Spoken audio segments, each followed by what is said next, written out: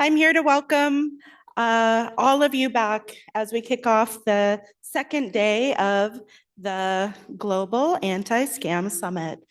I'm Michelle Sibilla, Director of Account Integrity at Amazon.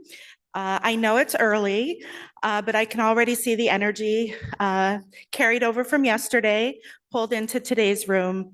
It's really fun to see everyone back, and looking ahead to today's agenda gets me excited. I'll talk about that in just a moment. On a personal note, a little bit about me. At Amazon, I work out of the Tempe, Arizona office. 75 and sunny.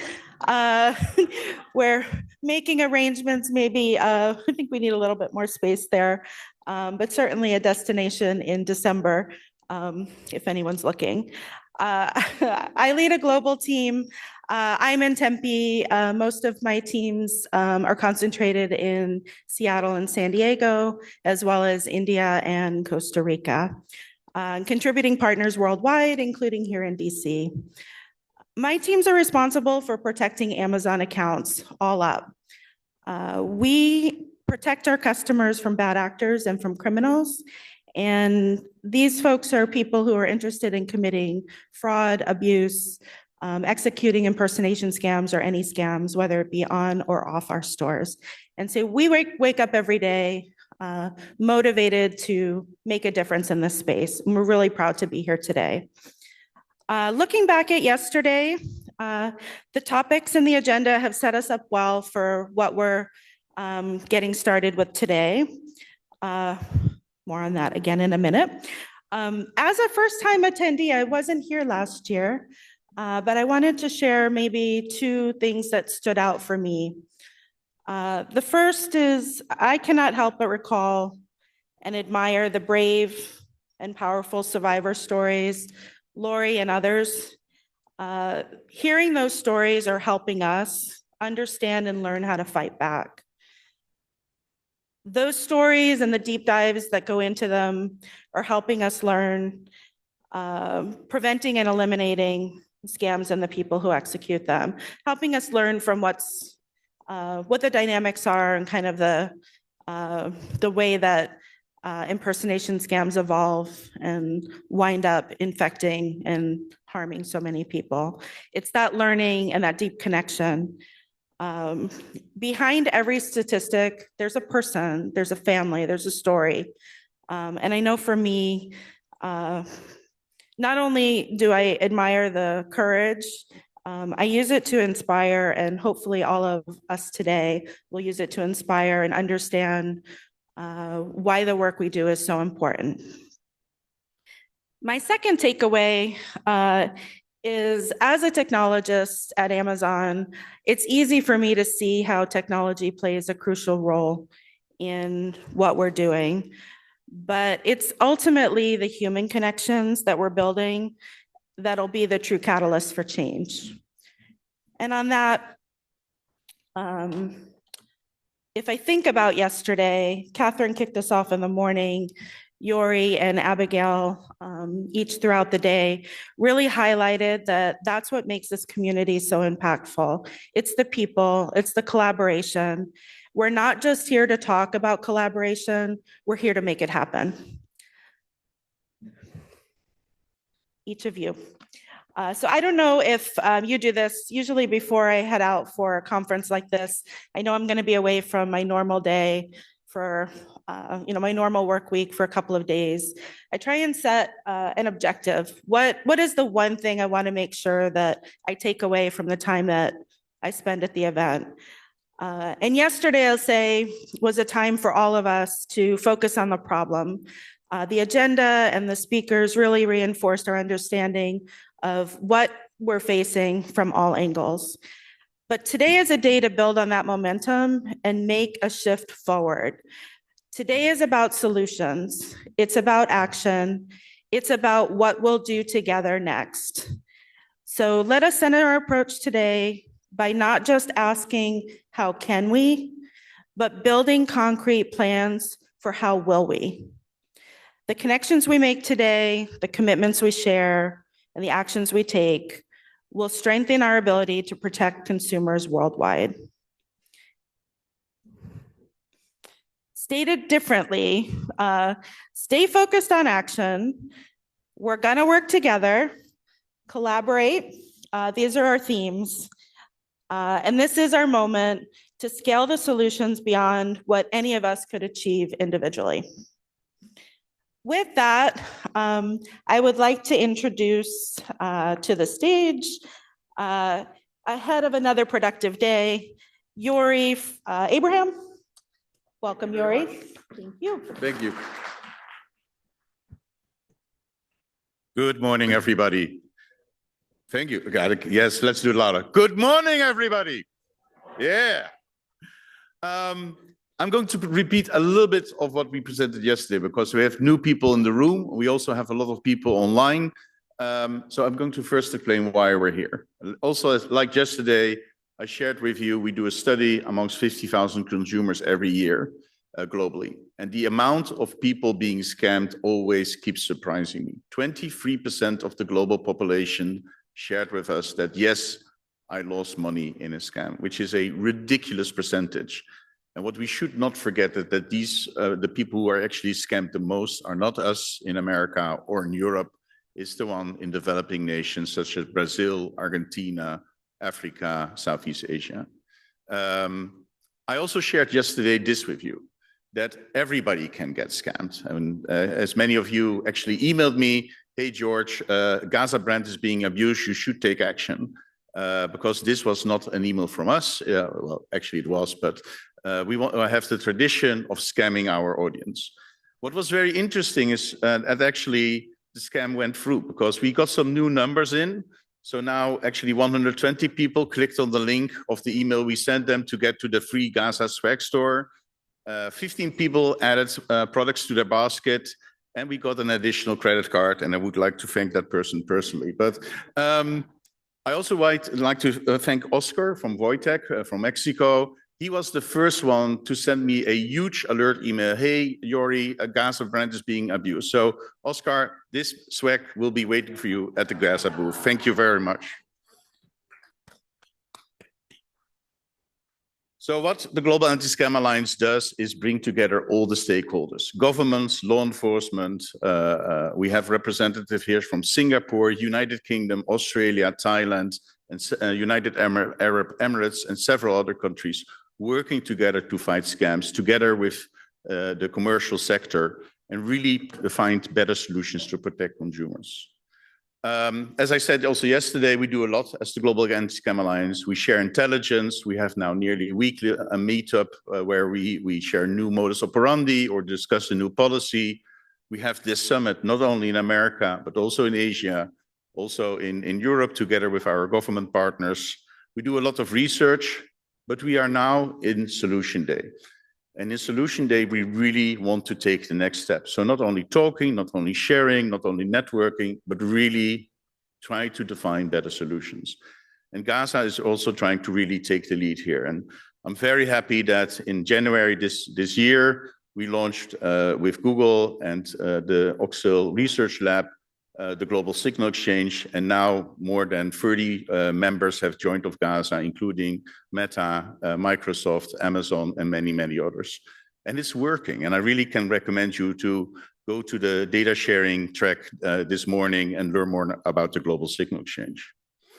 We also have worked on our chapters because, yes, we are a global organization, but we think it's crucial that more action is taken on a national level. So last year, we launched the North America chapter, which Niels Muller is leading. We now have Cici and Renata in Mexico and in Brazil taking the lead, getting all the stakeholders together on a national level. Brian in APAC leading several chapters, and we're working very hard on launching MENA and Africa, because we know that it's crucial also on a national level to work together and build up the structure, which is in the end needed globally. We also have several working groups we're going to launch in 2026, and you're very much invited to join these. The working groups we're launching are consumers, focusing on awareness, education, and victim support, prevention and intervention, what can we do? What can we learn from each other? But also, how can we improve or set a standard for KYC? How can we help companies make it more difficult for scammers to abuse their platforms? Enforcement is really focused on catching the scammer. We have a huge problem. According to the World Economic Forum, 0.05% of the cyber criminals are actually being prosecuted. It's basically a free crime at the moment. So how can we catch the scammers is the goal of the enforcement working group. Research, as I said, we do a lot of research, but we want to do that together with our members and partners. What do we need to learn? Where can we improve? So we're not only sharing more research, which is also done by the Scientific Academy Society, but also doing more research ourselves to better understand how we can protect consumers. And finally, data sharing, where we already have the Global Signal Exchange as a very concrete live platform where more than 1 million signals are shared every day. But we also want to facilitate more discussion. So how can we find a better balance between the need for privacy and sharing data so that people and companies especially feel more willing to share data with the Global Signal Exchange? And we're launching next year 2 new solutions together with our members. One is scam.org and the other one is continuous anti-scam education. And I want to use the last 5 minutes before they drag me off stage to tell you a little bit more about that. Scam.org is really meant to unite all the resources and efforts of our members into a place where people can find it easily. As I said before, the people who are actually getting scammed the most are the people who really need it the least. And those are in the developing nations. There's very little tools available to learn about scams, to get educated on scams, to report scams, and get victim support.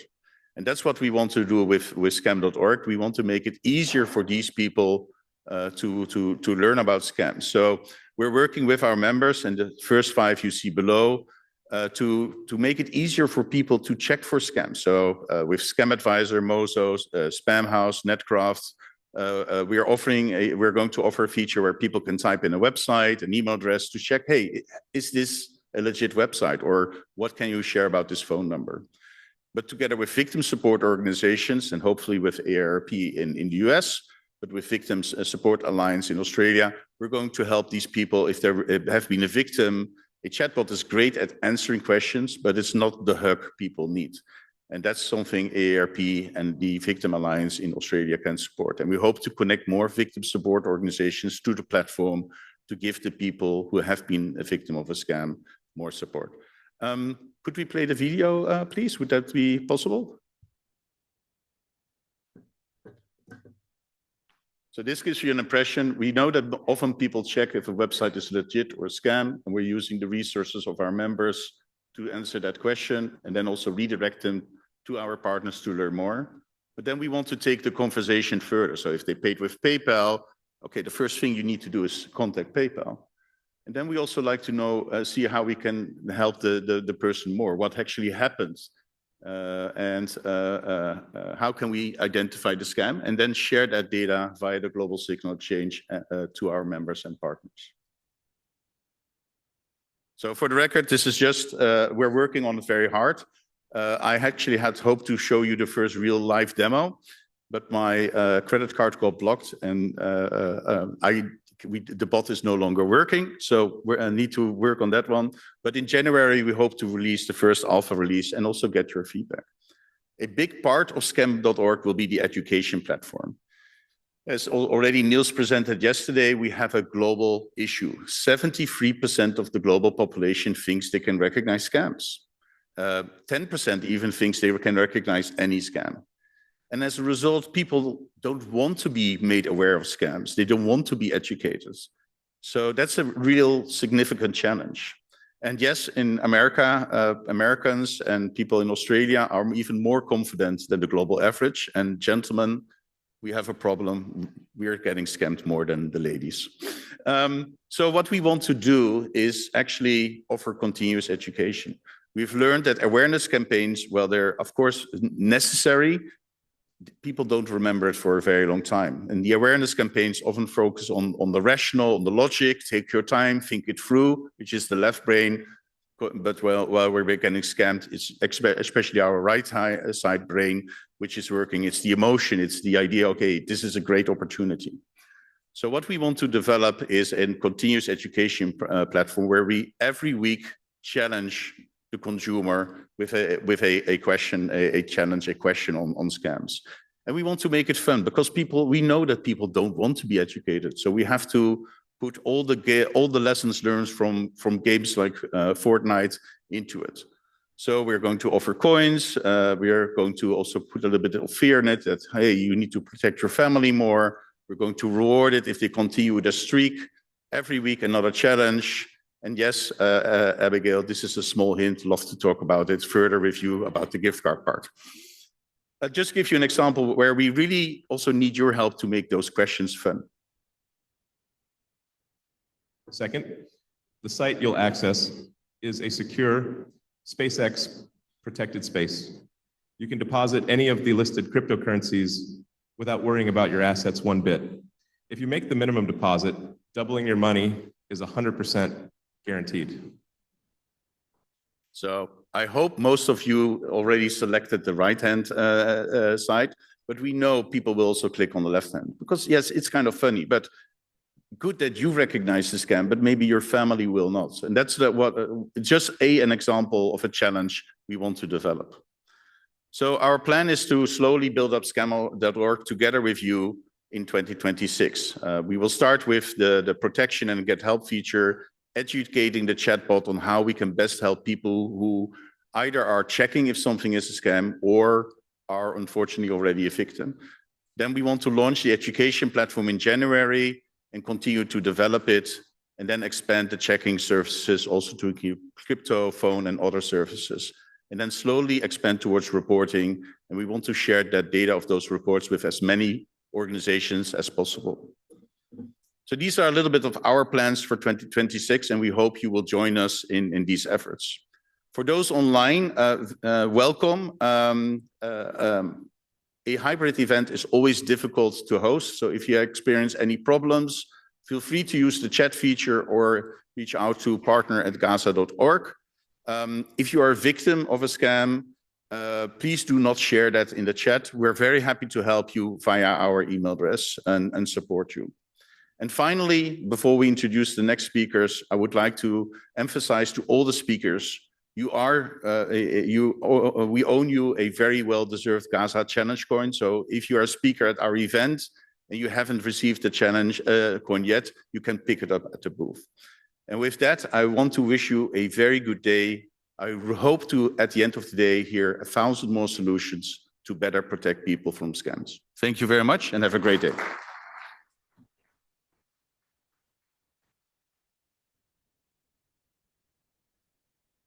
Thank you so much, Jorij, and good morning, everyone. Great to see everyone back here, and some of you who might be new today.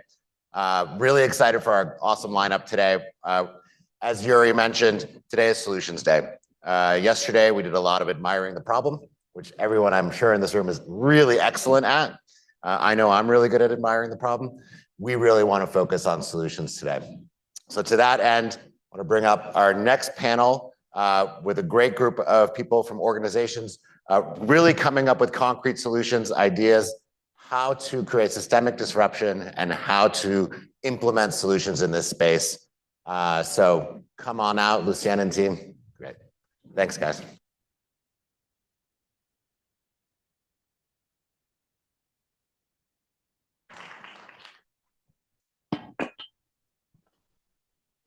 Thank you very much. Good morning, everybody. Welcome. Our goal today is to talk about systemic disruption through signal sharing. Let's roll it.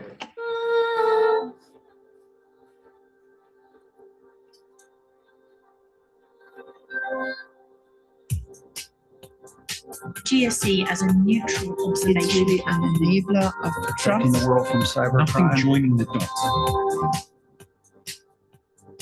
Signal received.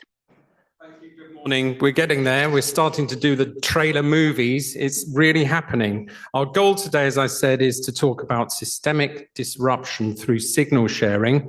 I don't know if I'm in the program, but I'm the moderator. I'm also a co-inventor of the platform behind the the Global Signal Exchange, and I'm a co-founder of the Global Signal Exchange. So today, how do we break the supply chain of the scammer? How do we stop the phone number, the malicious link, the cryptocurrency wallet before they can cause harm? Oh, the answer is simple, but the execution is complex. Collaboration at speed and scale.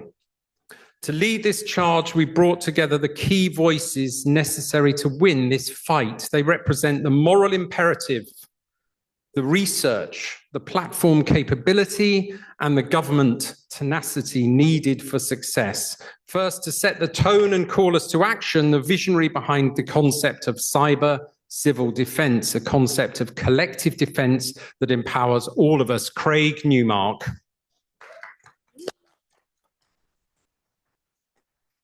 Okay, we'll leave that big clap for Craig and I'll whip through the rest of you.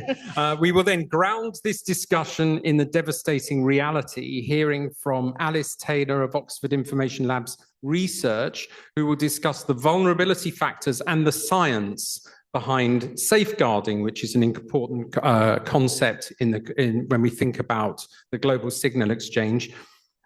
Next, we move on to the platforms where this crime proliferates, is amplified, advertised.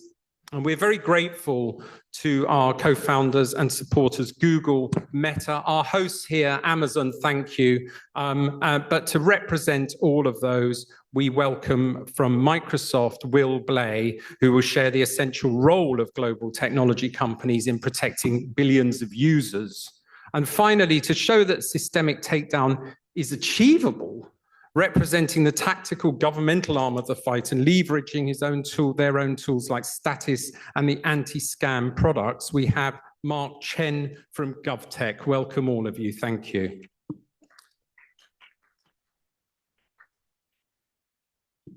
Craig, let's see if I can go on to this one.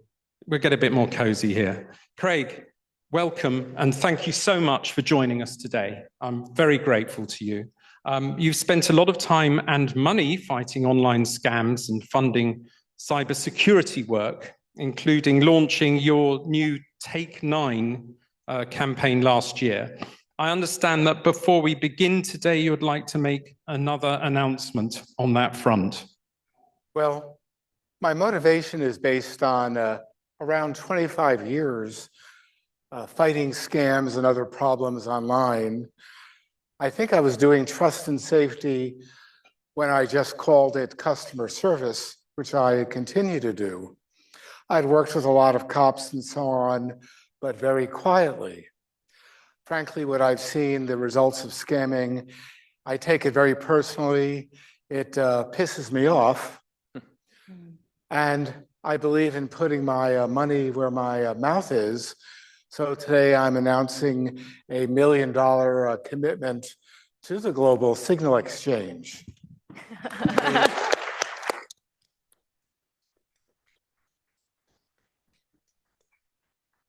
My deal is all along, fighting scams has been tacitly a part of my cybersecurity portfolio. I decided I needed to get much louder and more active with it. That's part of this whole Take 9 campaign. Soon it will be difficult to get me to stop talking, but I'll do that now.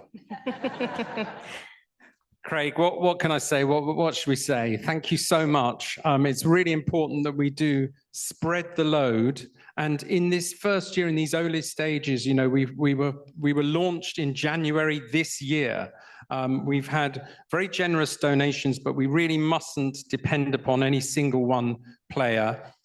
There is, you know, a factor of this, and that we're discussing today is speed. You know, collaboration at speed. We need to get this thing running, and there is a tension between hiring the amount of staff, the compute power, the storage, the outreach, the cost of attending events like this, needed to sort of set up and run the Global Signal Exchange, and gaining support, funding, and going through all the legal paperwork. So that cushion in those early stages is really essential to help us get this thing up and running quicker because we've heard from the other workshops, there's a real need to get this thing running quickly. Now, you often advocate for cyber civil defense. For people who think of scams as a personal problem, how does this concept, which is borrowed from World War II era, the collective effort, translate into practical steps that organizations and citizens must take today to defend the digital space? That was a question. Oh, that was for me.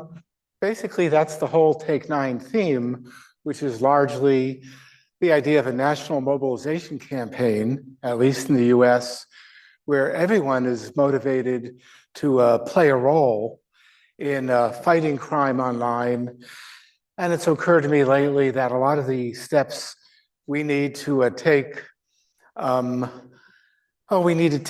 to protect ourselves as people think of cybersecurity are also a lot of the steps involved needed when it comes to fighting scams online. For example, we need to all think about single sign-on, multi-factor authentication, passkeys, and so on. We need help from the big guys figuring out what ecosystems we're already in and how we should use them. Yesterday afternoon, we saw that Google on Android phones is already taking measures using large language models on the phone to stop scams as they happen. I need to encourage all the big guys to get more involved and to get louder on it, because we really are together in this regards. One of the models is World War II, when everyone played whatever role they could. Frankly, we're trying to duplicate the success of, in the US, the Smokey the Bear campaign. Only you can stop forest fires. We're trying to replicate the success of Got Milk. And and this will date myself, we'd like to replicate the campaign wherein everyone bought the world of Coke, which Don Draper was instrumental in. And I know that's only a TV show, but it works for me. I'm going to stop talking again. Thank you very much, Craig. So I'm going to move this conversation on to research, because part of our mission is to test the fidelity of the data, to collect the data, to help others get that data. So it's about sending and receiving signals. But we've got to make sure that that data is actually worth it, that it's actually employed to help people and mainly help consumers. That's where we position ourselves at the Global Signal Exchange. What can we do to protect citizens? Now, Alice, I'm going to invite Alice Taylor, who's the Research and Comms Manager at Oxford Information Labs Research, which is a not-for-profit that's looking at things like this. Alice, you wanted to talk about safeguarding. What can we learn from the concept of safeguarding in the collective battle to protect people and fight scams and fraud? Yeah, so safeguarding is the term used in the UK for child protection. And safeguarding is all about sharing information. It's about joining the dots. And most importantly, it's about people feeling comfortable to share their suspicions. Because if you don't share your suspicions, there are no dots to join. So in safeguarding, my background is in healthcare. So let's say in healthcare, I have a patient, Jimmy, he comes in, and I notice that his clothes aren't washed. Now that could be a completely, there could be an innocent explanation for that. His parents could have been a bit tired, not washed his clothes. I mean, we're all as parents sometimes guilty of that. Happens all the time. Could be a sign of something more sinister.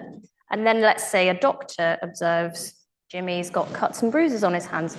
Again, perfectly innocent explanation is possible, but it could also be a suspicion, a signal of something more sinister. And if all those suspicions aren't shared because people don't feel comfortable or confident doing so, then there's no joining the dots. And safeguarding, for me, the GSC is all about safeguarding and all about joining the dots.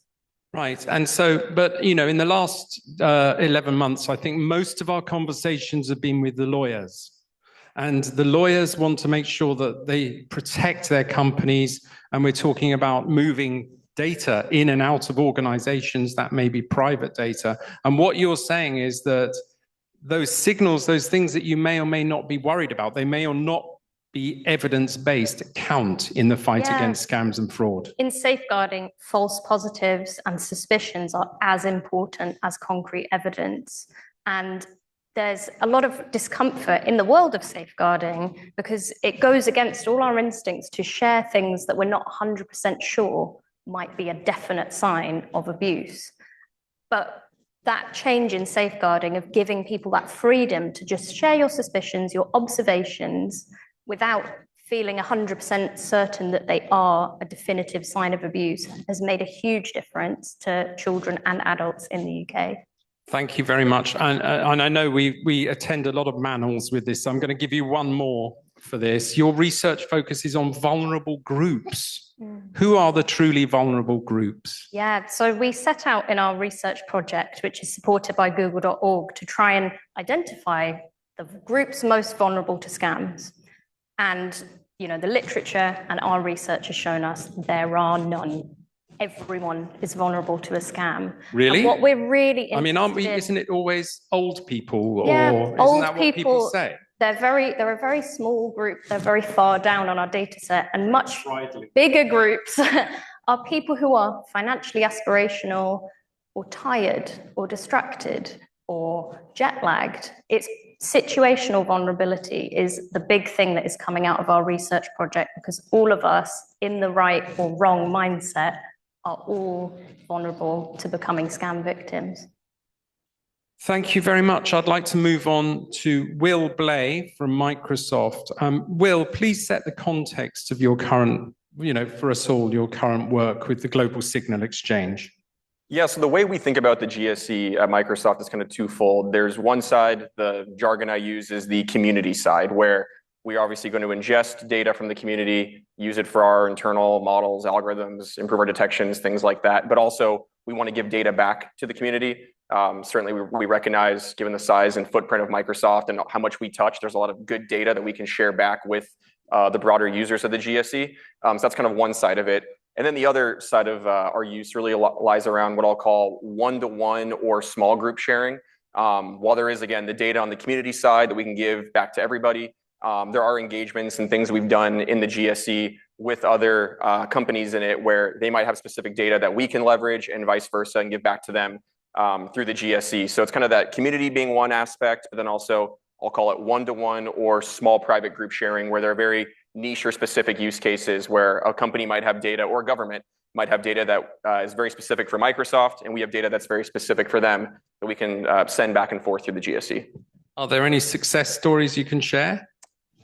Yeah, certainly. I mean, we did something with the folks from Meta not too long ago. I won't go into it too much. I can talk more to folks about it later in our panel. But essentially, it helped both parties uncover some really interesting findings around user accounts, and it was a great kind of validation of we all talk about data sharing. We all talk about how good this can be, but actually seeing data get shared back and forth and there be real impact for both companies was something that was very encouraging and people were very excited about. And what is the future? Is that lots of bilateral sharing just facilitated through the Global Signal Exchange, or to expand that to others? I think candidly, I mean, there always will be the need for one-to-one sharing, again, with very specific data sets, but I think where we see it going, especially talking to folks at this conference, where we'd like to see it go more into the future is setting, again, maybe more small groups, if you will, parties of 3, 4, 5, 6, 7 companies that all are sharing a common mission, have similar types of data they can share with one another, ultimately creating this little pool. And again, different use cases cropping up inside the GSE. That's where we want to take it, and that's where I do see it going. Again, through dialogue with folks here. And let's move more to what's happening at the infrastructure level. What's the biggest challenge for a global company like Microsoft when taking down what we call scam infrastructure, the supply chain that delivers services and affords internet services to scammers? How does industry-wide cooperation, like through channels like the GSE, address the issue of cyber criminals simply moving shop across geographical borders? Yeah, and I don't know if for folks who were here yesterday, we have some amazing people from our digital crimes unit, our DCU team, and my team internally works very closely with them on efforts such as this. But I mean, certainly, again, we have a lot of data, we have a lot of evidence and things that we can use to try to take down the bad actors, but obviously we are still only limited on what we can do. So, historically, it's been collaboration with law enforcement, government, but then also collaboration with our peers as well has been a bit of the limiting factor. So, again, we've seen through the GSE examples where we have shared data with Google, for example, back and forth, and that's leading towards criminal referrals and things like that that will be taking place in the future. So the GSE being this kind of connective tissue to bring together the private sector, law enforcement, governments, et cetera, as a means not just to communicate with one another, but obviously exchange raw information and data with one another that can then be used to take criminal action against these groups has been very critical or key for us. And so, and part of the point of this discussion this morning is systemic disruption. Mm-hmm. There's two ends to that, isn't there? One is just taking down and blocking, creating friction for the scammer so that they can't scam at scale so easily. The other is then actually law enforcement. And we're really pleased to have been working with the technical team at GovTech in Singapore, who are one of the first governments to actually use the utility of the global signal exchange. And I'm very pleased to welcome Mark Chen, their director there. Mark, Singapore has proven that you can systematically take down scams at scale and speed.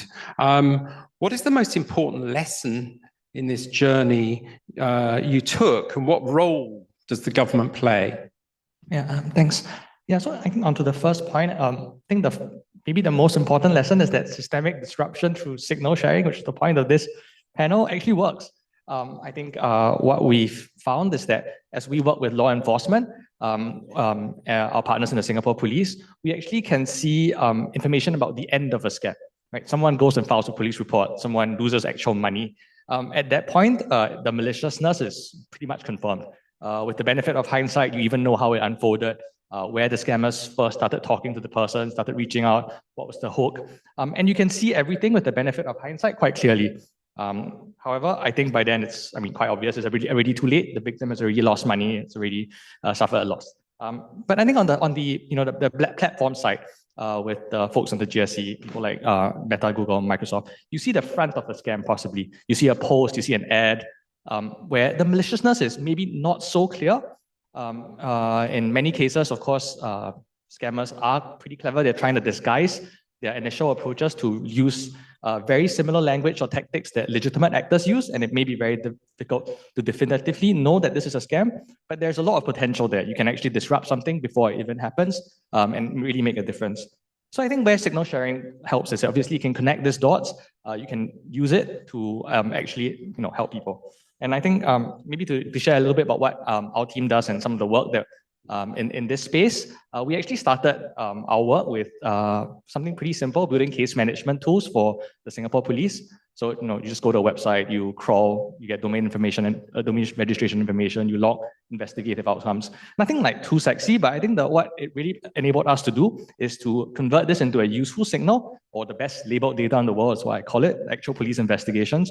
And train machine learning models. So this is like small scale signal sharing within government agencies, but we train AI ML models that really can replicate this at some scale. So today, I think we evaluate something like 400,000 potential scam websites every day. And we find just over 1,000 or right around 1,000 very likely scam sites that we share with our partners. So when we do a little bit more of that signal sharing, we share it with partners across the industry who can make a difference. So people like Google, people like Meta. I think the Google partnership is something that we're quite happy with. It's been, and Microsoft, of course. The Google partnership is something quite established. We've been doing it for a couple of years now.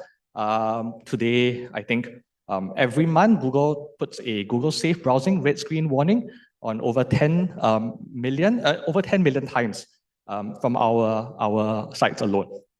So 10 million is obviously bigger than the population of Singapore. So unless everyone in Singapore is just repeatedly visiting scam sites, it's very likely that these scam sites, even though we find them targeting Singapore, actually have a global reach. So Google also does this really cool thing that we really appreciate, which is they take this information and they fan out across their platforms. So they look for emails that are, circulating these websites or YouTube ads that are promoting these websites and take them down as well. So with Meta, of course, this partnership is a little bit newer, and I think really hoping to scale this up through the GSE. We also share scam sites to Meta.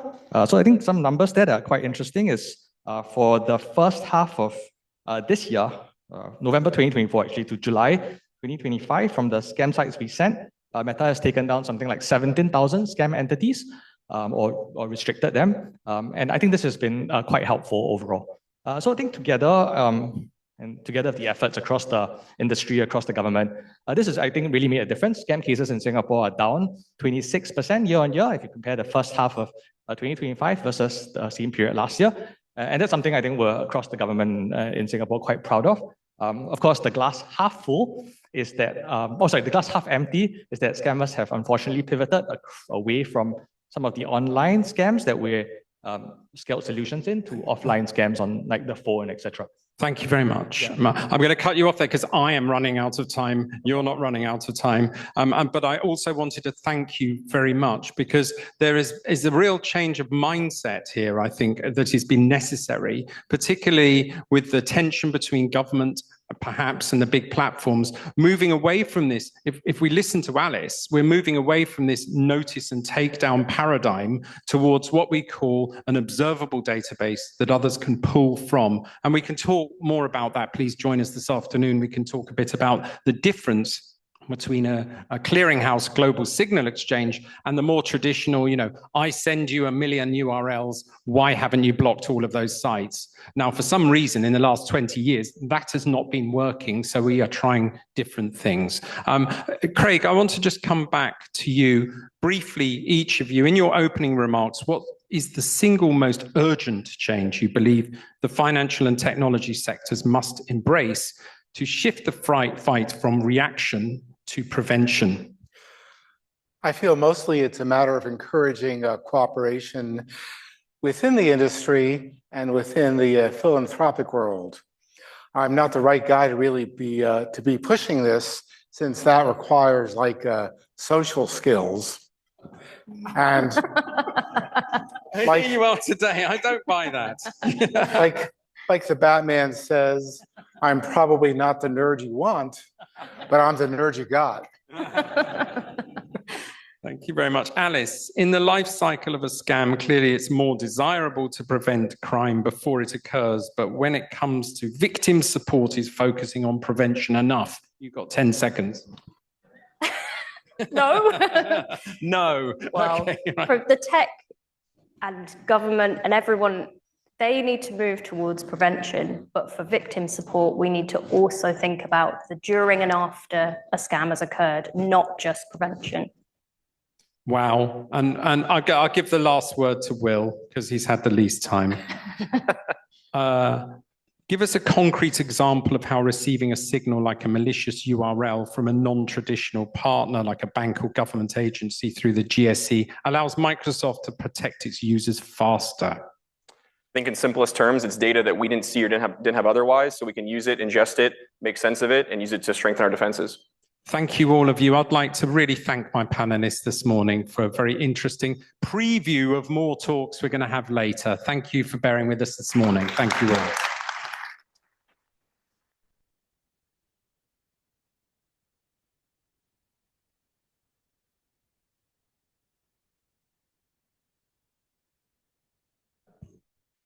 All right. Two Kens and a Paul is not the name of Amazon Video's newest hit sitcom. It is the names of our next panelists, moderated by Ayelet. They're going to talk about some of the solutions that are urgent, not just the problems. And so welcome them to the stage.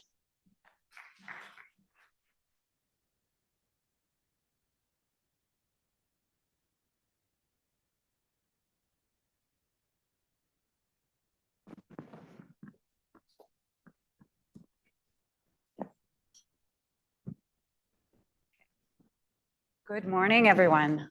My name is Ayelet Biger-Levin, and I am part of the North America chapter of the Global Anti-Scam Alliance, and I'm also a host of the Scam Rangers podcast. And as part of the podcast, I really showcase scam fighters in the industry. We talk a lot about public and private partnership, commercial sector, and government, but I think this industry is also powered by true scam fighters that are grassroots activists. And our panel today consists of 3 of them. I would like to introduce Ken Palla, Ken Westbrook, and Paul Raphael. These, I'm sure some of you know them, or most of you know them, because they're very, very vocal and active in the industry. And they track closely what is happening and the progress that all of us are making. And they consistently share their thoughts and ideas with the industry. And I think a lot of the action is powered by the drive that they bring to the table. So I'm excited to host this panel today and talk a little bit about what we should continue to do and what we should start doing. Initially, we wanted to call this panel Simple Solutions, Big Impact. But when we started talking, we said nothing is simple. So we changed the name to Urgent Solutions, Big Impact. What do we need to do now to drive change? So Ken Palla will focus on finance, telcos, what is happening on the state level. Ken Westbrook will focus on private-public partnerships, and then Paul will talk about tech and social media companies. So what can we do? Each of the presenters will start by talking a little bit about what they've done in the past year, and then they'll talk about what they think needs to be done in each and every sector. So we'll start with you, Ken. Okay, thank you. Well, good morning, everyone. So what have I done in the past year? I do a lot of writing and research, and so I've spent a lot of time looking at what's happening around the world for consumer scams, for reimbursement and controls. So I spent a lot of time in obviously the UK, Australia, but other countries, Singapore, the Philippines, Vietnam, and other places.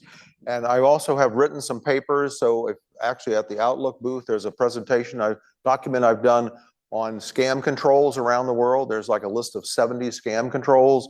That's one of the ones I've done. I've written reports on actually what happens in all these countries for reimbursement and what's really happening. So it becomes very informative as we try to figure out what we do here in the United States and Canada. We need to understand what's happening around the world. So that's kind of what I've been doing.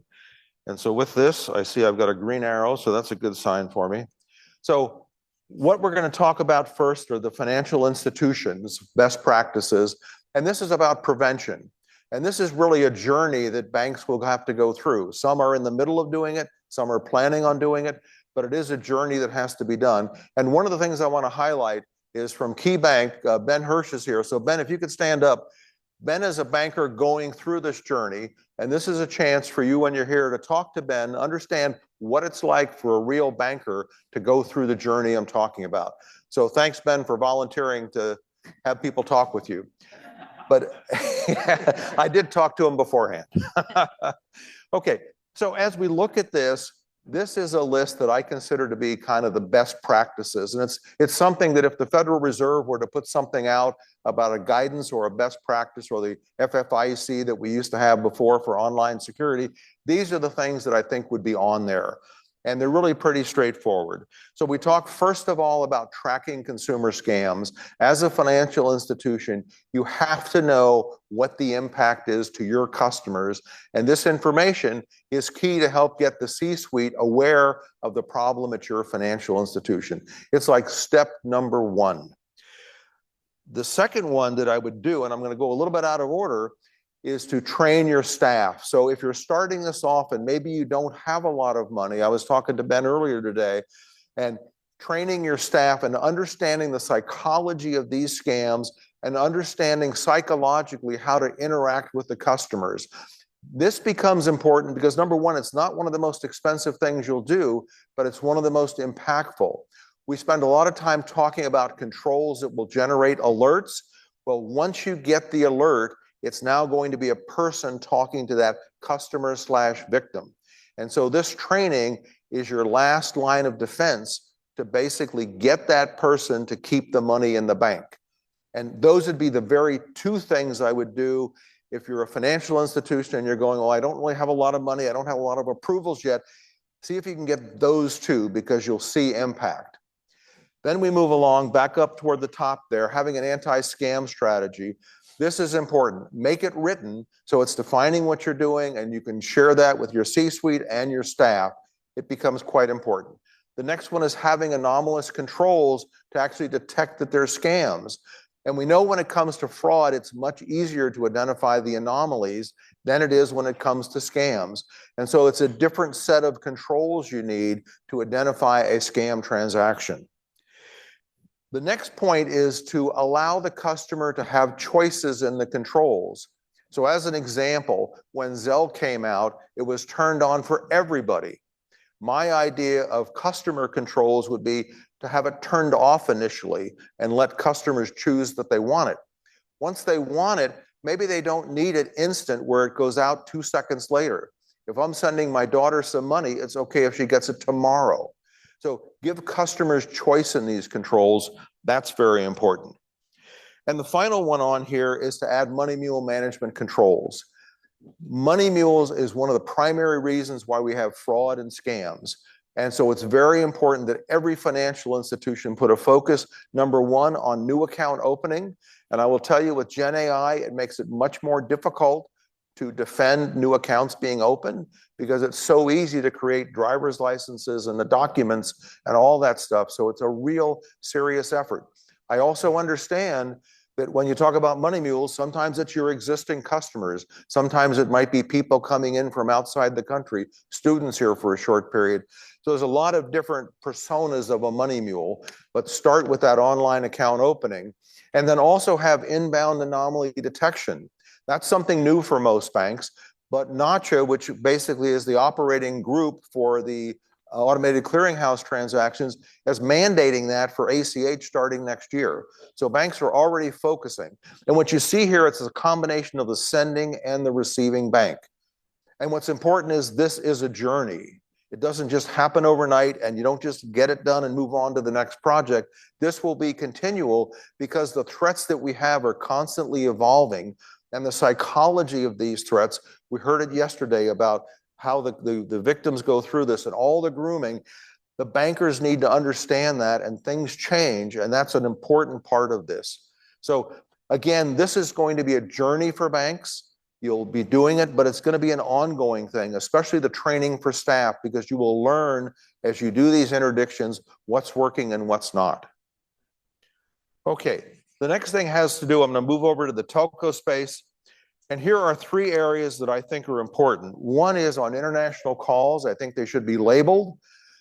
I know that when you do that, it's not an absolute thing because there's a lot of ways the fraudsters can game the telco system. But be that as it may, I think that's something that should happen. We see it happen in many other countries, and the FCC has a number of documents out requesting comments, and I believe this is one of them. The other one is to be able to better detect the SIM boxes and phone farms. So this is a case where fraudsters are able to literally get a box and cram it full of SIM cards and be able to take that to be able to generate not only text messages, but also scam calls.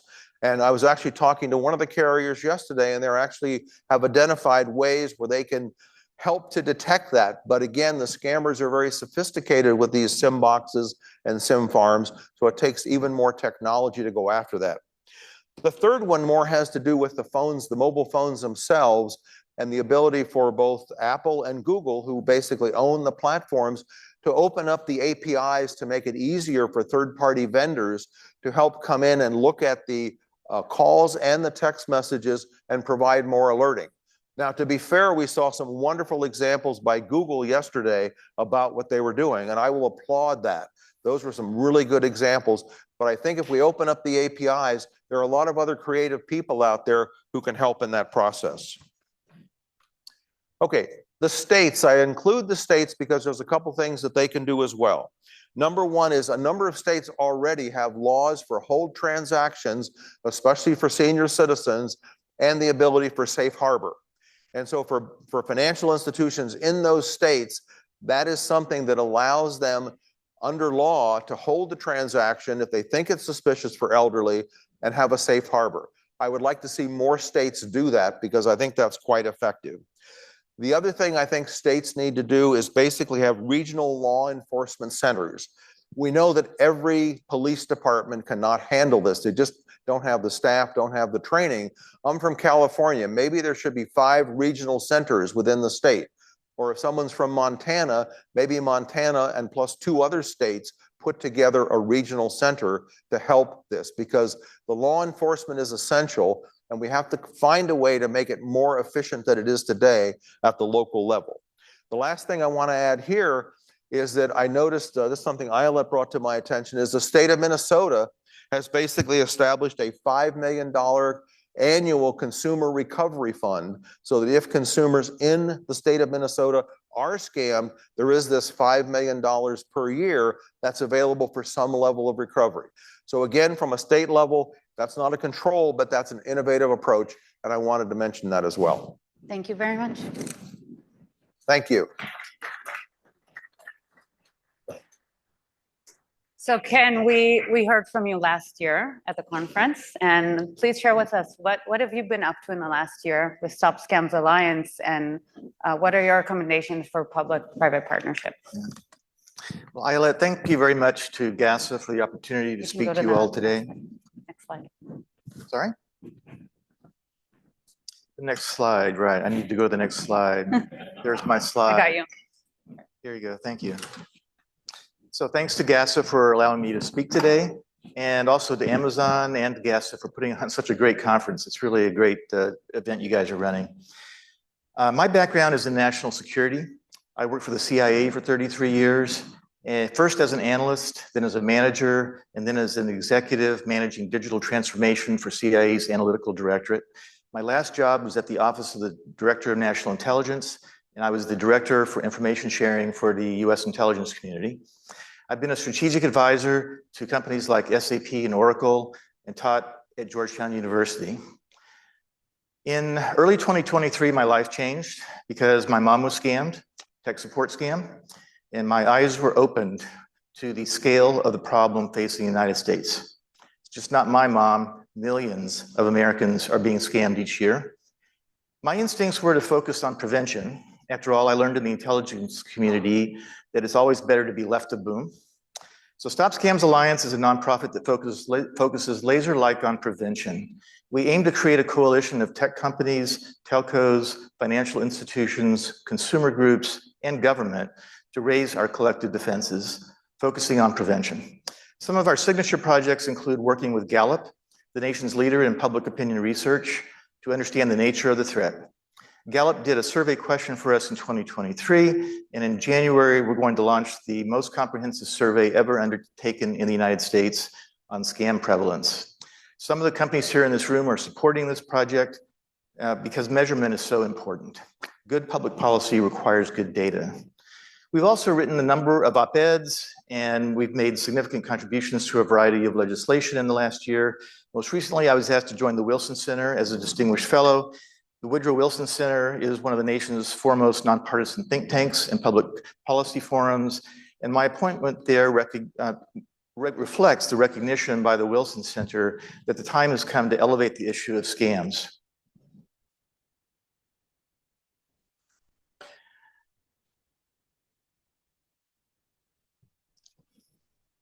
I'm sorry. So I just wanted to reflect on what a huge distance we've come since last year's GASA conference. It's really remarkable. Judge Pirro's strike force, sanctions from the Treasury Department, the largest asset seizure in US history, the FCC's proposed rules for making it harder for criminals to spoof telephone calls, all very positive steps. 2025 was the year that the United States started to recognize the national security threat posed by cyber-enabled scams. A big shout out to the Aspen Institute for organizing an open letter to the congressional leadership that was sent 2 months ago. The letter says that fraud and scams have become a fast evolving national security threat. It was signed by 46 companies, including many of the companies in this room today. So corporate America is speaking out.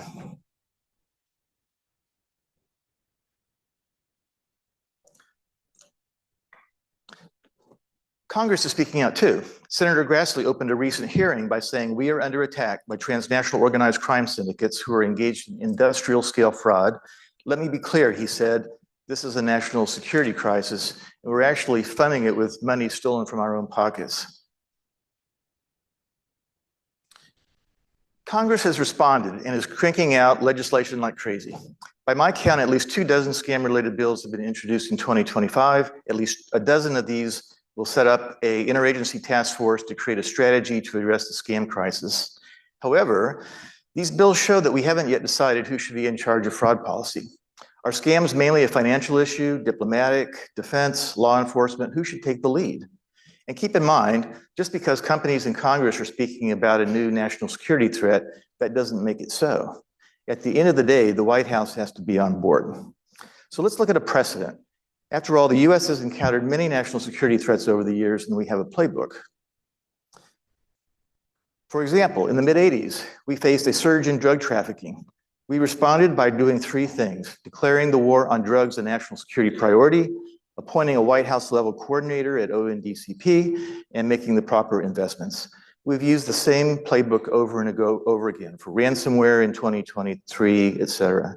However, in our current response to the scam threat, the White House has not yet spoken out about the national security risk posed by scams. We still can't answer the question who's in charge of fraud policy in the US. And in all of the bills that I just mentioned, I can't find a single dollar appropriated to respond to this new threat. So here's where we stand. Cyber scams are surging. The FBI's budget has been flat in recent years. In fact, they even got a cut in 2024. There's no new appropriations on the horizon. So what's wrong with this picture? And how do we start treating scams like the real national security threat that they are? So number one, I would say that the White House needs to announce that scams are a national priority. It's not a priority until it's announced.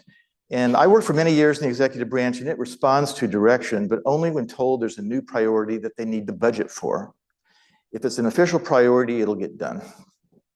Number two, we have to decide who's in charge of fraud policy. In the United States, every national security issue has a coordinator at the White House. I'm not aware, I've never heard of a national security issue that doesn't have a White House coordinator. I know my former colleagues in the executive branch are doing their best to within their existing authorities and budgets, but a cross-cutting issue like scams cannot be headed by any one department or agency. Personally, I think the Office of the National Cyber Director should play a role, since the scam threat is properly framed as a cyber-enabled attack, and cyber expertise will be key to mounting the proper defense. Third, we have to establish an information sharing hub.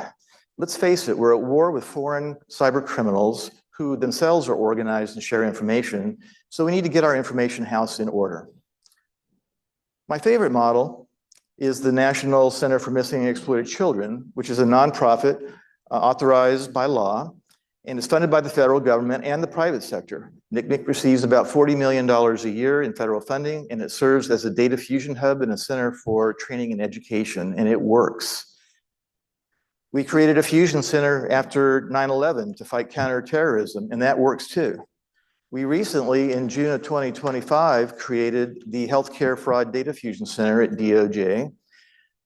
That's what we do when we're confronted with a complex issue. So let's let 2026 be the year that we create an information fusion center for scams in the United States. I talked to Eileen Yep yesterday about the current number of national anti-scam centers, and the answer is about 12 around the world now. That's because they're so effective. Such centers enable a more comprehensive view of the threat, a faster ability to respond, and a hub for education and training. They're just so effective, the ROI is crazy. Part of our information fusion initiative should be to fix the confusing and ineffective reporting system for scams in the United States. In a recent gossip poll, about 5% of Americans said they didn't report because of shame, but the vast majority of people didn't report because they don't know how to, or it's too complicated, or they don't think it'll do any good. No wonder they feel this way, because here's a picture of what the reporting system looks like to victims today. It's a maze of possible places to report, and most people don't know which ones to pick. Just think of the advantages if we were to create an easy, standardized way for people to report being scammed. We'd improve our understanding of the threat picture, we'd be able to react more quickly, we'd actually save money because a consolidated business process would be cheaper and more efficient than our current process. And the only hang-up, I think, is bureaucratic inertia that's caused by lack of leadership. As soon as we start treating scams like a true national security issue, I have no doubt that we'll fix it. So to conclude, just taking these 3 steps, I think will probably cost some tens of millions of dollars, which is really peanuts in the scheme of things when you think about it. But we'll save billions and billions from leaving our economy and flowing overseas to transnational criminals. So what are we waiting for?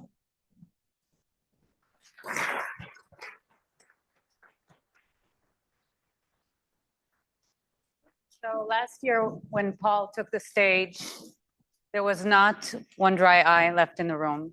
And Paul has been advocating for change across the industry with regards to sextortion crimes and other that are targeting teens. And we would like to hear from you, Paul. What have you been up to in the last year? You've done a lot. And what do you think is very urgent in this ecosystem? Amazing. Well, thank you so much for inviting me back. Happy to be here again in DC. I'm Paul Raphael. I'm an Intel analyst, investigator, and arch nemesis of Meta. Nah, just kidding. We have a fun love-hate relationship. So last year I spoke at GASA DC and shared some of the emerging threats about financial sextortion scams, the most dangerous scam. And since then, I've been continuing to raise awareness, accountability, and solutions, thank you, to curb this emergent crime. Fortunate to have had the opportunities recently to brief Interpol's Cybercrime Division, as well as staff members from the United Nations, as well as the US Congress on this emergent threat. Recently partnered with Florida's State Attorney's Office in launching the nation's first law enforcement task force dedicated specifically to sextortion. Additionally, in the past year, my research has been cited in 3 major lawsuits against big tech and social media companies. Went live on 6 national news broadcasts across the US, UK, and Australia. I participated in the Hulu docuseries Hey Beautiful, Anatomy of a Romance Scam. You can watch it today on Hulu. And aside from that, focusing more on sextortion, helped participate in launching 8 documentaries.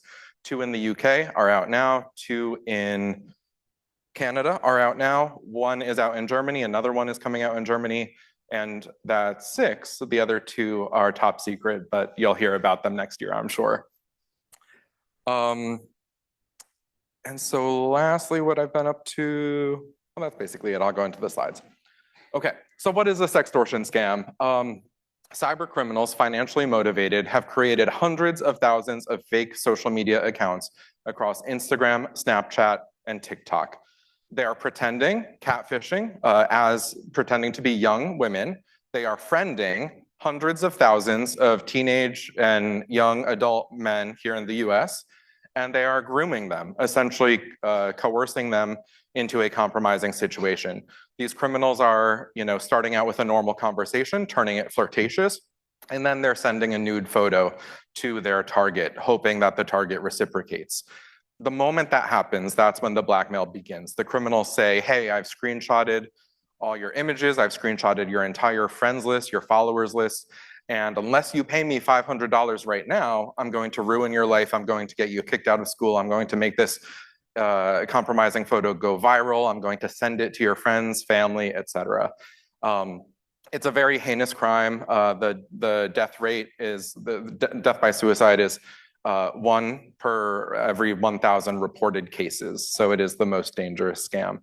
We know who's doing this. We know who's behind the majority of these scams. They are cyber criminals operating out of West Africa. They're called Yahoo Boys. And they are using the same social media platforms to organize and recruit themselves. On Meta's Facebook, there were over 100,000 members across public Yahoo Boy groups where they were sharing these sextortion tactics, scripts, materials, and images to use. So as a recap, I'm not going to share everything I did a year ago, but just what happened in the past year. So 2025 is actually going to be the worst year on record, unfortunately. 50,000 reported cases of targeting minors this year. Let's put some perspective on that. Back in 2021, there were only 139 reported cases of financial sextortion targeting minors here in the US. 139, 50,000 cases in the span of 4 years. Teen deaths rose to 38 here in the United States, as well as 54 globally. And of course, there's significant underreporting.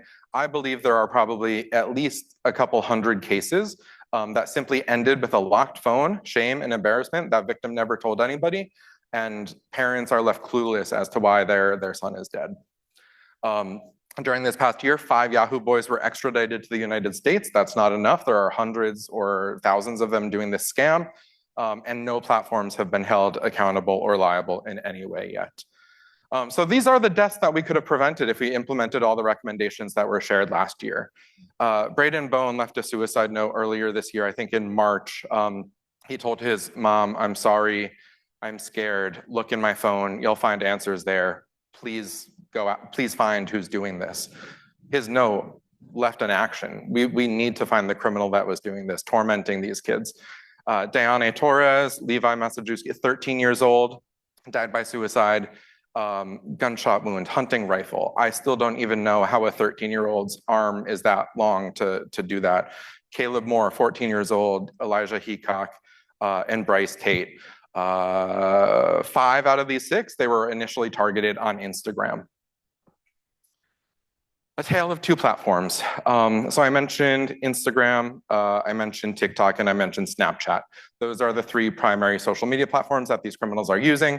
Do we have any guesses as to which social media platforms might be represented by these charts? Which one is Snapchat? Someone says Snapchat on the right. Oh, Snapchat on the left. Well, that's right. This is Snapchat on the left. Snapchat actually made this a company-wide priority. They implemented a whole bunch of changes that were recommended in 2024, 2025. And the numbers of reported cases via Snapchat have gone substantially down, close to where they were in pre-2021 numbers. Over on the right side, do we want to guess what platform that is? Instagram? No, Instagram is much worse than that. TikTok, yes. So why the heck was there a big spike in TikTok in 2025? TikTok, oh. Because of this.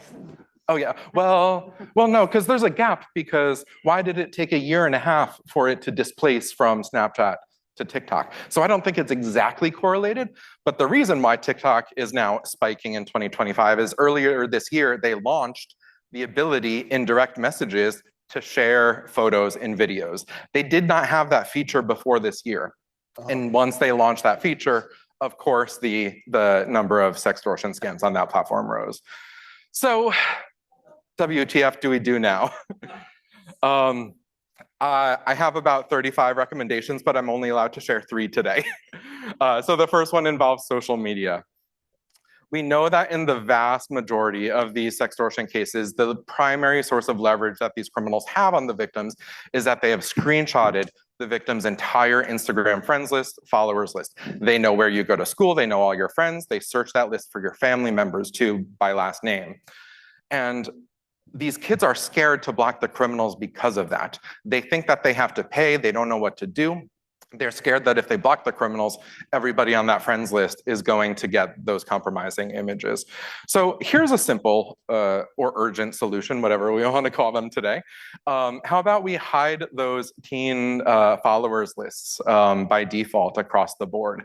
Now, to be fair, Meta announced earlier this year that they are hiding those followers and friends lists from only accounts that they detect as potentially being sextorters. And of course, how did they get all these friends lists? So we know that's not really working. But I'm still seeing today victims saying they've screenshotted the entire friends list.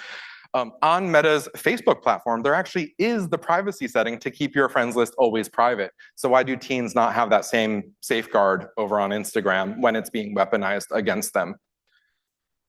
The second thing also involves social media. Big surprise there. So last year, there was a great big announcement from Meta rolling out teen accounts. One of the major features here was the nudity protection tool. This is on by default for all teens here in America, as well as other countries with teen accounts.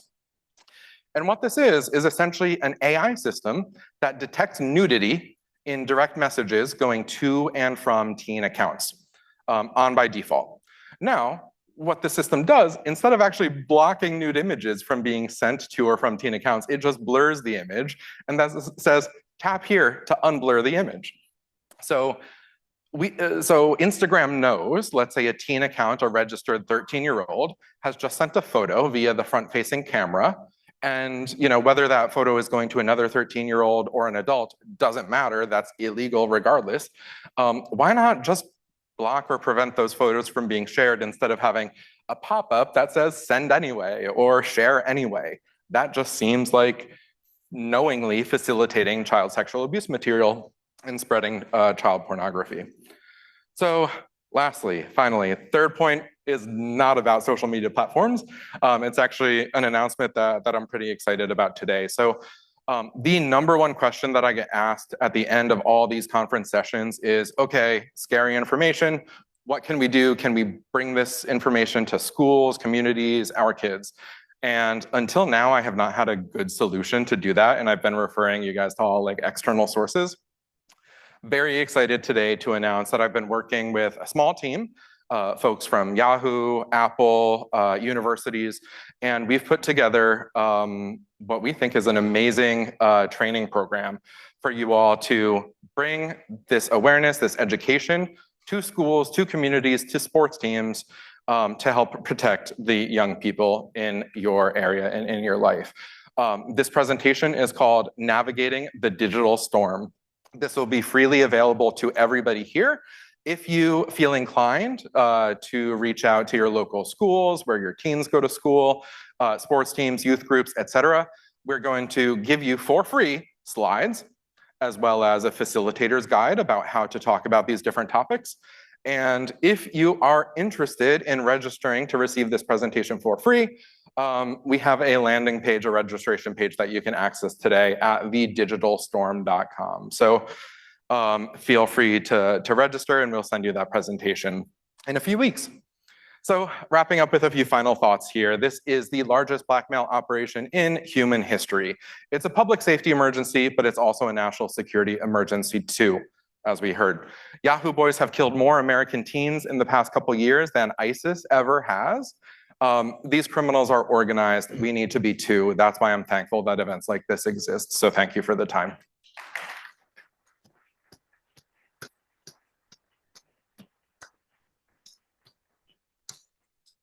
Okay, so we have a few minutes left, and some of you might have listened to Scambaiters podcast. If not, I'm gonna also give a shout out to that. These three distinguished guests have been on the podcast, and the question I always asked at the end of every episode is, okay, we heard everything, there's a lot to do. What are you hopeful about? So I would like to start with you, Ken, and ask. So I'm hopeful that, as I talk to banks, that we see more banks going through the journey that I described. I think it's a real opportunity and an essential thing. And that's what I really want to see. The other thing, I don't know if I'm hopeful for it, but I clearly believe that states will become more active adding legislation around scam prevention because we're not seeing it at the federal level. It's not a political comment, just a fact, and especially states like California, New York, and maybe Illinois and Colorado. So that's part of what I see happening next year. What are you hopeful about? I'm optimistic about the use of our AI to fight the bad guys. The US has the best AI in the world, no doubt about it. And I know the bad guys are going to be attacking us with AI for sure, but I see signs already in this last year. There's been so many examples of companies starting to use our AI to fight them back. We saw an example yesterday of Google using AI on the edge to detect scam voice and text messages. Microsoft and Google both are now using AI to detect the characteristics of the tech support scam in the browser and taking that down. That's great. I see social dating apps starting to use AI to detect fake accounts. So we're starting to mount our defenses on the AI front. And if we can ramp this up, I think we can make a serious defense. Thank you. And Paul, what are you hopeful about? I'm not hopeful about anything really at this point. I guess I'll say one thing. So last year, the Senate voted 92-3 to pass the Kids Online Safety Act. The Kids Online Safety Act is the first major piece of online safety legislation in 20 years. It includes a duty of care for social media platforms that they could be held liable if they don't reasonably prevent foreseeable harms and risks. Now, this passed the Senate 92-3. The majority of state attorney generals encouraged the House to pass this legislation as well. Last year, about a few weeks before the deadline for the House to actually take this bill up and vote upon it, Speaker of the House, Mike Johnson of Louisiana, conveniently, graciously accepted a $10 billion donation from Meta Platforms to build an AI data center in Louisiana just weeks before that bill was due to be voted on in the House. So it was not voted on at all last year, despite the urgent need for it and the bipartisan support for it. So I'm hopeful that this year maybe we can do something about the Kids Online Safety Act and get it passed with the duty of care provision from the Senate. Thank you. And I'll share that I'm hopeful about the amount of people here in the room who care about fighting this problem. So with everything that you learned and the urgent actions we have, I wanted to thank you all. And I hope you'll take it and implement. Thank you.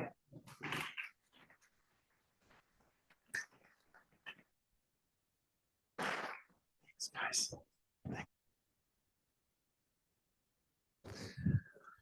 All right. Thank you so much to two Kens and a Paul.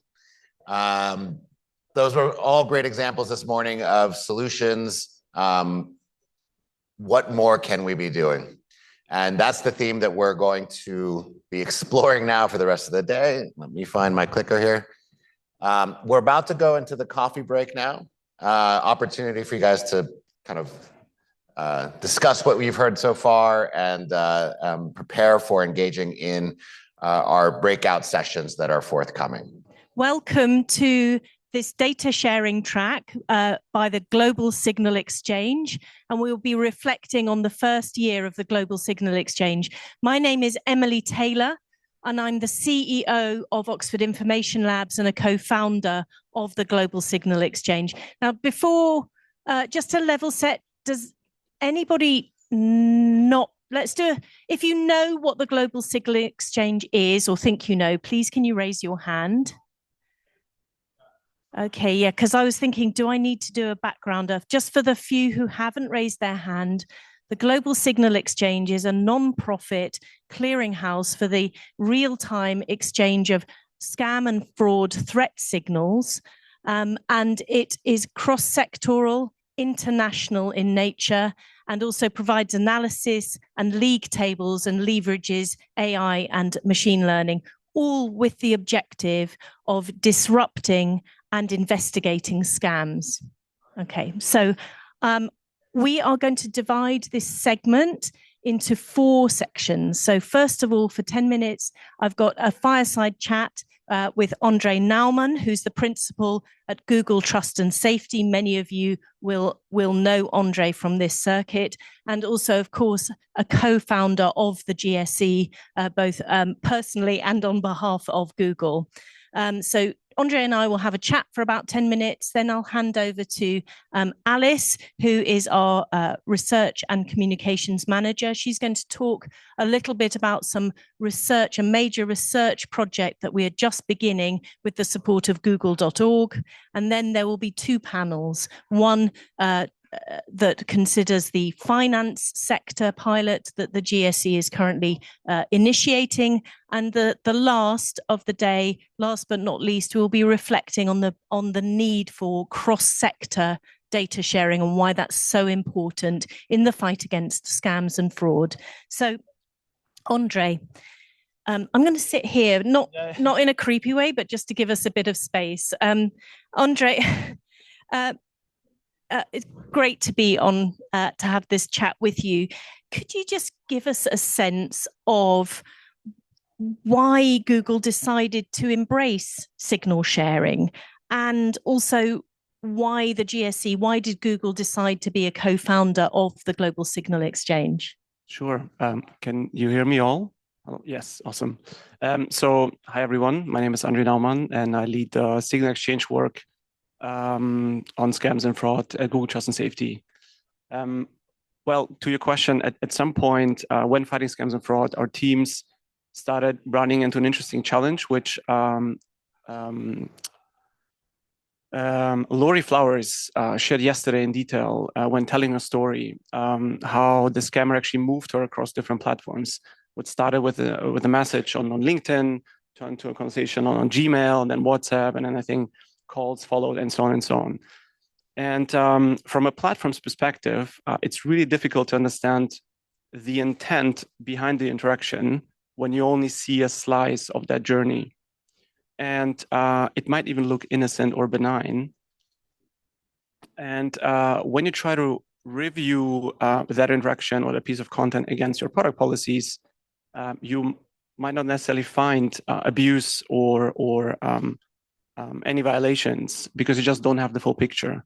And I think for us in Trusted Safety, there was a pivotal moment where we realized that, hold on a second, the only way to overcome this challenge is actually to share information with others, ideally globally, across sectors, because scammers do not respect geographical or sectoral borders.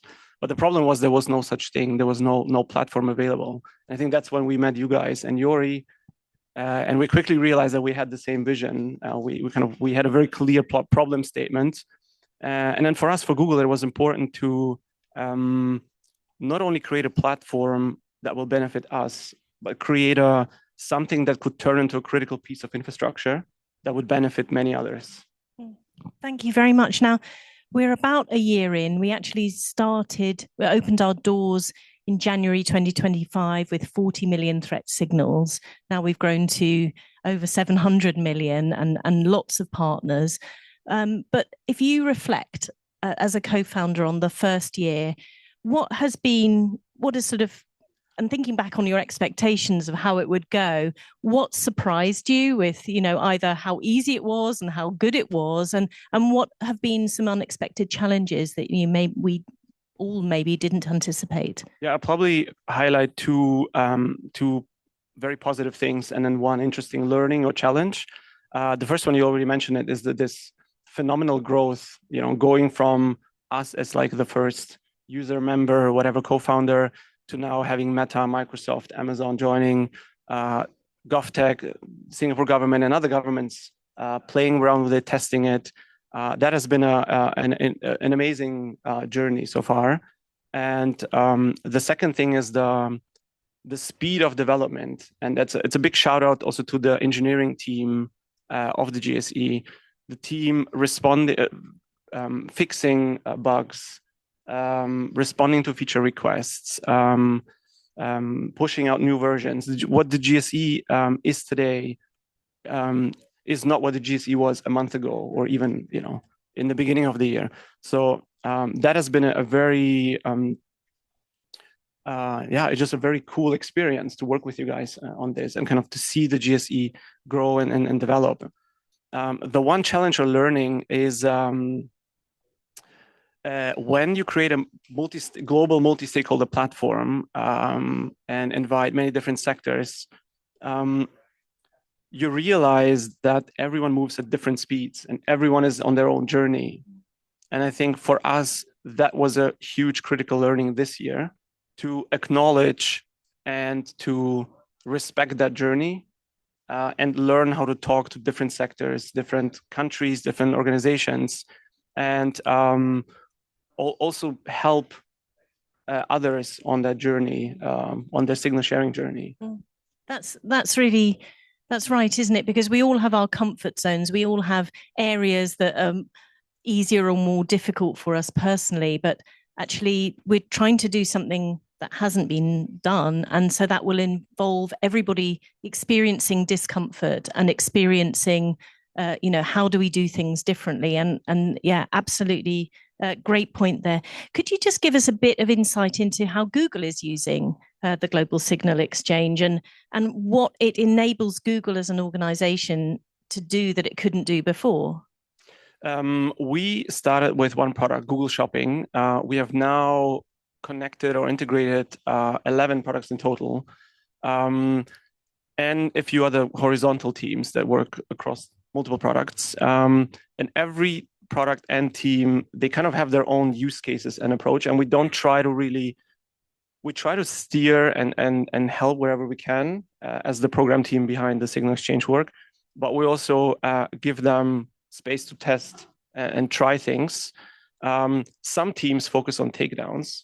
For some others, that's completely irrelevant. They want to use the data to train classifiers and models to actually prevent badness from reaching their products and services. Some other teams are, and I think Will mentioned it earlier, some other teams are using the data to improve or create better litigation cases, and help us to make better criminal referrals than to law enforcement as well. And we kind of see this as a let 1,000 flowers bloom. So let different teams and analysts experiment and see what comes out of it. Yeah, and I guess that brings out an aspect of the global signal exchange that may not be completely obvious. I think we've got very ingrained thinking about a kind of bilateral one-way notice and takedown. You know, I gave you these signals. What did you do? Have you taken them down yet? And if you don't, that's a failure. But there's so many different types of actions or activities or learnings. And also signals may be strong or they may be weak. And I think this is something that Alice will return to in a minute. But if we just think about, finally, imagine that we're sitting here 2 or 3 years' time, everything's going great. And we're thinking about our objective, which is to reduce the cost of scams, both emotionally and financially, and also to try and shift the burden away from victims to look after themselves towards other stakeholders who are actually better equipped to shoulder that burden. So we're sitting here in 3 years' time, 2 years' time. How will we know when we're winning? I think in Singapore, I gave you a very large number, 5 billion. That goal or objective has changed in the meantime. I think it would be great to have a large number of valuable, actionable signals on the platform. But more importantly, I think the way we see success, or the way we would measure success, is have signals flowing seamlessly in real time across sectors. Basically, the mission statement of the GCO, okay, what the main objective, and then measure it by, let's say, the number of API integrations or daily signals exchanged, to really see, that there is activity that leads to impact and stories that we can tell. Second, what we really want to see is also driving down the TTL or TTR, time to live, time to resolution. So a signal that enters the GSE, and then how much time do we take to actually take action and resolve that incident? Seeing it drop from 20 hours to maybe 15, 10 hours, 5 hours, and then, moonshot would be minutes at some point, maybe not in 3 years, but just having that velocity within the system. And last but not least, I want to tie it back to the story that we heard yesterday, the victim story. We feel strongly about the GSE helping to change those user stories, to change the narrative. And hopefully in 3 years' time, we would have someone on stage who would say, hey, I received a message on LinkedIn, and then it went to Gmail, and that's it. Or it went to WhatsApp, and then it was caught. And that's where the story ends. And yeah, we were talking about this beforehand, and the victim stories from Laurie and others who've been courageous to stand up and share their experience, their terrible experiences. Those motivate all of us to do different things. Yeah, that wouldn't be such a great headline story, but we don't really want those victim headline stories. We want to protect victims and to disrupt and prevent scams in closer to real time. And I hope that the GSE can be that force multiplier and helping platforms and the different sectors intervene at the right time when the victim is still a user and not a victim. Yeah. Andre Naumann, thank you so much. There's a lot more that we could talk about, but in the interest of time, I'm going to move on to our next speaker. So Andre, thank you. And can I ask Alice Taylor, who is our Research and Communications Manager at Oxhill Research. She's just going to give you some early indications and thoughts about a major research project that we're just beginning on with the support of google.org. So thank you. Alice, the floor is yours. Thanks. Hello. Can everyone hear me? Yes. Thank you for all the nice thumbs up. Hi, everyone. My name's Alice. I'm from Oxhill Research. So I'm a scam and fraud researcher, but I'm also the deputy safeguarding lead at Oxhill. My background before I decided to work in scams and fraud was as a speech and language therapist. So I have a healthcare background and I supported adults with learning disabilities and brain injuries. So what I'm going to talk today about is that Oxhill is very proud to share that we have been funded by google.org, the philanthropic part of Google, to research scam victimization and how we can support victims by using a safeguarding approach. So when I came from my healthcare background into tech and discovered the GSE, I thought it's a perfect analogy to a safeguarding model. But what is safeguarding? So we're going to do a little exercise, okay? So I want you to imagine that you're the police, which for some of you will be quite easy because you are actually the police. We're going to look at some suspicions of child abuse. And I want you to think with each suspicion, which of these pieces of information are useful? So number one, a childminder observes cuts and scrapes on a child's hand. Useful, hands up, or not useful? Yeah, okay, quite a lot of hands. A housing officer observes a child wearing a wig. Useful, not useful? Okay, a lot fewer hands that time. That's really interesting. A hospital doctor observes a very obedient child. What do you think? Okay, yeah, a few hands. And then the last one, a taxi driver observes a child unconscious with malnutrition and injuries. Yeah, okay. So it's a little bit of a trick question because they are all useful signs and they are all from a real case of child abuse. So this is Victoria Climbier, and her case was a landmark case in child abuse legislation in the UK. So she very sadly died in February of 2000. She was abused and actually murdered by her great aunt and her great aunt's boyfriend. Prior to her death, these were the suspicions of child abuse that were observed. This isn't even all of them. This is like half of them. And this is the range of professionals that saw her. They all observed these signs, these signals of abuse, but none of them were able to join the dots. So Victoria fell through the net and she died. And this led to a massive inquiry and a massive change of how we do safeguarding in the UK. And safeguarding is now all about information sharing.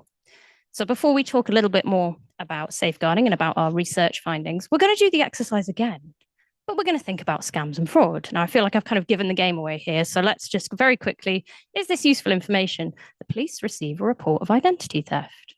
Yeah, that's like everybody's hands. A registrar observes someone buying the domain name royalmail.com with a capital I that looks like an L. A GP observes a patient reporting depression and anxiety. So yeah, everyone. A phone company lose £2,000 in unpaid phone contracts. Yeah. So trick question again. This time the victim was me. In 2020, I had a scam message. It was a phishing message from royalmail.com telling me to pay a parcel fine. And then in 2023, I was denied an overdraft due to my bad credit history. And I was really surprised. Like, what bad credit history? I thought back not to the Royal Mail scam, but to some letters I'd received in 2022 from 5 different phone companies telling me that I owed them thousands of pounds of mobile phone credit, which was a big surprise. I thought that those letters were a scam because I had no idea why I was receiving them. I didn't really understand how I'd been victimized. And it was very frustrating because all the support that I tried to access, after falling for this scam or becoming a victim of this scam was all about how not to fall for scams. It was all saying, use a password manager, protect yourself better. And I was thinking, you know, there's no support for when you have been scammed. There is only support for before. And I was thinking, how is a person supposed to avoid repeat victimization if they don't even know that they have been a victim or how they've been victimized? And it was only this year, in the summer of 2025, so that's 5 years after the scam occurred, that I was talking to my partner's uncle, and he said, I had that mobile phone credit scam. And in 2020, I got that Royal Mail parcel scam. And that was the first time that I could connect the dots between the outcome of the mobile phone credit and the cause, which was royalmail.com. So we're now doing this piece of research. And when we started out with our, google.org funding, we were thinking about susceptibility, and we were thinking about which groups are vulnerable to scams. And we wanted to identify them, think about what makes them so susceptible, and try and come up with solutions. And through our research, through my experiences, and through just looking at the literature, there is no consistent profile of a scam and fraud victim. And we are now moving away from the idea of susceptibility towards targeting. So instead of saying vulnerable groups who are susceptible to scams, we now say groups who are targeted by scammers. And just this little bit of language change is moving the onus away from victims and stopping thinking about people falling for scams and thinking of them as victims of crime. So with safeguarding, when I think of scams and fraud and then child abuse, right? Imagine if you tried to fix child abuse by training every child in Britain to be less susceptible to child abuse. That will never work. That's not how it works. And instead, safeguarding has moved the onus away from the child to somehow report their own experiences onto all the adults around them in their lives. So it's everybody's responsibility. So if we have a little look at some of our preliminary findings, this is the groups that we are identifying in the GSE signals. You can see that enormous pink slice is general population, right? We're not seeing elderly people. They are way, way down a little green segment. And what this data is showing us is that, firstly, there's no consistent profile of a scam victim, but there are situational vulnerabilities that increase the risk of victimization. Things like being financially aspirational. That's not an immutable characteristic about a person. That's something that any of us could be experiencing at any time in our lives. And things like sort of stress and being a small business owner are more significant risk factors. We're finding that people are being targeted more for these things than the elderly or people with disabilities. This is just a little example of our methodology of how we're actually doing this. So in the GSE, we've taken 200,000 signals. That was what that pie chart was based on. And we're using AI to sort of assign them relevance and confidence scores. So you can see if we see, a scam that's got the word senior living in, that's targeting older adults. Whereas something like visas, immigration services, that's targeting people who are migrants or immigration-related situations. Something that I think is really interesting is that one for neurodiversity, neurospicyrecipes.store. That really jumped out to a lot of us because, from my speech therapy background, I've worked with a lot of neurodivergent people, and neurospicy is a term used by sort of the ADHD population, and it's a way of like depathologizing neurodiversity. It's a very in-group term that is really sort of personal, really specific, and not known by many people. So this is demonstrating to us how personalized these scams are and, how targeted these populations are by scammers. So the hope is that with our research project, we will generate findings like the ones that we've been coming up with. We'll have insights into how the population is being targeted. And then we'll move away from separate signals of a scam and fraud occurring towards joining the dots in a safeguarding approach where each of these entities are better able to share their suspicions with each other in order to protect victims. Thank you very much.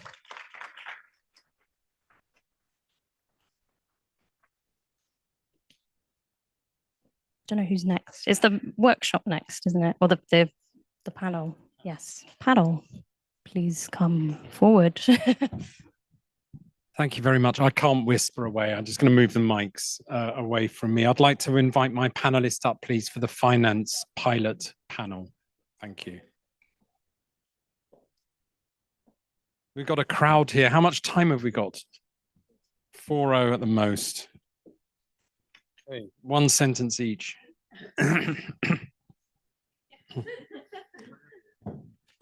Yes, you are. Yes, yes. Pardon me. I think we can get rid of this slide. Alice, I don't want to expose some personal identifiable information from your laptop. I never got to wear them at university, but these disco headphones.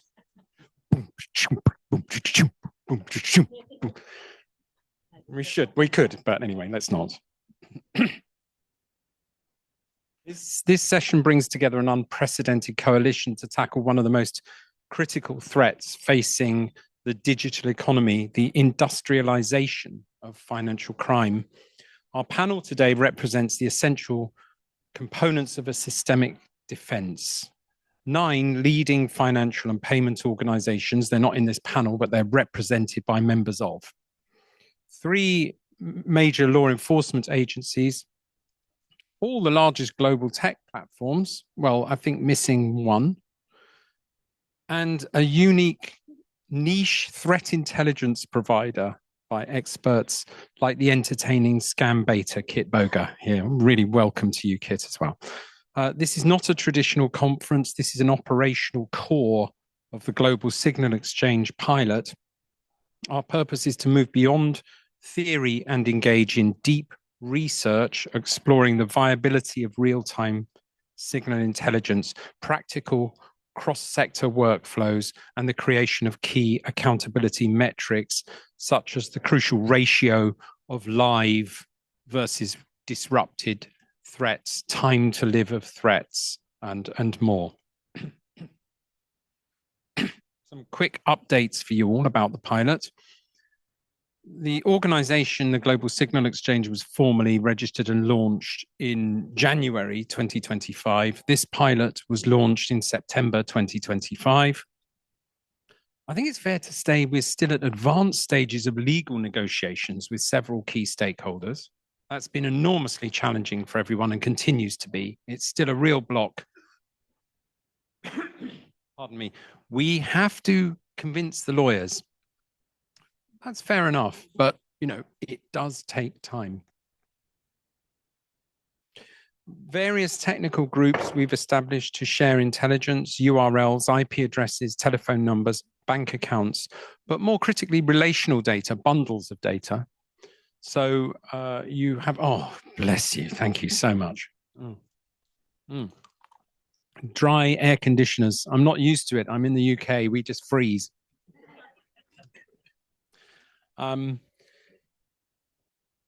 Yeah. So we've got high quality data feed providers to facilitate the design of a system generally that we can then scale. A research program, and you got a flavor of that from Alice. I don't know, she's disappeared, gone back to the stand, where we're looking at sector analysis, particularly for the finance sector, which sectors are being targeted or employed to help deliver scams and fraud. We know that the technical sectors and the e-commerce sectors are right up there because that's where it's all happening. It's scam infrastructure has been hosted on technical platforms and people are being scammed financially. So we know that those two are. Guess the number 3 that we're finding in these signals at the moment. You don't have to, but it's home delivery and logistics. So it's all the DHL, DPD.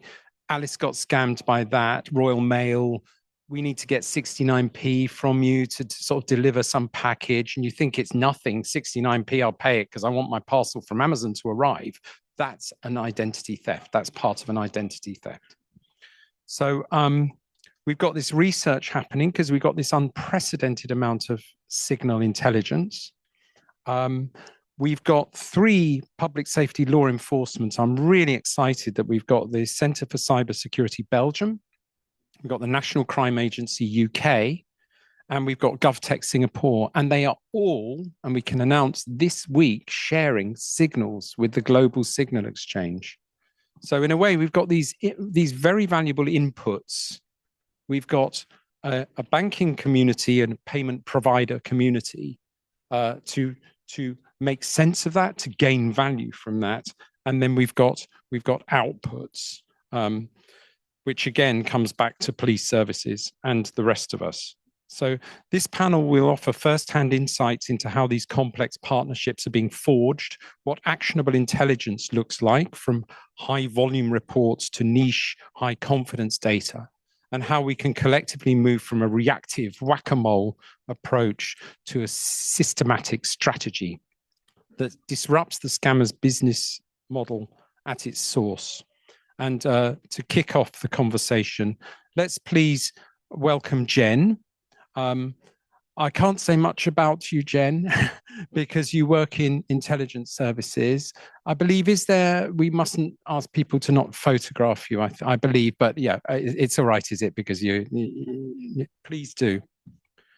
Jen, could you, obviously we're really delighted to be able to announce that the UK National Crime Agency has started sharing data through the GSE. That's a huge hurdle for police services, and maybe you could talk more about the challenges of that and why. But generally, could you summarize the type of data and potential sources of intelligence that the NCA handles, focusing on the high quality multimodal signals that you're able to share with the GSE pilot, particularly this finance pilot? For sure. So can I just check everyone can hear? Yes, good. Thank you. Sorry, and just a correction, not intelligence services. That makes me sound like a spy. Sorry. And obviously I know a spy would say they're not a spy, but I'm not a spy. So I did go to the Spy Museum last night, though, by the way. That is excellent. If anyone wants to go to that, really good. So I actually work with the National Crime Agency, but also the City of London Police in the UK. Now, that's really important because what it does is it brings together a kind of national and also policing capabilities. The reason the City of London Police is really important is in the UK, all victim reporting for fraud or cyber crime basically goes into a function that we now call report fraud, and that has basically been updated and goes live today. It's a very soft launch, but essentially we'll do more campaigns around that. That goes to why it's really important. So one of the things that obviously everybody here knows that fraud and cybercrime is a massive challenge. What we are trying to do is do more work with industry where we can disrupt criminal activity at scale and really help to design out some of the crimes that we are seeing. So in order to do that, and this is really uncomfortable, and I know Emily said we've got to get uncomfortable, but law enforcement have to share more data. Because ultimately, otherwise we are holding information, and that is really difficult when it's about suspects. So let's just be clear, this is not about victim data, this is about suspect data. So where we know or suspect that criminal activity is occurring, how do we harness that wider partnership to have more of an impact? Now, one of the other things that we talk about lots of joint operational activity, and that is fantastic, and we need to do that. Of course we do. But that's not always going to be something that we can do all day, every day, and have the biggest impact. So one of the other things that we're looking at is how do we share some of the, and we'll use the term signals, but I've realized that's a very techie term. And if I speak to banks, they don't like that term. And if I speak to the telco companies, they're like, well, what do you mean by that? And then I'm kind of going back and going, well, actually what I mean is, so a lot of the work that we've been doing is talking around what is useful information, and the pilot that we're doing with GSE and with different members is to literally say, what is the really useful bit of information that we can share that allows action to be taken? So this has to be there for prevention, detection of crime. That's our UK legislation that will allow us to share that information. But if we can share something early on, and that can be used to prevent crime, that's where we want to get to. So the sort of information that we're sharing is there will be a little bit that we're testing from where victims have reported some crime, but ultimately that is unlikely to go on to an investigation. It's a short volume problem, or at least at that point, maybe we haven't made all the right connections to understand how that needs to be developed and how big that problem is. But we are also doing lots of work in a more proactive sense. So this is where we are trying to use our tools and things that only police and law enforcement can sometimes do. And we have lots of information where we suspect there might be crime going to occur, and we haven't confirmed it yet. But it might be because we might have an officer who is engaging online in an undercover kind of way, and that they are looking at these different information signals, and they are pulling information from what they believe to be a criminal. Now we are looking at those because obviously we want to engage and find the criminals in the UK as well as overseas that are operating. But there'll be some stuff there that they're not able to act upon capacity, or maybe they're overseas, or maybe there's a different element they can't resolve down. So what happens if we share that information? Now, the point of us doing that first is we know that we need to do more private to private, but also law enforcement need to play their bit. And I think earlier on in one of the opening things was, what more can we do? So the what more we're doing is testing how far we can go with this in a really safe, ethical, secure way, but making sure that we are harnessing that wider power of the And I think that's important for us to talk about, that the global signal exchange has what we call the open feed marketplace, where every accredited organization can receive those signals from that more open marketplace. But these pilots, we're doing the financial sector pilot, is in a closed group in a safe environment, and we can really choose who to share those signals within that trusted group. We're still on inputs, and I'll come back to you, Jen. Thank you very much for that. I'm going to go to Kit because we're still on inputs. Kit, great to be with you. I don't know if everybody here knows Kit, but he has an unbelievable YouTube channel with millions of followers, which is hugely entertaining, and it really helps us all to see these people who are successfully destroying our lives. Getting a bit of it back, but also you've automated a lot of that as well to sort of harvest data at scale. And I think that's hugely valuable threat intelligence. I'm going to keep bunging threat intelligence in there for Jen. Your unique value to the pilot is providing what we call very rich multimodal intelligence. So it's the linkage between bank accounts, which we're going to keep going on about, phone numbers, URLs, domain names. Can you share a recent example of your encounters that clearly demonstrate the breadth and high confidence data available from like just a single scammer interaction? Sure. Yeah, thank you guys for having me. You can hear me. Cool. Yeah, it's good to be here. And I think can everyone see Kit? Can we? Should I stand? Yeah, maybe stand. Yeah, because I think you're a bit stuck behind this, and I don't want to start moving. So yeah, I think. Thank you for the introduction. Super nice. For a little bit of context too. So a lot of what I do that may be a bit different is I really get in and investigate the scams. So I have a team, and I myself have done maybe 20,000 phone calls, like personally with scammers. How long does a phone call take with a scammer, roughly? Well, sometimes they're short because they get mad at me. So it could be 4 or 5 minutes, but other times it's hours and hours. And so 20,000. Yes. And then I have a team that is doing this now. And then we've trained bots, like you mentioned, to do the same thing. So I think the idea, talking about multimodal, I think it really, if I could steal what Alice had up on screen of all these other touch points, is if a good example would be someone said, Kit, my dad was trying to buy a truck and they posted it on this website listed for sale, and the car didn't exist and he got scammed. And so that's a great piece of information. We have the URL, we have the domain, we have the phone number. That's great. All as a bundle, really. Yes. So it's all together so you can see it related. Yes. But if I take it a step further, this is where like the engaging with the scammer takes place, is that, well, now if I call the scammer and I say, I really want to buy that Ford F-150. Sorry. No, you got to. No, we need to hear it. We I want, do- I we do want these grandma voices. as well. I want grandma as well, I who's do got the since the accident. I do all these voices and it's habit now, but I really want to buy this truck. And then what happens is they send me a DocuSign agreement, for example. It's an agreement that they made.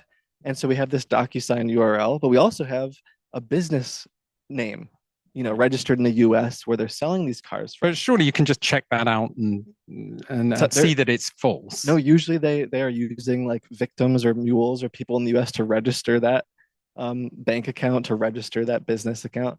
But then if one of the bots or the researcher says, well, I'm having trouble wiring the money to this account, then they send me another one.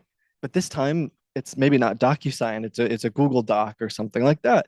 And it has another business in the US. So, and now you can imagine with, like, if you look at, if you imagine Alice's, this web that's expanding, that even that business name is now hosting 3 other websites that are also selling cars. And I hope this example is somewhat making sense. So even from the very beginning, when you have, oh, this is a car scammer, if you kind of investigate it and you dispatch some bots and humans to fall for the scam, it just keeps expanding and you get more and more and more detail. So if you think about the internet as a supply chain, a delivery system for the scammer, they're actually using a lot of kit out there.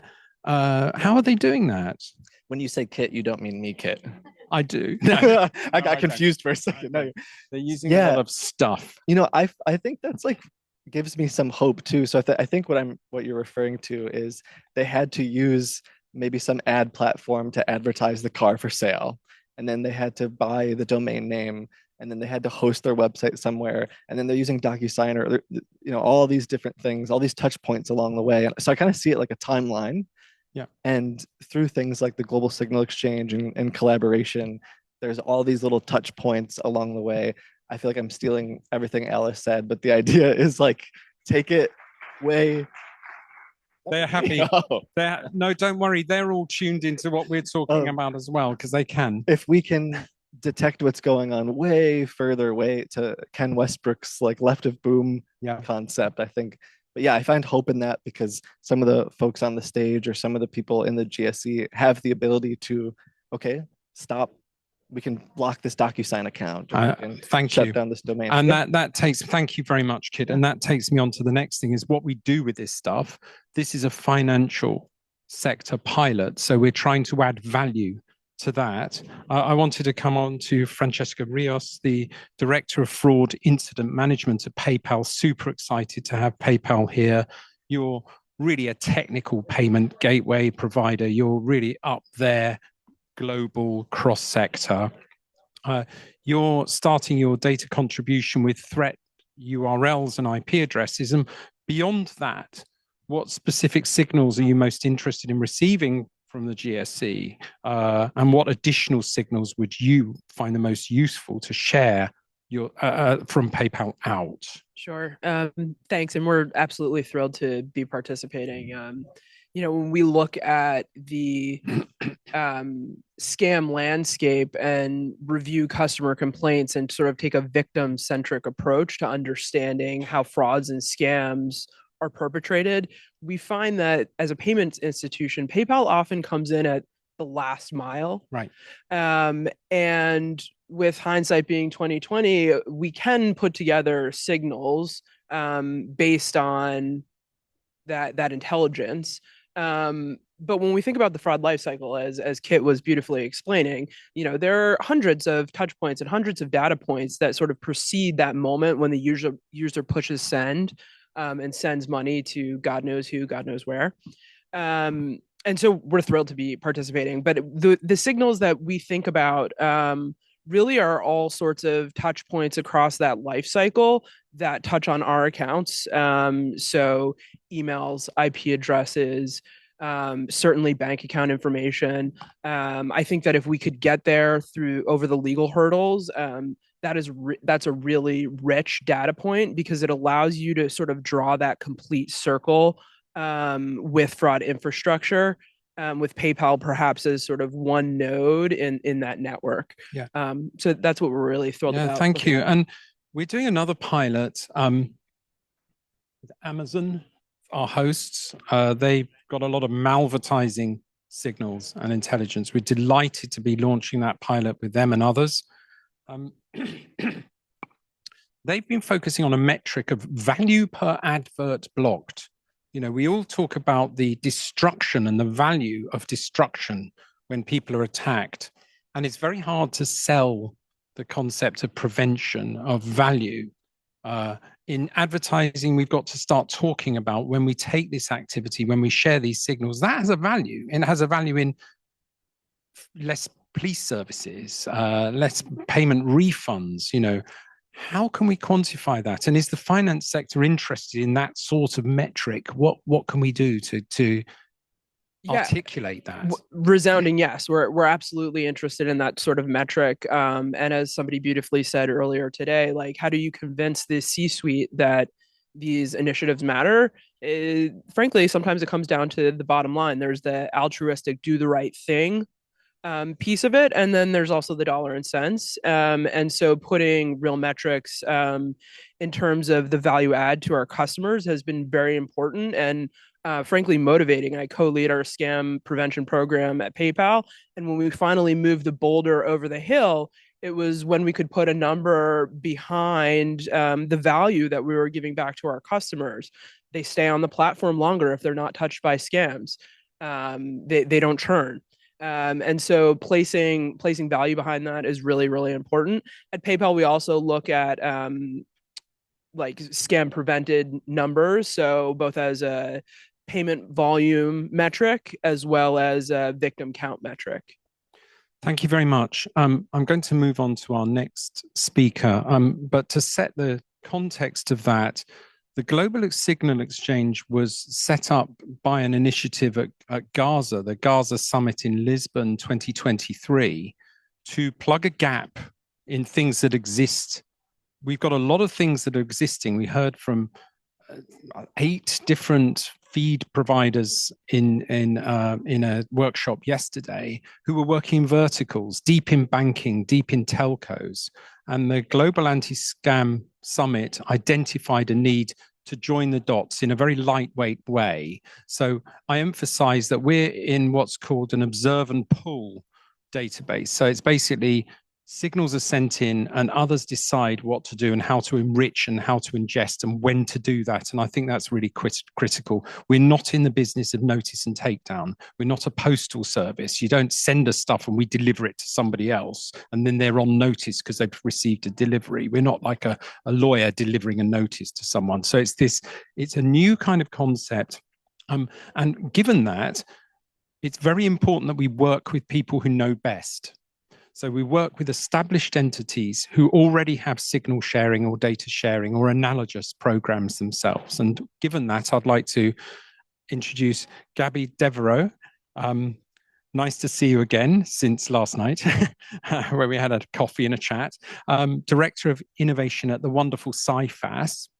CIFAS already runs the UK's largest cross-sector fraud prevention community and the national fraud database. Given your existing strong data sharing ecosystem, what specific new capability or value does the GSE give CIFAS, and particularly this pilot, bring to CIFAS and your members that's not there already? So for those of you that don't know what CIFAS does, as Lucian said, we're a data sharing organization. We've been sharing data for 38 years. We're a membership organization. We've got about, I would say, 97% of the financial institutions in the UK are sharing their confirmed fraud intelligence into our national fraud database.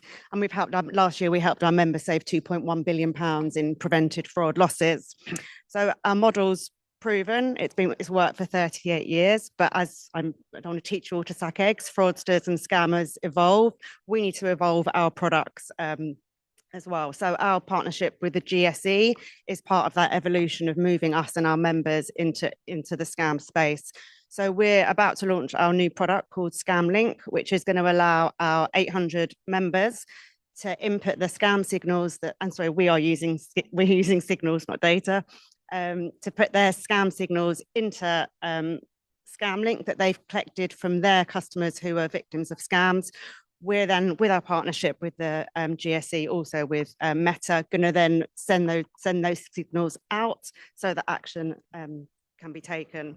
So this for our members, we're now giving our members the ability to actively prevent harm and protect their customers, and that's not a capability we've had before at this scale.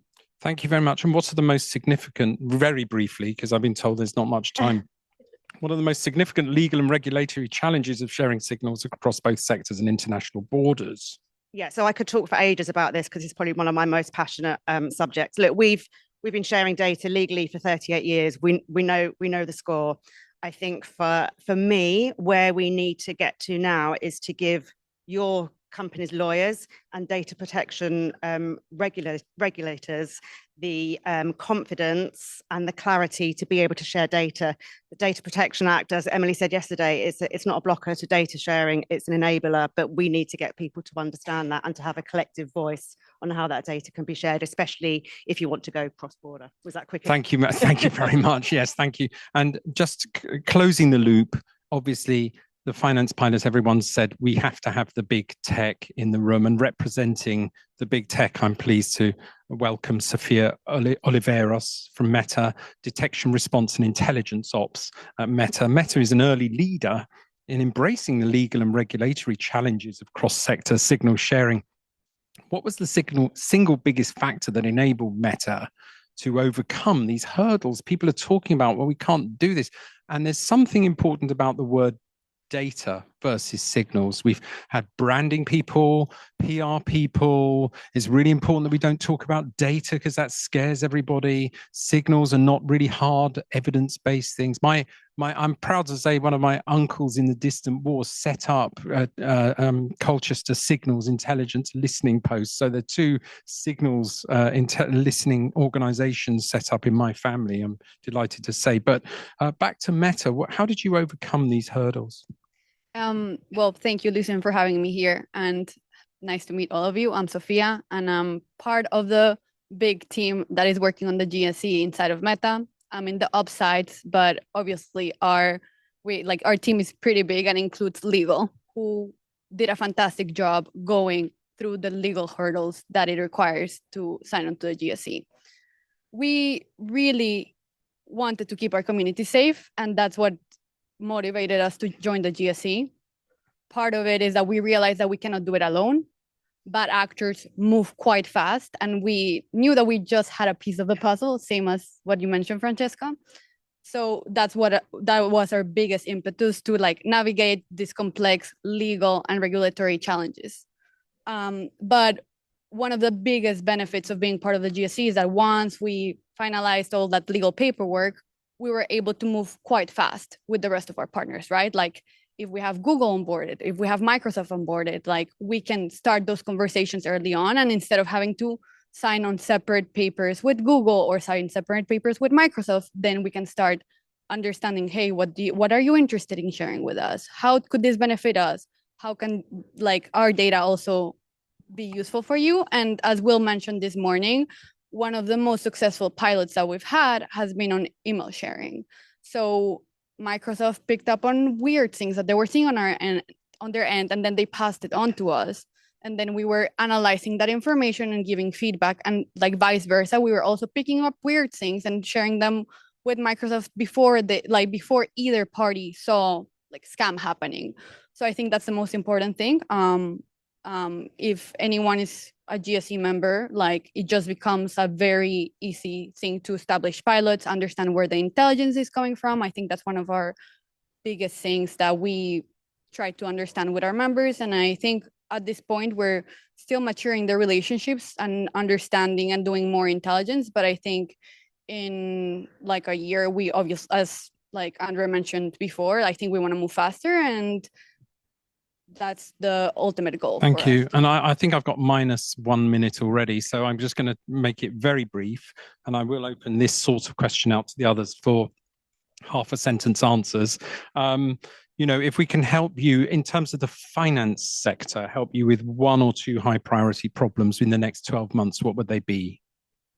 So I think for us, in terms of like the next year, as I said, I don't think we're still understanding what other partners can share, and we're pretty open with working with the financial industry. I think we understand that they're a critical piece in this scam life cycle. One of the things that we do really want to understand and get to the point is understanding more about the taxonomy of scams, like what is the most prevalent scams that everyone is seeing, and also the jurisdictions, as Will and Andrew both pointed out. I think ultimate goal for us is also to work with law enforcement and the government and seeing which jurisdictions the scams are coming. Thank you very much. I'll go to that end and end with Kit. One particular outcome in the next 12 months. I'm glad you repeated the question because I completely forgot what the question was. I think for us, we want to see our members, we're getting the data to you and we're not charging our members. We want the feedback. We want to know what signals are useful so that we can then make sure our members are sharing the right signals that are getting the takedowns. And we're hearing that plea from everybody in this conference is please engage. Don't just sort of receive it, feed your ML AI models and leave it. Please come back because we're providing enrichment as well. Jen. Yeah, thanks. So probably really similar around the value, but it's very much around the feedback is super useful, but it's useful if you report a crime that you want to know that what you've reported has resulted in some action, even if it's not an investigation. So even if you have been able to help prevent somebody else becoming a victim, that is really important. And so I think that builds that community trust and confidence as well. So thank you. I'm going to summarize that as feedback and feedback. Francesca. Feedback and metrics. We want to reduce time to detection, reduce the size of fraud networks, and prove up the value of signal sharing and receipt. So metrics. You want a conversation through this system, yes. I think I just And Kit, stand up. Let's come on. What just the final word? One specific I won't take the final word. I'll give it to you. But feedback, I also want feedback to know. Like sometimes there's in a lot of the scam baiting community, that's what we call ourselves. We pass things on and then never know if anything's done. But at the end of the day, I also feel like the number one email I get is not Kit, I like your video. It's Kit, help, I've been scammed. My family lost everything. So at the end of the day, for me, like if we can help people and see the numbers go down and see people and distribute this, unlock some value in that. I mean, do you like working for free? Well, thankfully, there are people who click on ads when they watch my videos. But no, I love this work. And this threat intelligence has a cost. So yes, it must. If it can help encourage others to help and create a market, surely that's surely. Great. I'll give you the last word though. My last word is just thank you. I crowdsourced this panel because I just want to show the depth and of the work that we're doing. And I'm sorry if it's been frustrating for any of you not to be able to extemporize beyond. I just want to thank you all for participating in this today. Thank you very much.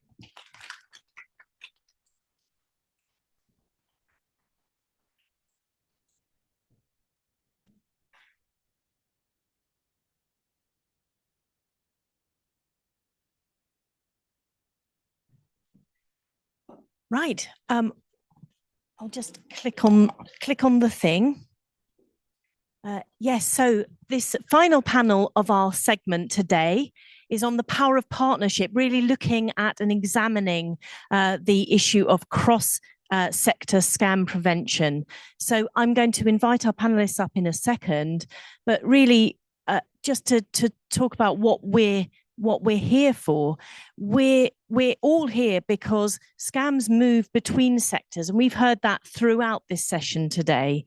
And the only way to win is to find a defense that operates at speed and scale between these sectors that speak different languages, different things matter to them, different data points matter to them. So it's so what we're doing today is bringing together leaders from global tech, retail commerce and the ad sector, government innovation, and civil society to really think about this problem. So before So I would like to ask our panel to come onto the stage. So please join us. We have Craig Newmark, philanthropist and founder of Craigslist, and Nicole Tisdale, senior advisor to the cybersecurity programs at the Aspen Institute, Richard Grayburn, senior program manager at Amazon Ads, Will Blay, Principal Program Manager of the Central Fraud and Abuse Risk at External Partnerships at Microsoft, and Andre Ng, Deputy Director at GovTech Singapore. So thank you all very much for joining us. Apologies, we're a bit crowded here, and I'm going to do what Lucian did and sort of ask Andre to stand up, because I think when you speak, because you're blocked from the sightlines here. But if we think about scene setting and the societal and civil society perspectives, I'd love to start, Craig and Nicole, with you. And Craig Newmark, for those who weren't in the plenary session this morning, I'd like to say thank you on behalf of the Global Signal Exchange for your generous support that you announced this morning. But if we think about the international scale of scams and fraud, why is collaboration across sectors from tech to non-profit a moral and defensive imperative? I'm very simple-minded in this regards. Literally speaking, I remember what I learned in Sunday school. I guess I internalized the lesson that sometimes you got to be your brother's keeper, your sister's keeper. And that's a good basis for customer service. And I've been a customer service rep and an engineer for most of my career. Speaking earlier, while on the stage, I realized that trust and safety was a big chunk of what I was doing as a customer service rep. I had already stepped down from being CEO. Frankly, I realized that as a manager, I suck. So I decided customer service rep was a good fit for me. And so I'm just telling people that we all do owe it to each other to pitch in, much like we did in World War II or in other times, to help each other out. It is often in the financial interest of businesses to do so as well, but I'm very simple-minded in this regards, and all I understand is my lack of social skills and my fundamental messages. So I stop there. Thank you very much, Craig. We've heard that all age groups and types of people are targeted by scams. Alice was showing some early data findings, but we know that you care deeply about the plight of elderly people and veterans. Could you just give us a couple of words on how we support all scam victims before, during, and after the scam? My great interest is in figuring out how we can work together to detect scams as they're happening. This was a source of frustration for me for over 2 decades, because sometimes there were rather obvious clues or evidence that something was happening. It happens for me personally on a daily basis. I'm approached kind of every day. And so the idea of collecting signals or evidence or clues on an ongoing basis could be really effective. The challenge is also to connect the dots to find ways of doing that. I mean, I do like the idea of scambaiting a lot, and I'm looking forward to seeing some of the work people are doing in terms of using bots driven by large language models to deep fake possible victims and waste the time of scammers. But that's a vindictive part of me, which I should not think about much. Thank you very much. Nicole Tisdale, from your perspective as senior advisor to the cybersecurity programs at the Aspen Institute, the Aspen Institute is focusing on societal health. Could you talk a little bit about the way that scams erode trust in societies and undermine societal resilience? And what role must civil society play in driving the cross-border commitment that the global signal exchange relies on? Sure. First of all, thank you all for having me here today. I'm not on the screen, but I promise. Sorry about that. It's totally fine. I thought it was really intentional that you all had someone on this panel that is from a think tank, that is from civil society. So I want to make sure people know this was thoughtful from the beginning to have this perspective. Before joining Aspen Digital, I worked at the White House National Security Council, and I also spent more than a decade working in Congress. And I tell people, when you talk about scams and we talk about how it's impacting people, when you work in Congress, you are talking to these victims on a daily basis immediately. And people have a lot of thoughts and opinions about Congress. Trust me, I've heard them all. But when you call your member of Congress, you're having the worst day of your life. You're having the worst week of your life. You've lost your life savings. You are calling because no one else has showed up to help. And that's kind of your last line of resort. And so that's how I started working on this, literally picking up the phone and hearing people who have been scammed, not just out of money. This is their 40-year retirement plan.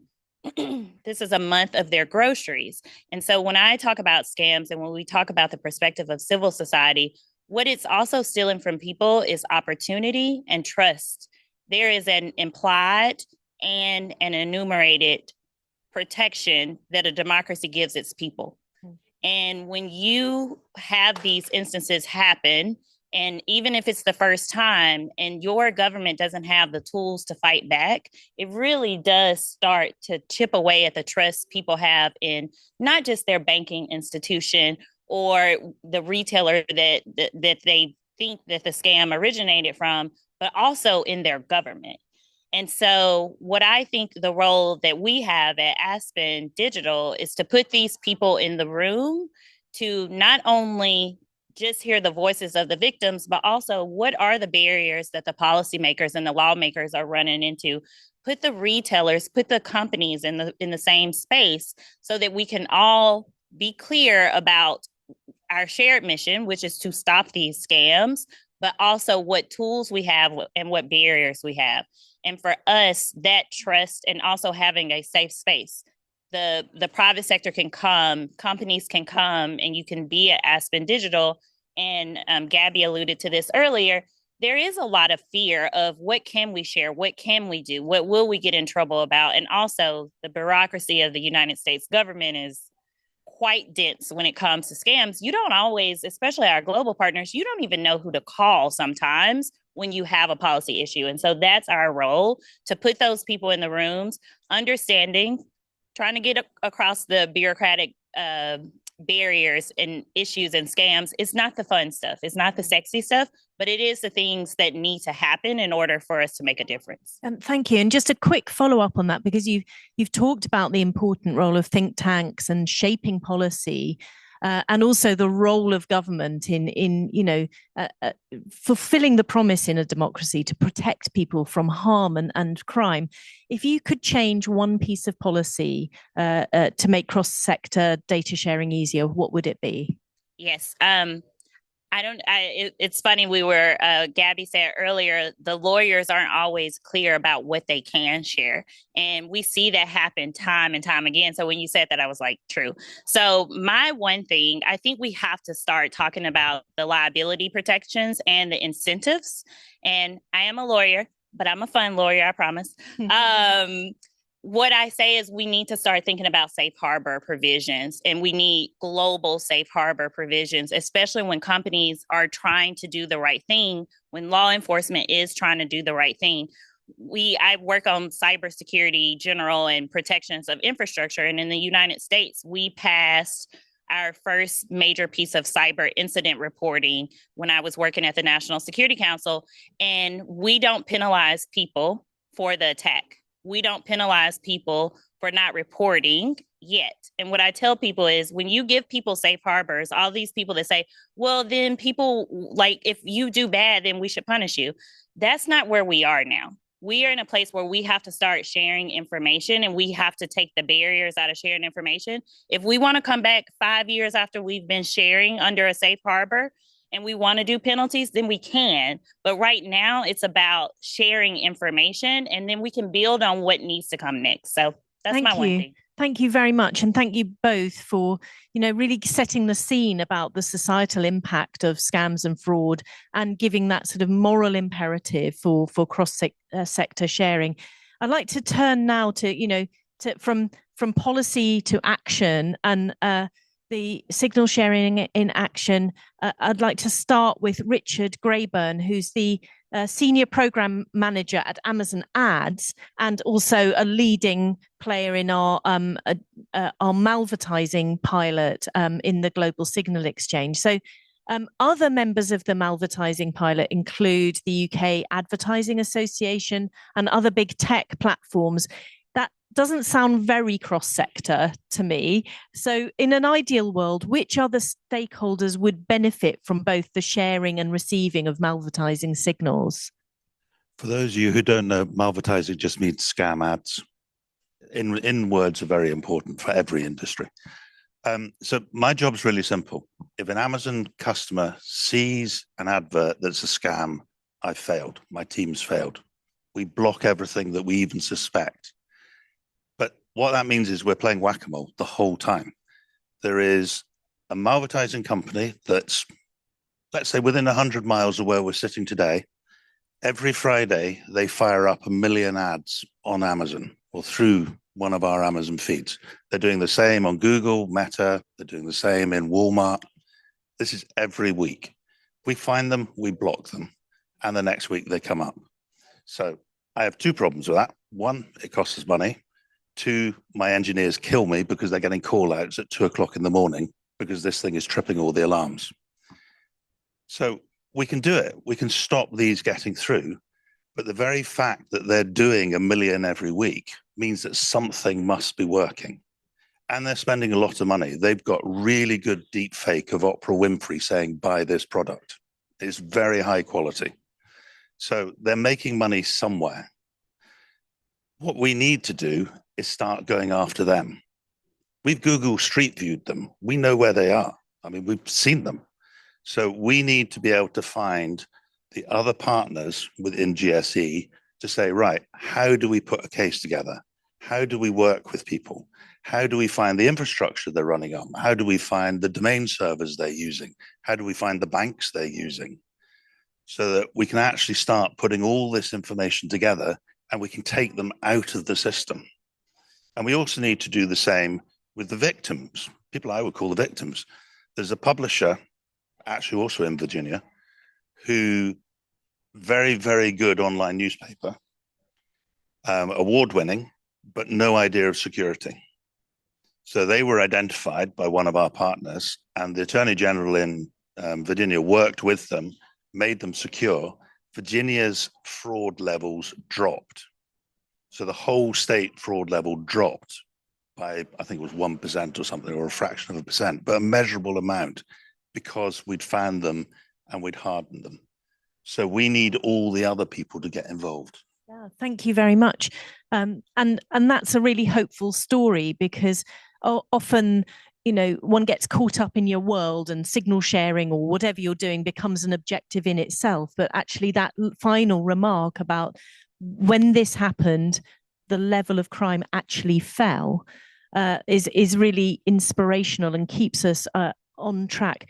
So I just wanted to pick up and pose to you something that Nicole mentioned, which is about the incentives for sharing versus the incentives for keeping things to yourself. I mean, I think it is, and other speakers in other panels have mentioned this, it's not easy to cross that line mentally and go, right, we're going for it, we're going to share.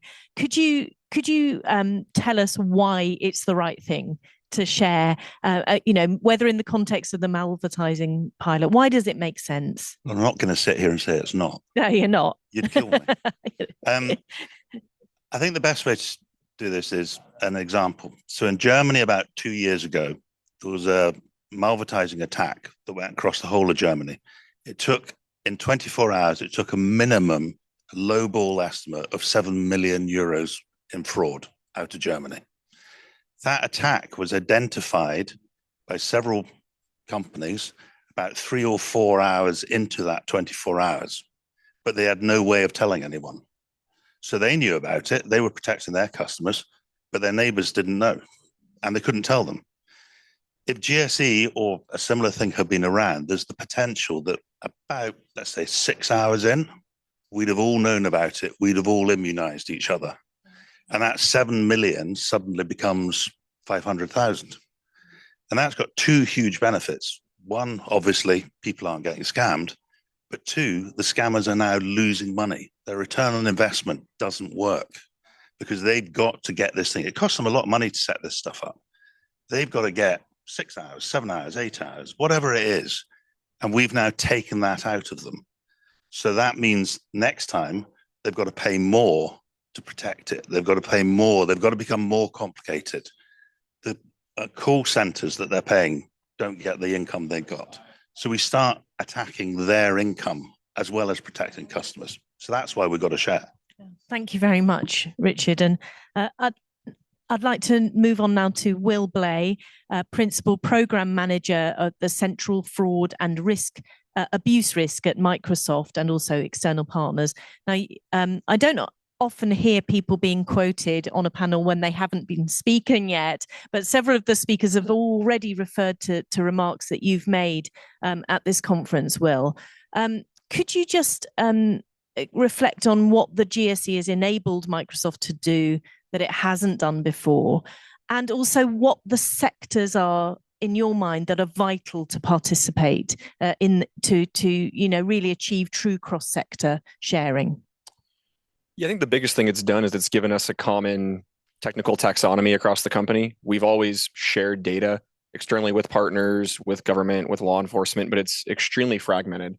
And candidly, even though we're Microsoft, and yes, there's a lot of engineers, this, that, and the other, we do have limitations with resourcing and things like that. We can't just go out and build a connection to everybody. So I think the biggest thing we've seen is that whether it's connections, working with the Google and the Meta team, working with government like GovTech and whatnot, and others, and ongoing conversations we're being able to kind of direct folks towards the GSE. And not to say if they can't use the GSE, we're not going to work with them, right? But it's a first nice pass of saying if we can get as much signal and kind of directing the masses to the GSE, for us, then we can streamline all that data through one platform, pull it in, and then disperse it out across the company internally for various different use cases. So, and again, for a company of our size, having that ability to move quickly and again, centralize that data, it's a really key element because otherwise things are scattered, things are disparate. There's different legal and privacy requirements and things like that as you go across the company. And, next thing you know, an engagement now that takes us a matter of hours to do could take weeks, if not months. So. Yeah, thank you very much. And, from let's just go back to what the sectors are. We're thinking about cross-sector sharing. So what, in your mind, what does that mean? What is effective? What are the sectors that should be in the GSE and should be cooperating together to fight scams and fraud, in your view?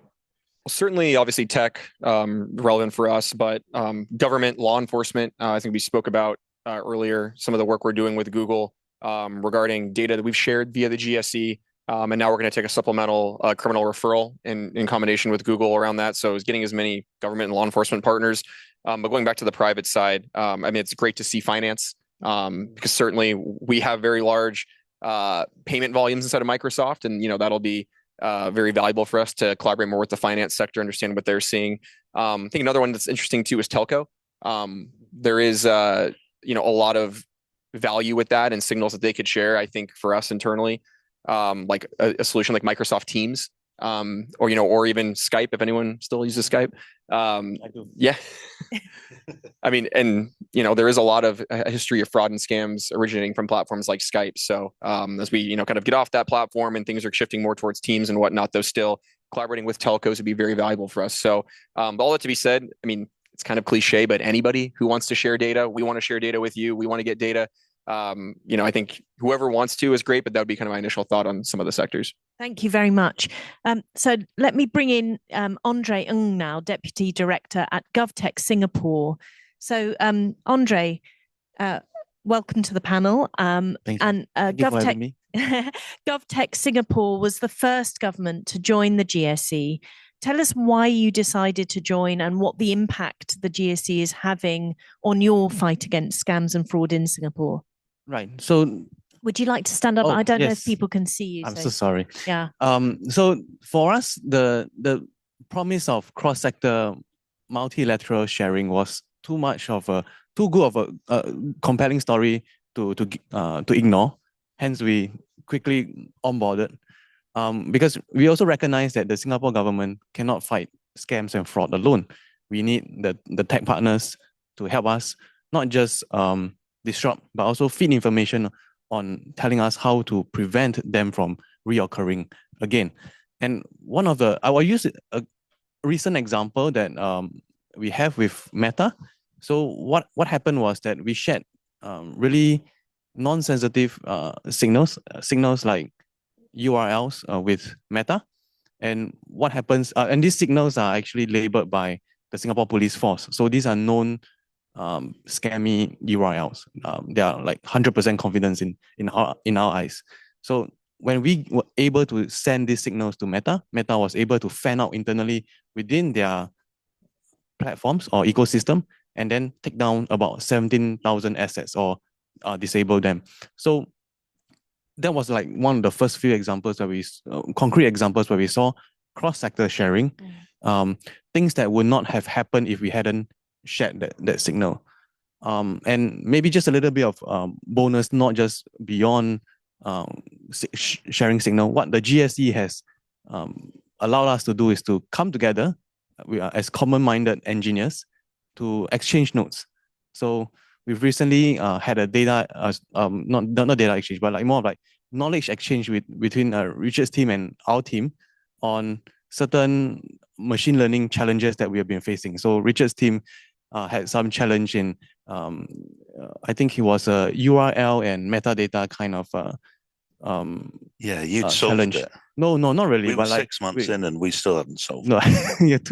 no. So Richard's team has solved like a content analysis problem that we were trying to resolve, and because of that collaboration and that kind of information sharing or knowledge sharing, we were able to reduce the development cycles on both ends. So it's sort of a mutually beneficial kind of relationship that we're looking forward to. That's great. And before you sit down, yes, just as a final thing, if there was a government official sitting in the audience, government official from another country who might be thinking, oh, maybe I should get into this, what advice would you give them about, either the benefits or just where to start? Very practical, where to start? Right. I think to sum up, I think really you need to think big, start small, and fail fast. I'll break it down. So I think big. So I think one of the things that we did in a way correctly or by chance was to immediately work with large tech companies, because they were able to give you the scale that you need. So one thing I've learned in doing this is that only after we implemented scaled solutions like what Chen has mentioned earlier this morning, were we able to make an impact on national statistics. So you really need a scale when it comes to making an impact. And these tech companies will be able to help you with that. The thing about starting small is that the Singapore government did not arrive at this decision to send this specific signal to this specific company or this bunch of companies by intelligent design. We arrived here after many trial and errors. So I would advise to start small and start iterating. And then also this relates to fail fast, because chances are with experiments, you will definitely face challenges and failures. So that's part of the cycle. If anything, this is to give you some assurance, you will fail. And I think the key thing is to keep a positive view on this and carry on experimenting and iterating, and until you get the right answer. So have very robust metrics on what you want to look at and hold the team accountable to that. And if it doesn't work out, move on. So eventually you'll reach there. It's how fast you iterate that matters. Thank you very much. So we're nearly out of time, and I want to thank the panelists and the audience. But just before we finish, maybe we could just ask each of the panelists to say in 30 seconds, what success looks like. We're all here because we want to actually reduce scams and fraud and protect people. So I did it earlier with Andre in the first chat. Complete the sentence. I'll know that we're winning when something happens. Craig. I think I know when we're winning, when everyone expects that the norm is that companies look out for our safety online and individual citizens look out for our mutual safety online. Nicole. I would, and I've worked in counterterrorism and I've worked in cybersecurity and espionage policy. So I'm always very realistic about my expectations. When people say we don't want any cyber attacks, I'm like, I don't know that that's realistic, that there will never be cyber attacks. But I would like when people are calling their policymakers, when they're calling their government after a natural disaster, that they're calling to get help after a natural disaster, not because they were scammed after a natural disaster. There are things in our society that are going to continue to happen to people. There will always be marginalized groups. I would like our focus to be on helping people who need food assistance, not that they were scammed out of their food assistance. Thank you. Richard. For me, it's we stop playing whack-a-mole. So we're not focusing on blocking anymore. We're focusing on stopping the malvertisers actually setting up the adverts and releasing them. If we can get to that stage, we're actually doing something. And I agree, we'll never stop them. But if we're focusing on that, we're focusing on the cure, not the prevention. Thank you. Will. Yeah, I would say the environment and ecosystem as a whole is more conducive to doing these sorts of exercises quickly and efficiently. I know we've had our own internal battles with legal privacy compliance. I know everybody does. I know the governments do.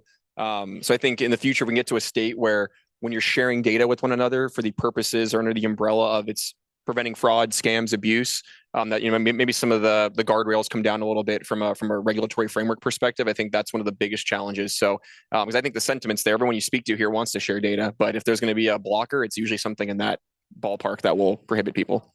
Wonderful. Thank you. Andre, take us home. All right. And I think I know we are winning when we come back here 1 year from now with all the stories, wonderful stories, success stories of cross-sector sharing. Thank you very much. Thank you very much. So I'm not going to keep you from the lunch break because that would be foolish. I just want to thank all of our panelists and speakers, Andre, Alice, the panel on the finance sector, the panel on cross-sector data sharing. You've been wonderfully generous with sharing your insights and knowledge with us all. We have a stand. Please come and find us at the stand if you'd like to talk more. There's so much more to talk about. Thank you for attending today and for your interest in global signal sharing to drive down scams and fraud. Thank you very much. Okay. It's always a hard thing being the first session right after lunch, right?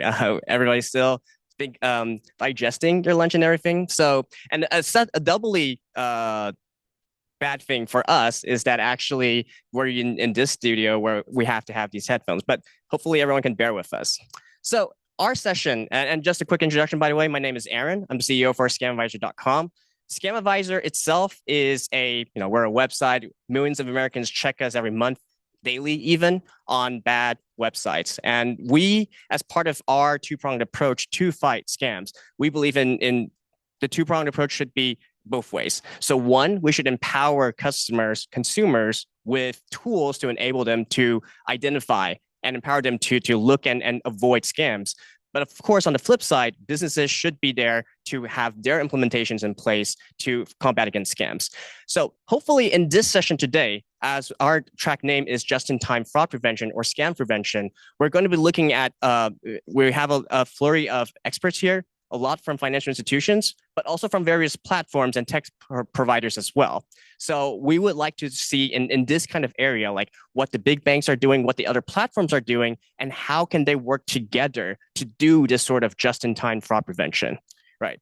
And before we get into the last part, so as part of our session, we'd like to do something more interactive this time. So this QR code here links to a Slido. In our last session for today, we would like to actually debate on some other just-in-time fraud prevention measures.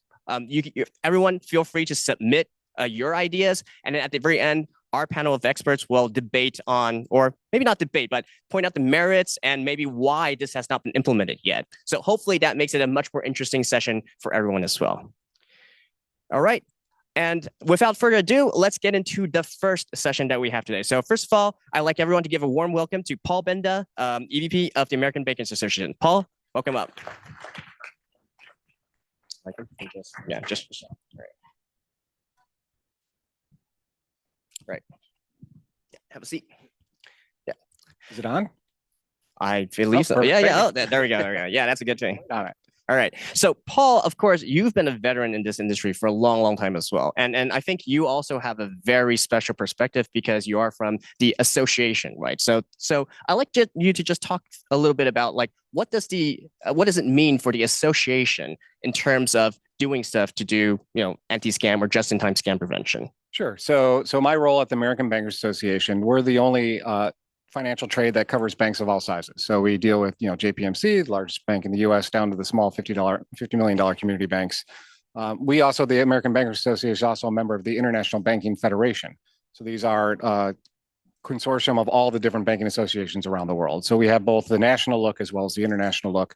And what we're trying to figure out is, in the past, we were focused on fraud. We were focused on brute force attacks. The consumers were getting attacked, their accounts were getting hacked. We don't see that. We still see that, not as much anymore. It's now the authorized push payment fraud. And how do we shift to the prevention side of things? We don't want to have the conversation about who's liable for it. We want to have the conversation about how do we not make these payments in the first place so the criminals don't get their money, so they don't continue to attack Americans and people around the world. And so that's really trying to figure out, how do you get good quality information that you can act on quickly to prevent a scam? And that's the key part is, information sharing is great, but if you're not sharing the right kind of information at the right fidelity, at the right quality, that doesn't allow a bank or internet service provider or a telecom or social media company to act, it's useless. You need to have that fidelity of information. Right. And I think it's funny we talk about this because I've joined maybe 7 different summits at this point. From the very first summit I joined, everyone was talking about information sharing. Yep. So how do you balance that? Like you said, you serve like the huge banks and the small community banks as well. Yep. So what does that mean in terms of, okay, they want to do data sharing. Everyone believes that data sharing is important, but how do you as an association help facilitate that with such varying resources between these banks? Yeah, that's exactly right. And then, so one, we have to make sure we've got the regulatory overlay that allows us to do that. And so, in the past, you hear people, those knowledgeable and have heard of Patriot Act 314B, which provides a safe harbor to share information around AML and fraud.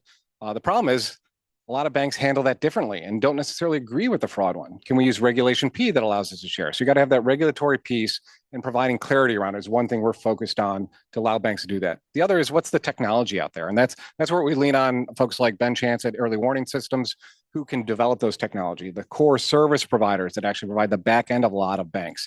And how do you create the partnerships that allows the sharing? It doesn't do us any good if one consortium of banks has really good information sharing controls, because the criminals will figure that out and they'll go down the street to the next bank. So how do we bring everyone under that umbrella? And it's hard.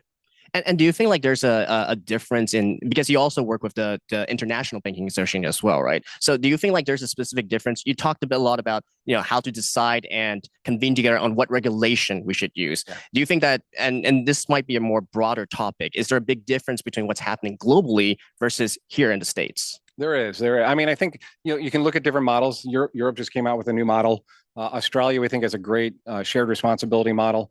What we're trying to do at the IB Fed is lay out the scam ecosystem. What are all the players in that? Whether it's the telecoms, the social media companies, the crypto companies, the banks, the internet service providers.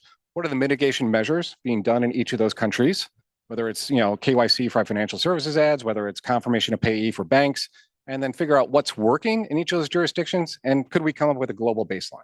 So can we figure out, okay, this is what banks should be doing. This is what social media should be doing. This is what telecom should be doing. And then advocate for that around the world. Because If we solidify here in the States, that just pushes to the UK, or they solidify in the UK, they're going to come attack other people. It's the exact same thing if you just do a small portion of banks. So how do we do this internationally? Right. So from your perspective, you would much prefer if everything is globalized in this aspect, right? To have like just one set of rails or framework that can be done around the world. Yeah, and if you can get to that point, then we can start talking about the information sharing. We need to be able to share because, these payments go worldwide. And so just locking down US accounts doesn't solve it because they could go to Hong Kong, they could go to Russia, they could go to France. Right. And on the top of information sharing, because actually before lunch, and the panel like just right over there, there was also a very finance focus, and they were also talking a lot about information sharing.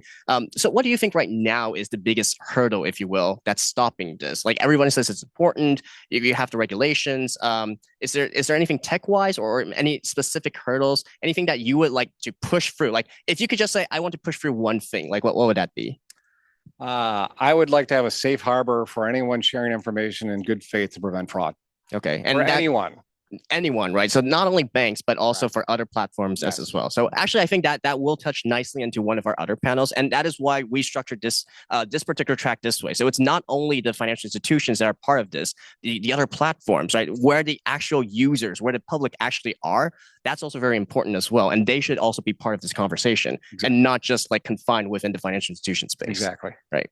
Okay. So that was nice. And looking ahead, what about when we talk about public and private sector collaboration? So any thoughts on this? And how do like technology partners such as ourselves work with the banking institutions or otherwise to help facilitate this? Yeah, so I think, touching on the public-private first.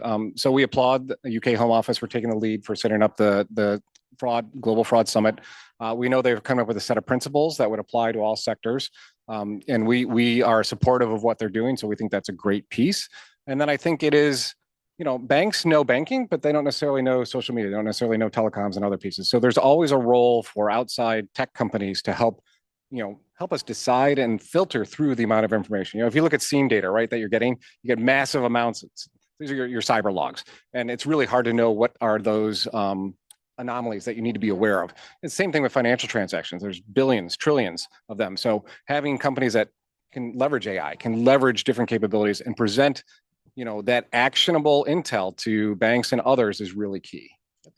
And I like to just touch on a little bit more here because, and when we're talking about information sharing, a lot of times it always goes into the back end systems of the banks, right? And then you have your own risk models, you have your own escalation process. But I like to talk a little bit more from the consumer side of things as well. So we know how there's like various banks have their own various methods of escalating a situation, like adding friction into the customer journey. From an association perspective, or even from your own personal perspective, like what do you think about this? Yeah, so I've said for a long time, faster payments equals faster fraud. So, I mean, everyone's heard that, and unfortunately there is some truth to that, so confirmation of pay is a perfect example. So, my name is Francis Paul Benda. I go by Paul Benda. So if someone sends me a wire that says Paul Benda, and is it going to bounce back? Am I okay with that? Yeah, I probably am because I want to make sure I get that wire goes to the right place. So I think consumers, everyone wants to have their money faster. But if you were to present it as a choice, well, you can get your money faster all the time, but you might lose some of your money, or you can get your money faster most of the time, and we might have to slow things down.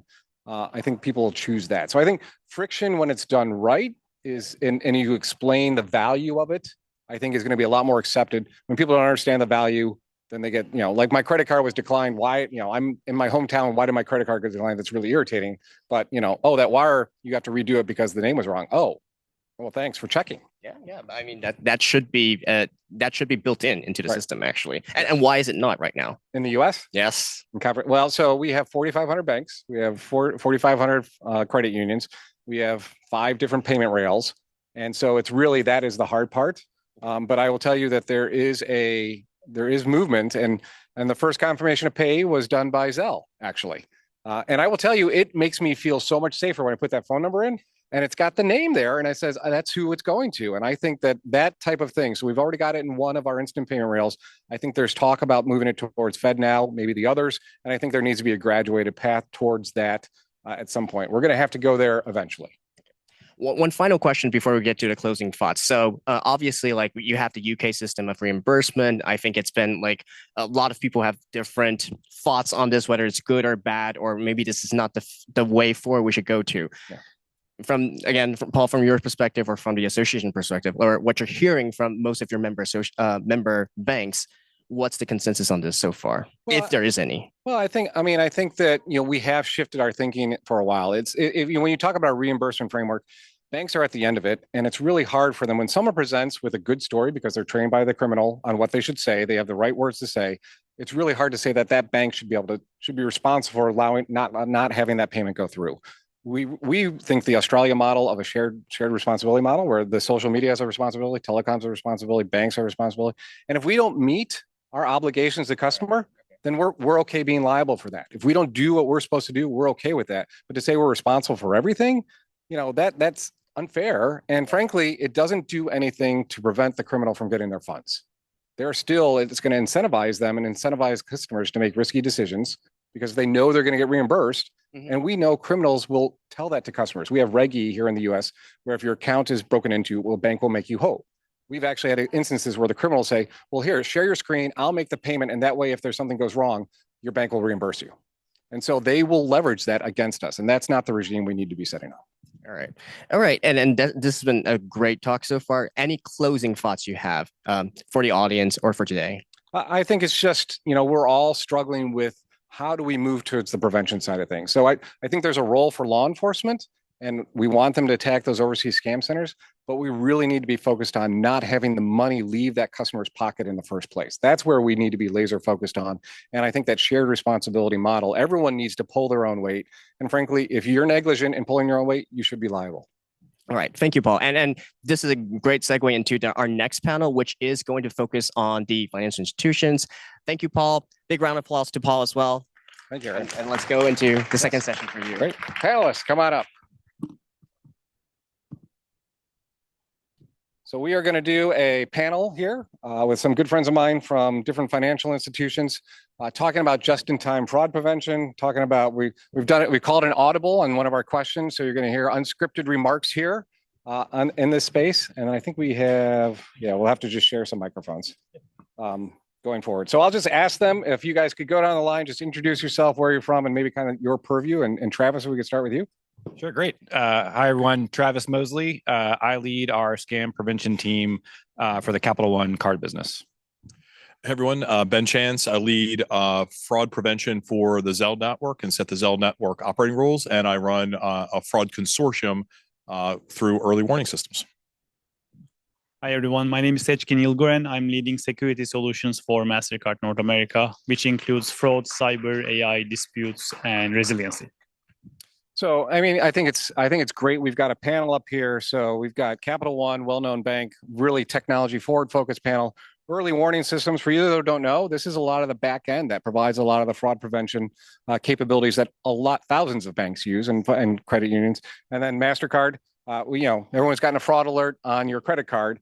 This is the stuff that MasterCard provides. So these are the people that will actually help us get to that prevention point of thing. And so what I want to start with, our original question was, we know that the criminals are exploiting the speed and real-time payments that are out there, right? From your organization's view, what has changed in the way financial institutions detect and intervene in scams over the last few years? And then the curveball to throw in there is, so what's changed in the last few years, and how are you going to handle agentic AI payments as they come down, and we're not even going to have humans in the loop making these decisions? So how are you going to adjust that? So Travis, we're going to start with you. You get the first crack at that. Well, great. I think at Capital One, the biggest things that's changed over the last few years, we've gone through this technology transformation where all of the data that we have available from Capital One and from partners like EWS and MasterCard gets to us in real time, and we can make decisions and take action in real time to try to prevent some of the scams from happening when we can detect them. As far as the agentic commerce, when humans are not in a loop, that is a very scary thing. My personal perspective is I'd rather still shop online by myself. I pick out what color blue I want. I know anyone's lived through a hallucination of an AI. It's like, I'm not sure I'm ready to have it start picking out what I'm buying.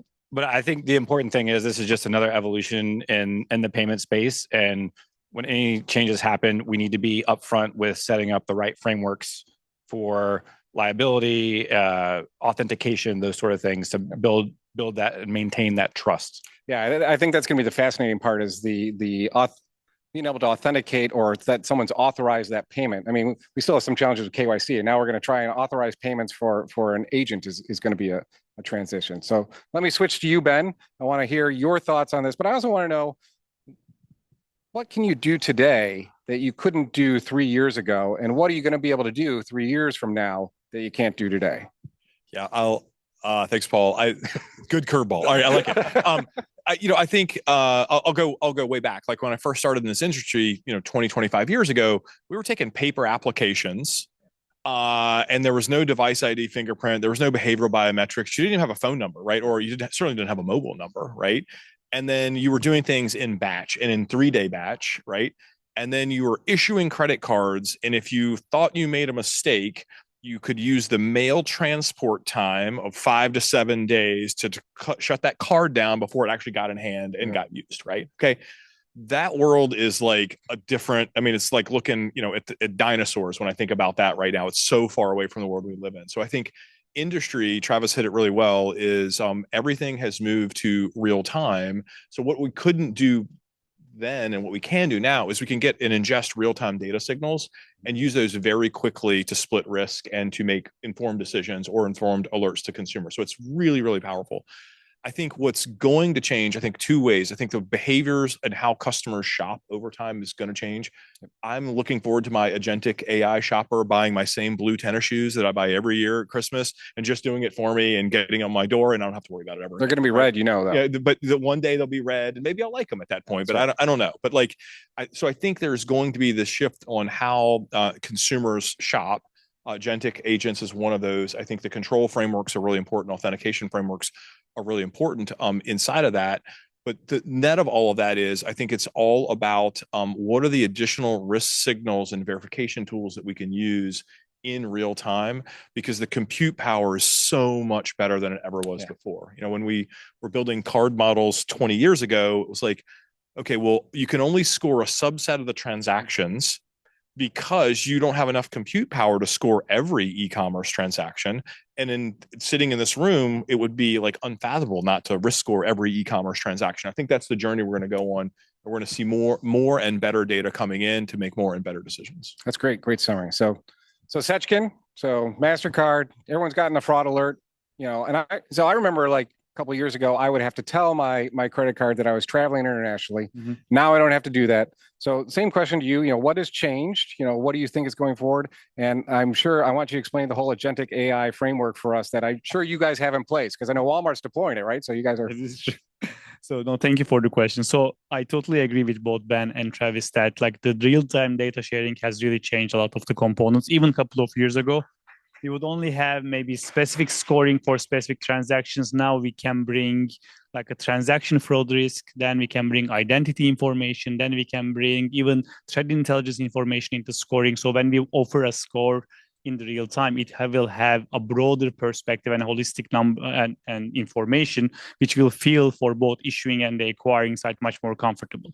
And I think that's the biggest change. And eventually, I believe if you are asking a couple of the years in the future, is how we can add like the network score, but how we can also get the scores from the banks themselves and from the merchants themselves. How Apple sees me as a customer versus how like MasterCard see as a specific customer is a little different. So if we can bring these additional data models from the merchant and issuing side, will be very critical. Okay. On agentic side is interesting. We haven't, I will say, like figured it all out yet, but when you think from security, there are so many different components of it, and dispute is one component. To your point, is I order something blue and it arrived red. Like, who is responsible? What do I do? And yeah, are you gonna solve that? You guys got to figure it out. We are working on it. Actually, it's like we have some ideas on that one. The know your bot, to your point, is like this is a different piece. Know your bot will be one critical piece, and also the cyber and the consent component. So I will give a consent to the bot to do some transactions on my behalf, but if they all of a sudden they start changing my password or changing information, which means that the bot might be acquired or the agentic system might be acquired by the fraudsters, which was published a month ago. As you guys all know, that was the first agentic attack happened. So I think there's a lot of components into that, and but to Ben's point, it will be the future. So we are obliged to work on it. We are obliged to live with this, and we just need to find a way how we can control as much as possible to help our lives and give us convenience while securing the transactions as well. Yeah, I remember when Alexa first came out. So we're in Amazon, right? And you always get the stories of the kids who get, didn't put on the controls on the Amazon Alexa, and then all the packages start showing up at home. I think we're going to probably go through that exact same thing with agentic AI and start seeing these same things come down until we have those controls in place. So you guys talked a lot about the different, how we can get more information more quickly. So why don't you keep in the back of your mind as we go into the next phase of this is try and be specific. So Seckin, you gave some specific good examples of what that information is.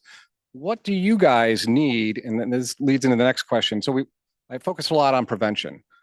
What do you guys need? What information do you need? Not just with financial institutions, but if you had a partnership where you could get any data you wanted from Meta, or you could get any data you wanted from a telco. You guys have heard of the Scam Call program that's in the UK, where they're actually sharing real-time meta information that your customer's on a call, they've been on a call for this amount of time, it's from a cell phone, and now they're trying to send money to a new payee. You link all those things together and you shut that down. And so what are the things that we think that you think are most near-term for you that would allow you to do just-in-time prevention, and how would you communicate that to the customer? So it's two things. What are the data that you're looking for, and it doesn't have to be just financial institutions, but could be anyone. And then how are you going to communicate that to the customer of what you're doing, and then get through that process? So Ben, we're going to start with you because Travis, that way it gives you a little chance to think about it. All right, there's a lot in there. There's a lot to unpack there. I think you hit it in the earlier session really well. I mean, there's an umbrella that's needed first and foremost. If I could have a magic wand, it would be one for safe harbor for data sharing across telcos, social media, ISPs, financial institutions, law enforcement. I think we're really siloed. We do well sharing data within a particular ecosystem, but not across the ecosystems. And I think that's where the exploitation happens, right? Yep. That's why the exploitation happens. To get super tactical, when I think about social media platforms in particular right now, which is, and I'll go back to my puppy example for anyone that was in the earlier one, it's really important to know if the person you're interacting with in a messenger type of platform is domestic versus international. And that based on the lag time between the chat messages, right? That's a really powerful risk signal as a consumer. Yeah. It'd be a really powerful risk signal for me to say hey, Paul is currently trying to buy a puppy from someone who's not in the United States, right? That's a really powerful risk signal if Paul tries to then pay that person via Zelle or ACH or wire. And I think those thinking really critically around what that kill chain looks like and how we could disrupt that. There's probably a million better examples. You've probably already put them in the QR reader. We could talk about those later, but it's that type of thinking that we need to get to, the free busy signal with the telcos, those types of things as well. Yeah, that's a great example, Ben. Thanks. So Seckin, you go next. Yeah, I think that's a great example.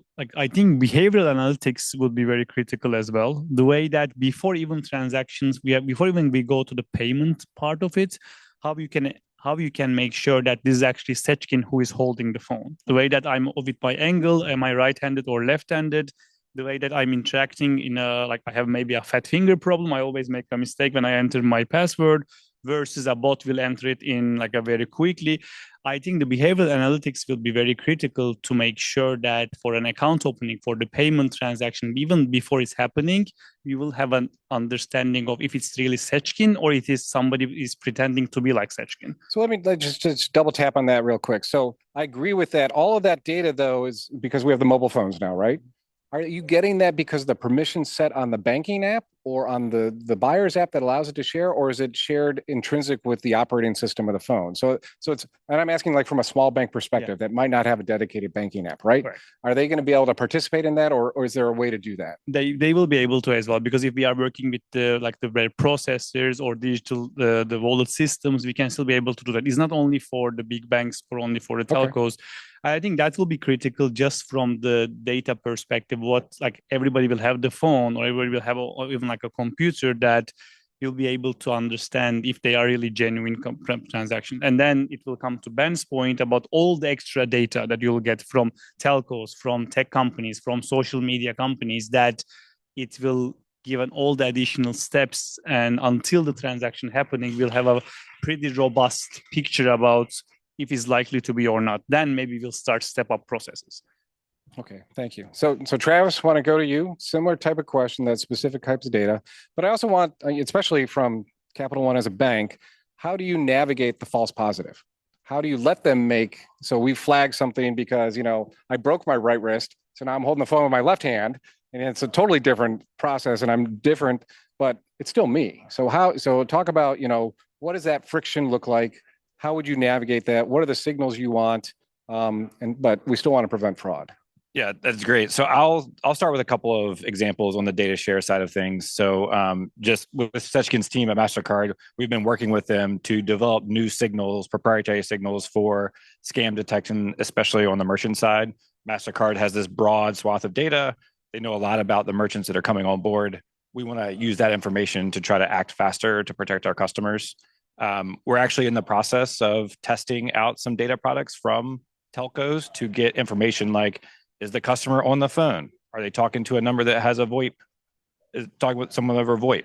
Is the call international? Things like that. So we're piloting some of that information to help distinguish what I would say like scam versus fraud. A lot of our fraud models actually pick up the scams. So it's an anomalous transaction for the customer. They don't always spend $500 at Kroger to get a gift card, that sort of thing. The hard part comes in to understand, is that fraud? Or is that a scam going on? And the interdiction that you have to put in place is much different for either situation. Right. I can ask for an OTP. I can ask for some information on your card. But if it's a scam, I have to have a conversation with you. And so that is our interdiction. When we suspect scam, we make a proactive call to the customer. Okay. And try to walk them through what we think is going on. Based on specific signals. And I would say the one thing that we kind of struggle with is how much information do we give the customer to help them know like how much we know and how confident we are and what's going on, but still make them feel like, data privacy and like sort of invasion of privacy, but still trying to do the right thing and protect them. Well, and I think you're hitting on a key point that we've heard from other panels and heard yesterday, the human element, that a scam can't be just stopped by, a warning that flashes on the phone. There does have to be that human connection. So it's great that you guys are leaning into that space. One of the things that, you guys talked about a lot of the different signals, a lot of different capabilities. None of you, shockingly, said the words artificial intelligence. So I thought that was going to be like the savior for us all. Everyone's going to use AI. It's going to solve all of the issues that are out there. So maybe could you touch on that, each of you? So Sechin, we're going to start with you. Sure. How is artificial intelligence going to make a huge difference for us? Or, and I'd also like to, what are the biggest fear you have from what AI is going to allow them to do, the criminals do to us? So how can we use it? And then what is one of your biggest fears? Sure. So I think from our side, we were actually leveraging AI and machine learning since quite some time now. But maybe one interesting example, what we have started to do recently by leveraging generative AI is we are trying to create some new emerging fraud attacks and simulations and attacks. So because as we know how our customers are responding to transactions, we can actually understand by saying if this kind of new emerging fraud attack comes in, which banks might let it go through. So we can actually inform them by saying, hey, we just did this on our system just to understand, but be aware of this. If this comes up. So you're building like synthetic data sets with AI transactions. Exactly. Okay. And then eventually we can pass them into authorization message by saying, if it comes, they will be actually get a flag and it might just see that. Because we can see that only what's happening in the US, but we also see that from global transaction. If something is starting to happen in EMEA or LAC or in other regions, before it comes to the US, we would like to have some derivatives of this and inform our customers to be aware of this one. So will it solve everything? No, but I think it will really help us to test our system and to help our partners.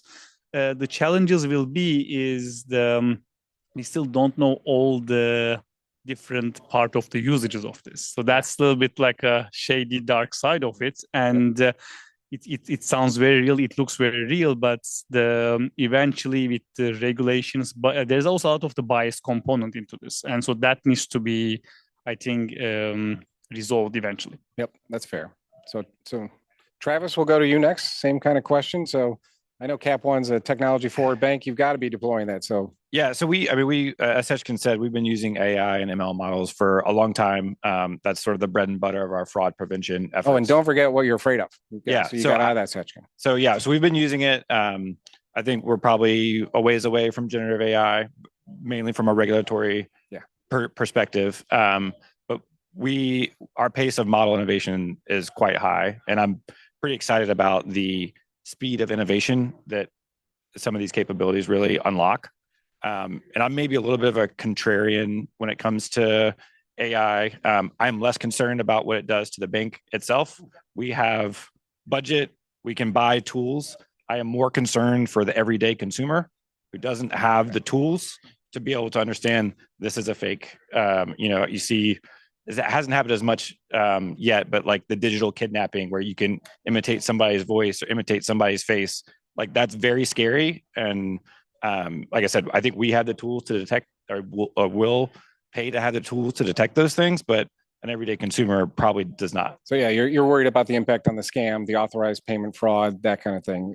I think that makes a lot of sense. So Ben, how about you? I'll just build on that a little bit, which is I think, financial institutions, networks, and other regulated entities that operate under the regulation, we just have a second mover disadvantage compared to the criminals, right? So they are exploiting and using tools and innovating on tools at a faster rate because there is no regulatory hurdle. They're not going to the credit risk policy committee or the model governance committee or the other ones, and they're not looking to see if the lawyer approves this or doesn't approve that. And by the way, I think that regulation is all good and in place for a reason and should be in place. Like, I want to be really clear on that. But what it means is there will always be these brief windows where the criminals are able to exploit something until our policy and our systems can catch up with that, right? And we talked about like classic anti-spoofing earlier in a different panel, which is like, well, how is this still available? Like, why is this still going on, right? This should be like the 800 numbers associated with banks and other entities should be locked down by the telecos, but it's still going on. And so there'll be this lag. I'm hoping the lag isn't as large in this particular space because we've been using machine learning and other types of models to detect and build fraud capabilities. We're not at the agentic stage yet for a variety of different reasons, but I can see a world where as a customer, you're getting a recommendation based on something that's running your browser, how likely this is to be scam or not scam, right? Or you're getting that same type of rule is firing in the back end of a bank that's running on top of the existing fraud and scam rules engines that's proposing a new scam rule that can be put in place for a real mode that just changed because something moved from EMEA into Americas today. And that's the sort of world I think we're going to live in. That's great. So, I mean, moving towards closing here, what I'm hearing, actually, it's fairly optimistic from you guys. What I hear is you guys, I think, have the tools, technologies, capabilities to really prevent a lot of the scams if you are given, I think, the information and the regulatory ability to act on that information as you see fit. And so what I'd like you to do is just take, 30, 45 seconds, kind of summarize, your last points, where you think we need to go. And if there's a policy recommendation that you'd like to see implemented, that would be great as well. So Travis, we're now back to you. Okay, I'll start here. So I think the two things that I would love is and I think it's been mentioned several times, is framework for data sharing across industries, what we can share, how often we can share it, what we can do with that thing, and then some safe harbor on allowing banks to be able to take more aggressive action to help protect consumers and some guidance in that department. I think that would really free us up to really protect consumers and have a significant impact in the amount of scams that we see. That's great. Yeah, I totally agree. Ben? I'll take a subset of Travis's answer here, which is, I'm a huge fan of confirmation of payee. That's how the Zelle network is set up. And we provide that confirmation of payee back to the consumer in real time. So they know they're paying Paul versus Francis Benda.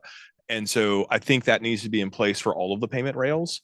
And I think we as an industry need to come together and share that bad beneficiary information that we have in a more unified fashion. And so that goes a long way towards criminals jumping across different payment rails or jumping across different accounts and muling that money, which would then prevent ultimately prevent monetization, which is the name of the game. Yeah, and basically when you say bad beneficiary, you mean the accounts they're using and or the person that holding those accounts, so that when someone leaves one bank and they go to another bank, they know they're a bad guy. So Precisely. I think that's it. So there's, there's closing the front end of where the scam is occurring, and there's locking down the middle in the financial institutions themselves at the network level.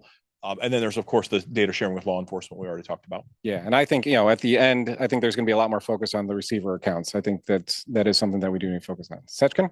No, just 100% with both Travis and Ben's point. But I want to bring maybe one other angle is the education angle. I think this angle is very important for all of us because at the end of the day, is consumers are getting scammed. And I still think that when there's a scam happening, people are very embarrassed to share about this, but also when they want to share about this, they don't know who to go first. Like, am I calling my law enforcement? Am I calling my FBI? Am I calling my bank? Am I calling the merchant? Generally, the answer become always the bank, unfortunately, because the money has been shared from the bank. Yeah, they want their money back. Exactly. And they want the money back. But at the same time, is that something for all of us? And a network and merchant, issuer, education, or law enforcement, and even public, and we want to make sure that how we can educate the customers in order not to fall to different traps, because fraudsters, they really know what they're doing. They know how different banks have different processes, and so they are very well educated. So we also need to make sure how we can be educated, and we can actually make sure the customers will not fall to this trap at the end. So I think data sharing, education, and also the pay, confirmation of the pay, making sure that we are really, I'm sending the money to Ben, to the right not person, to Travis, will be very critical. Well, gentlemen, I really appreciate your time today. It's been a great conversation. You're great sports on the curveballs we threw there. So thank you so much. Thanks, Paul. Thanks, everyone. Thanks.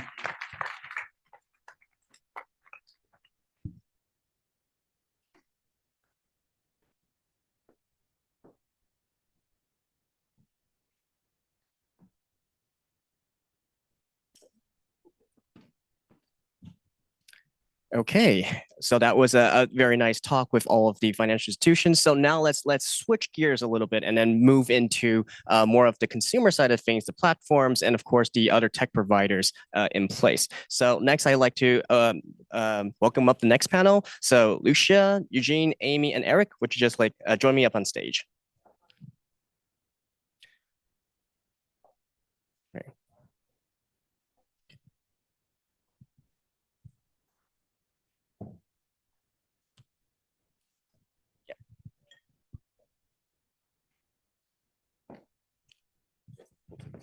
Yeah, maybe two. Yeah. All right. Okay. Well, thank you all for joining me today. And as I mentioned, so we just saw from the bank's perspective, right? And so here today, I think it's very interesting because we have a lot more people who are closer to those that are getting frauded in the first place or scammed in the first place, whilst not necessarily it's bank agnostic, right? It's not necessarily related to any single bank. So first of all, especially I would like to first ask Lucia and Amy for you guys, what's the and I also find it funny because right next to us, we're talking about victim support as well. So, well, first of all, before we get into that, Lucia, would you talk a little bit about what Match.com is doing? What are you doing, and what is your organization doing in order to combat or do just-in-time fraud prevention? Yeah, so my organization is Match Group. We own a large global portfolio of dating and social discovery apps. Usually it's a little easier to say the ones we don't own. We do not own Grindr or Bumble. We own most of the other ones. So Tinder, Hinge, OkCupid, Match.com, Plenty of Fish, The League, you've heard of them. Just-in-time prevention plays a really important role in our strategy. And it basically manifests in the form of education throughout the user life cycle. So what that can look like is at sign up, at onboarding, you're getting mandatory education that you have to click through in order to make you aware of the types of scam and frauds that you might encounter while you're using a dating app. So that's proactive education. There's also an email that follows. And then there's things like when you're in an actual conversation with someone, if we see you, depending on the platform, if we see you moving quickly to a phone number exchange, which if you know dating, does not happen immediately. Usually there's a little bit of back and forth.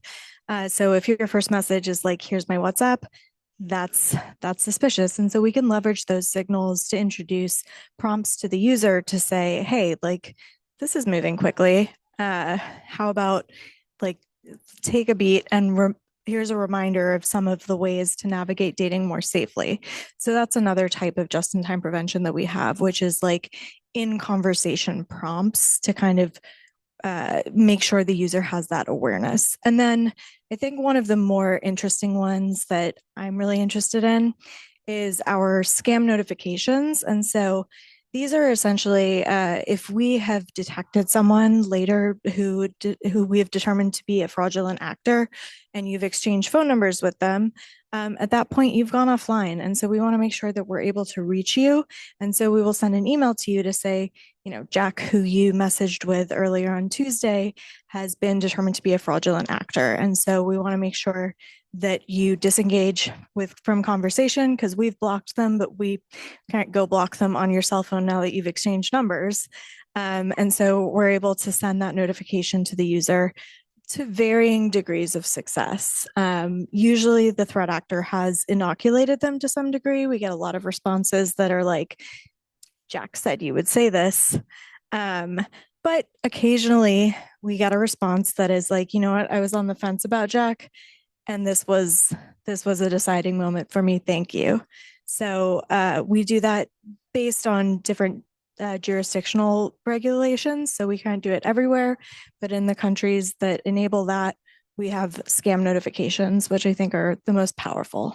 And I think we talked about this before, but the US is actually one of those that does have this sort of like safe harbor in place, right? Yes. Whereas other places you might not necessarily be able to notify about them. Yeah. Yeah. So it's just like, I'm also curious, like you say with varying degrees of success, right? So I guess it's mostly about whether or not the scammer has already like sort of trained them to say, hey, there's going to be this notification from Tinder or whatever. Right. So there's varying degrees of success. Like I said, a lot of the time the scammer has inoculated them, but then there are sort of like little moments where you actually see this is a really valuable tactic and it's happening in conjunction with other industry tactics. So we had a user the other day who wrote in and said they replied to the scam notification email a full month later. And they said, hey, I got this email a month ago. I'm responding now because my bank teller today told me that I might be part of a crypto scam. And between getting this email a month ago and getting that information from my bank teller, something clicked. So even if the email, when it first arrived, didn't have the intended purpose, in conjunction with the fact that banks are also doing this type of notification, together those things worked to break the spell on that particular user. So even if we don't see the success, it could be more successful than we realize because it's happening in conjunction with others in industry. And actually, I'm curious, how were you able to know? So, it was because the user actually emailed you back and said, oh, this is what happened. We have very limited visibility into the success rates here. Okay. Users are not wont to, respond to every email they get from a platform. But that was one example of where it really came together and things worked. Nice. Okay. And throwing this over to Amy now. So again, so this is kind of like some of the things that we've been doing. And the topic of our panel here is balancing friction versus customer experience. I think it's easy. We talked about it a little bit with Paul and in the previous panels as well as to, okay, how do we add good friction into the experience? And there are some that argue, hey, it should be as frictionless as possible. What's your take on that, Amy? Especially since you are like, you had a sharing yesterday as well with Lori and very, very emotional, but I like to hear your thoughts on this. Well, apparently yesterday I was angry. People were telling me and aggressive, so today I'll be quieter. She says no. So just a reminder, so I manage our Fraud Watch Network helpline, which receives 100,000 phone calls every year from consumers who are either reporting fraud or have been victims of fraud. So I think we need to have more friction, and not as restrictive friction in a bad way, but and bring the consumers on board of why we have this friction. And if you think about the moment you wake up to the moment you go to bed, how much friction there already is in our daily lives for everything that we do already. Right? You got to put on a seatbelt. You got to check in here. Like, we're so used to it, but for some reason, I feel like when it comes to our money, or these choices that we make around money or who we date or whatever, we don't want it, but we don't realize a lot of the times how much there already is. And I feel that with talking for 23 years to all hundreds of thousands of victims that I've talked to, they're wanting more and are asking for more, but they need to know why there's more. Right. I recently saw this YouTube video, and I don't know why I was on this one. And this guy was angry because his bank officer said something about him withdrawing $1,000. He's like, that's none of your business why I'm pulling out. And he wasn't even a part of a scam. He was just taking out $1,000. And he's like, so I closed my account because that's none of their business.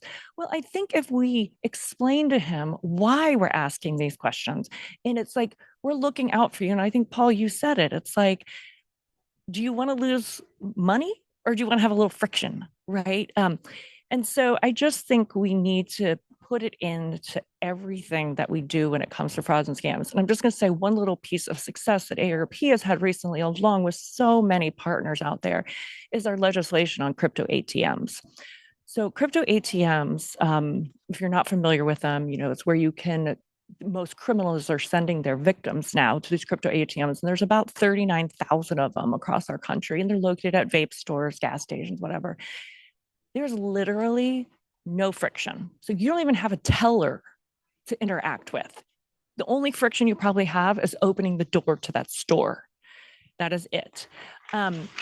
You scan your QR code, you put the money in, it goes to the criminal. So AARP passed legislation along with our partners in 17 states, and I think we're on for 25 this coming year in 2026 to add more friction, because this is the number one to us on the helpline preferred method of criminals right now. And on each loss, we recently did a survey and found out that $40,000 on average that each person over the age of 65 is losing. And so we're trying to add friction to these machines. I'll just add one point to that to say that I agree. I think if framed correctly, friction can be really valuable. And as long as users understand that they're part of the safety engagement and not just subject to it, they're very receptive to that. One of the things that we've been rolling out is mandatory biometric verification at sign up across Tinder right now. And that is very high friction. It's also high reward. We're seeing a 60% decrease in bad actor exposure, 40% decrease in reports of scams and spam. But most importantly, we're seeing a 20% increase in a lagging indicator, which is user sentiment.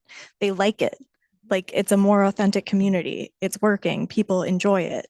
So it doesn't always have to be like a bad thing. 100%. And I just want to say that what you're doing is working, because on the helpline, romance scams and celebrity imposter scams are in our top 5 victim reports right now. But where they're meeting their romance scammer, we hardly anymore hear on your platforms. And so that is encouraging. Yes, really.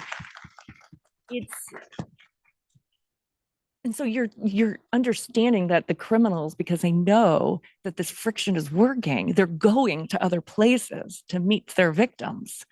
And so they can move around and stuff. But if it's in our top 5 and it's not on one of the largest, dating platforms, I'm not going to say where it is, but I think you all can too. But I just want to say congrats. Yeah, that's a very good sharing. And I like to move forward a little bit to Eugene, actually, because you had a session yesterday as well where you shared a lot of different things that Google was doing in terms of empowering users. And we've always believed in that, right? I opened it with saying that we believe empowering users as well as business having control. That two-pronged approach is the key to success. Eugene, hearing what they just shared and how they balance friction into it, does that actually change your perspective on how maybe you should be rolling out some other security features, or how you would design these security features? Yeah, it's a great question. Also, it's great to see the biometrics as part of the KYC process, because I think that's been an important aspect of it, is during enrollment, having better friction. Once users understand that's why it's there, they appreciate that, and that education does go a long way. In terms of we saw in the demo, thank God the demo worked yesterday. Very stressed out. I had a tub of ice cream when I got home.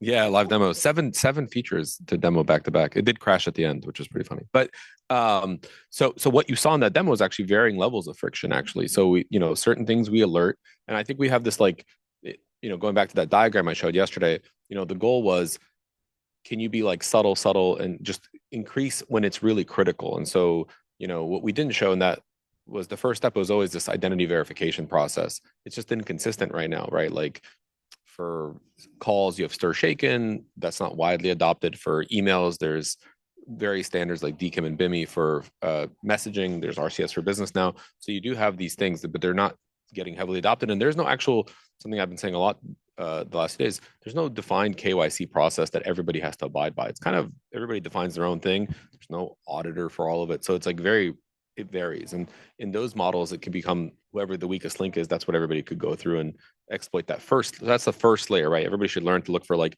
some kind of verification that caller is who they say they are, a texter or whatever. The next line is then, okay, well, after they reach out, like, what are they trying to ask or do, whatever. So you saw the warnings, right? Like the scam detection warnings, those are just warnings. And again, depending on the thing, like you saw the Chrome warning is a big red screen, harder to get out of. Certain warnings, less friction. So we try to be really methodical. But when it comes to like really bad things, and you saw that malware as an example, we try to prevent that completely from happening and making it very hard for the end user to actually turn that and circumvent that, because we know high confidence that's a bad thing happening. I'd actually like to just touch on that one a little bit, right? Because you did mention how there's advanced protection. It's set it and forget it. Amy, from your perspective, would you think this is something that you would like to maybe encourage like ARP like members to use, or is this even more a little bit too aggressive in a way? I mean, I would encourage our members to use anything that's going to help protect them. But what it needs to be, and I'm pretty sure it is in your systems, it has to be built in. It can't be an opt-in, because a lot of the opt-in scam protections that are out there, people don't think they're going to be a victim, so they're not going to opt in. People say, I'm not knocking any of the apps. I have this great app. I have this great program. I have this great this. Okay, well, is it built in? Does it come in that system? No, you have to opt into it. Well, my mom is not going to opt into anything because she doesn't think she's going to be a victim. So it has to be built in. Okay. If I could just add to that real quick, and this is a great point. I met your colleague yesterday as I was winding down from this demo. You met my mom. No. I will convince her to turn on advanced protection though. But they brought up the same point of like, this is an opt-in feature because there's a lot more friction, but with better friction is better security. And the cool thing that we've really thought about it is at the end of the day, hopefully those users also have the ARP app on their phone. And we've actually built so those features are all built into the platform, varying which ones are on by default. But that one toggle, I as a user can turn it on, or I as a bank, I as ARP can actually check to see if the user has turned it on the device. And as a bank, as part of your security posture, especially like if somebody's traveling overseas, you can say, we won't even launch this app unless this mode is running for the device. Okay. And similar for third-party apps like messaging apps and others. So we do have that flexibility built in. Yeah. Okay. And now I'd like to throw it over to Eric as well, because right. So you of course advise a lot of different companies, and that's part of what your organization is doing. So hearing all of that in terms of like, okay, I'm sure you listen to this a lot. Like, we don't want to increase friction. This is going to lower our KPIs and whatnot. Is that a real problem? And would this change, like this conversation change how you're approaching and how you're going to advise them on this? I mean, I would say that, understanding where to place the right friction is a consistent problem that we see. But from a management consulting perspective, I'm working with potentially one siloed organization, right? So one side of the organization may own the fraud technology, they may own the mitigated controls, but the business, right, the revenue generating functions, they're the ones that own the thresholds, right? They own the risk tolerance and that type of detail. So what we see a lot, and honestly, I'm surprised how frequently we see it, is the right hand and the left hand not talking. And we're talking about communicating very well within the ecosystem. Like a cybersecurity organization communicates really well with the cybersecurity organization, but like if they don't have that converged security model, that fraud fusion model, like they're not going to work very well inherently with the fraud team, right? They have a different remit, they have different resourcing, right? So those are the types of challenges that we see, which would impact, friction overall. Okay. And so your suggestion to that would be that even internally, you guys should get your act together first, right? That's honestly where we spend the most time, and it's cool. Like I'm not aligned to one specific industry vertical. Like I have health and life sciences clients, I have financial institution clients. But yeah, we focus on, and we call it converged security. It's historically been called fraud fusion, but we're trying to again bring it into the the modern times, because converged security is the organization norming around a risk or a problem. And again, it's the whole of the organization doing that, not just that one function that owns, right, the intimate responsibility for it.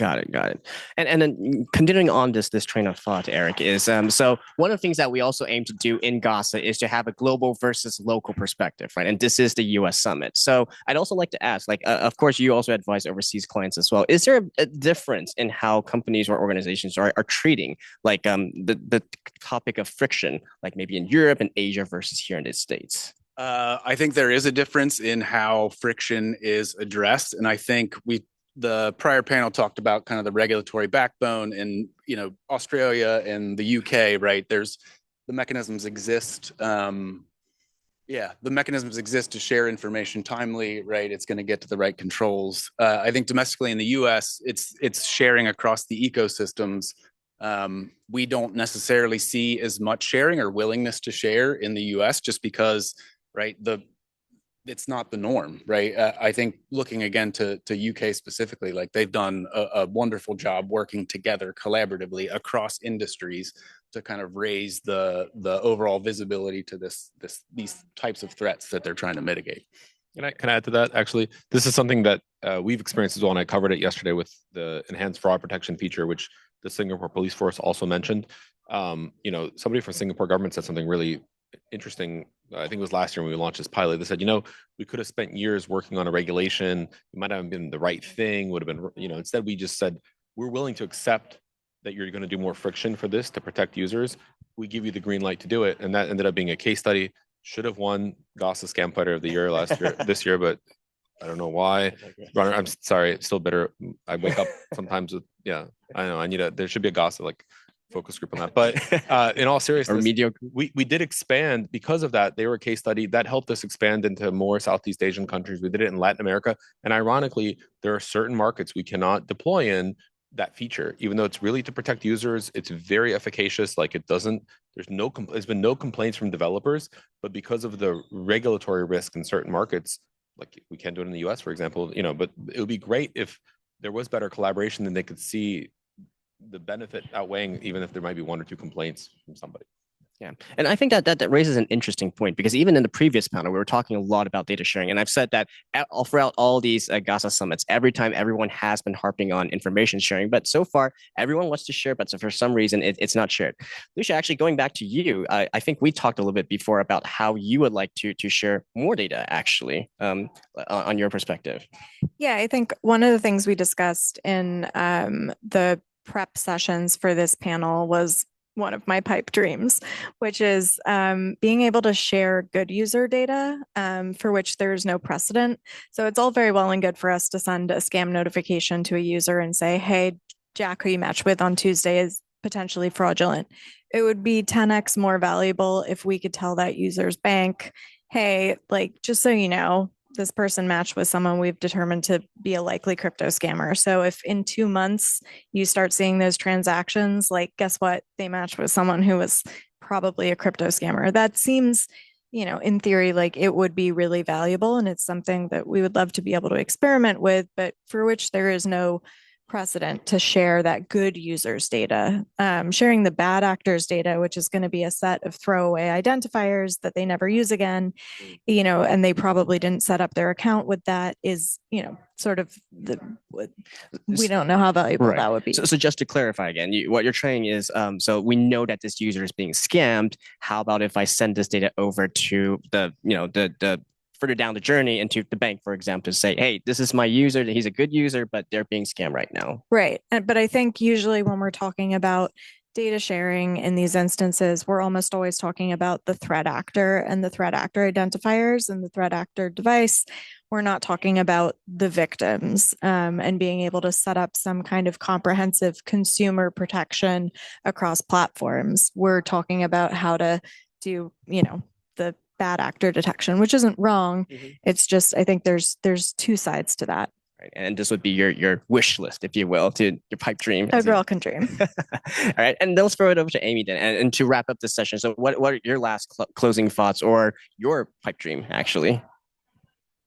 I think my pipe dream would come back to the friction of just helping people understand the why behind it, and that we have to remind ourselves that we all have targets on our backs, and that, fraud victims aren't stupid, they're not uneducated. And we have to look at it as the same way, like every night when I go to bed, I lock my door, I turn on my alarm, I check my back door, I have the front light on, right?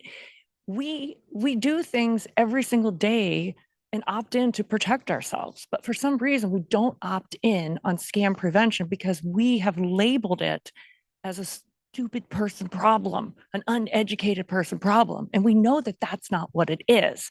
So that's my pipe dream, is again, that we flip it and just put those friction points in our daily lives to protect ourselves from the biggest target we all have on our backs. But in order to ease into that, though, like, would it be better if this was done from an educational way and saying, like, letting people expect this to be the norm, or like what would be your best case scenario in terms of implementing, or are you advocating for banks to just implement it? I don't really know. I mean, I think the conversation is definitely changing than where it was 23 years ago. I think people are getting more aware that this is just a problem we all have to know about and worry about, but we still have to talk about it. Like, I saw the number from, the FTC yesterday that they released, and it's in, hundreds of billions of dollars.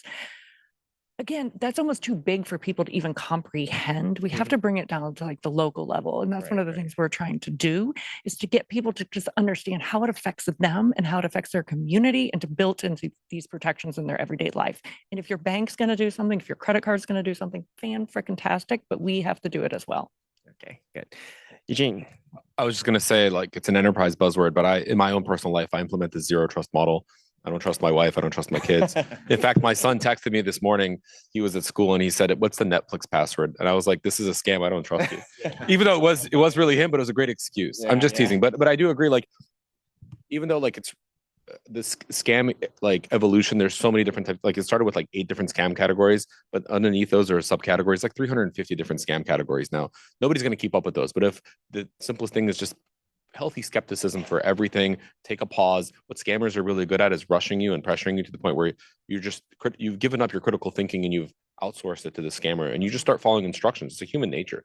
And that's why, if you see, what we're trying to do is trying to add the right friction to make them have a healthy pause, and then kind of like fall out of that spell and realize, oh, this is suspect. Okay, I'm not going to do that, And in some cases, we block it further just because we have to. Right.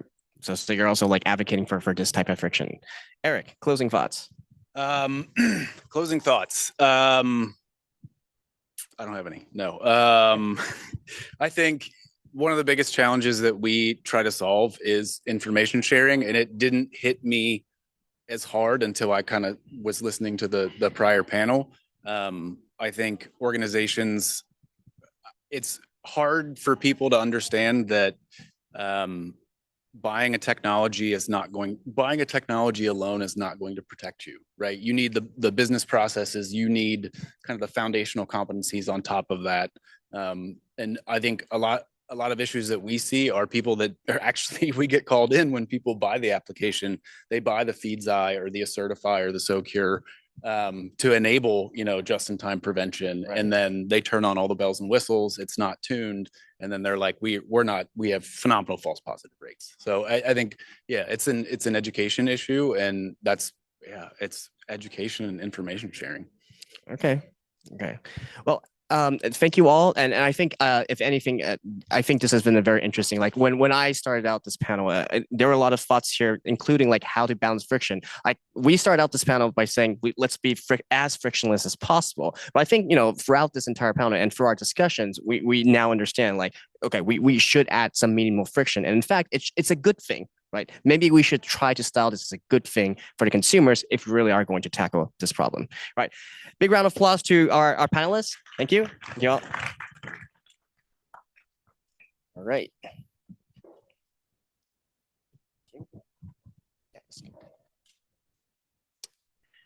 All right, and now I would like to invite my colleague Selena up. A big round of applause to her as she's going to share her personal story and as well as the scam prevention measures. Big round of applause, Phil. Thank you, Aaron. So today I will share a little bit of my own scam journey I went through. The other part that we want to do is to ask you for a bit of input. So you heard a lot of things today, and what we want to do, if you want to scan the QR code, I know it's within the cybersecurity a big no-no, but for Slido we need it. And give you some, and we would like to have some thoughts around like, what can we do better? What should we be doing? And then our panelists will give their opinions on it, if it's workable, yes or no. So thank you if you would be so kind to do this. So as Aaron already mentioned, I am leading the initiative to expand Scambaiters across Europe and the US. And in the US, our app is now live to have some proactive measures around scam website and caller ID. So a few years ago, I was on Facebook and I saw a really nice ad from a brand I really liked. And I was on the assumption that because it's Facebook and it's a big organization, the ad should be safe. So, and I also am very Dutch, so I like a good, sale. So I clicked on the link and I bought some stuff and I was really excited, ignored everything, but I was like, oh, this is such a good deal. I need to have this. I placed the order and I got a link like, oh, your order is received. I actually received a track and trace. And then it said a few days later, like, oh, your article arrived, but didn't arrive. So I felt like, oh, that's weird. So I tried to contact them. I didn't get any response. And then I felt like, let's call the bank. So I called the bank and I said like, oh, I received a track and trace and said it's delivered, but I didn't get it. And they said, well, you need to contact the store again. But the store wasn't responding in any way. So then I felt like, this is super weird. So I started to research it. And then I realized I was trapped in a scam. And I felt really embarrassed because I felt like that would never happen to me because I am vigilant. I know when it's too good to be true, etc. But I did fall for it. And actually, this is the first time I'm sharing it for a big crowd because I never told my family because I felt like really stupid. So a lot of these Facebook ads, because the actual scam I trapped in is no longer live because somebody, thank God, took it down. But a lot of times it looks like this, and there is a message where they try to go into people's emotions with a sob story about, oh, we're going out of business, so we're selling everything for a really good rate, buy it. And people think like, oh, let's help them. In hindsight, if I knew Scam Advisor, I could have checked the link and I would get up the feedback on the site where, because I did look up the link and it had a trust score of 1. And that means that it's very likely a scam. So, and there's also the indicators why we think it's a scam. And this is the actual copy of the track and trace I received. That gave me a bit of confidence at the time, but in hindsight, it was copied to this fake website, which is also showing up like, oh, it's sent, but it actually wasn't. So the thing that I was thinking about, like, what could have been done to stop these scams? Well, first of all, and that's my own personal thought, is I really think that Meta could do more. They have the budget and they have the technology to get those ads down. The other part is it's more on the payment side, because at the time I used my credit card, so it wasn't within 3D Secure. But what 3D Secure does, it verifies that it's me, but it doesn't verify if the site or whatever you're using is real or not. And then there isn't any exchange across the chain. So maybe if there already was a signal that could have been shared with the bank, then the transaction could have been stopped. And the other part is, and we are already doing a lot, is creating awareness. But I also found one thing that someone mentioned today is it's not only the education on the consumer side, it's also the education on the business side, which is very important. Because I go to a lot of events and sometimes I hear banks or industry speaking like, yeah, but if the consumer thinks they're talking to a Brad Pitt, then they're stupid. Which isn't the case, because that is victim shaming, because there is so much social engineering happening beforehand that someone believes that, and that makes people not willing to speak up. So there should also be some education on. So this was my my story about scams, and yes, if you can give some input, then would be wonderful.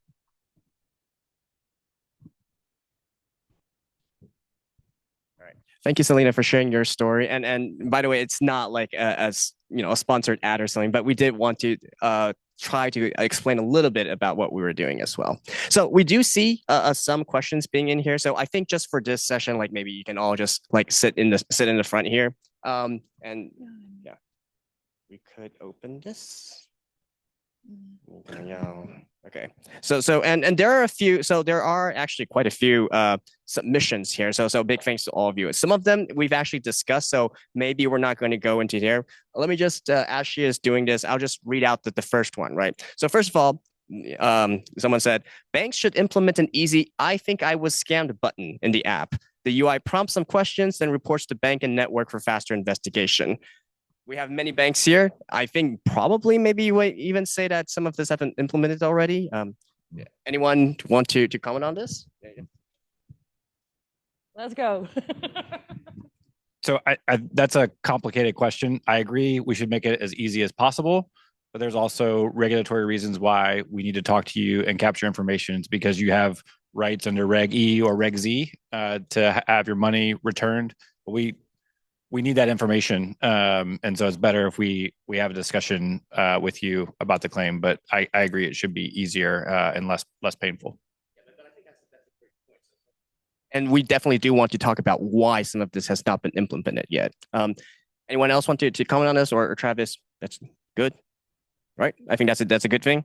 Okay, the second one, and there's a few sort of conflicting opinions here. One says the liability should be shared across the chain. So this touches back into what we discussed about sharing the liability, sharing how to reimburse the customers. But then there's another one that said the weakest link should be liable for the fraud in the chain. So thoughts on this?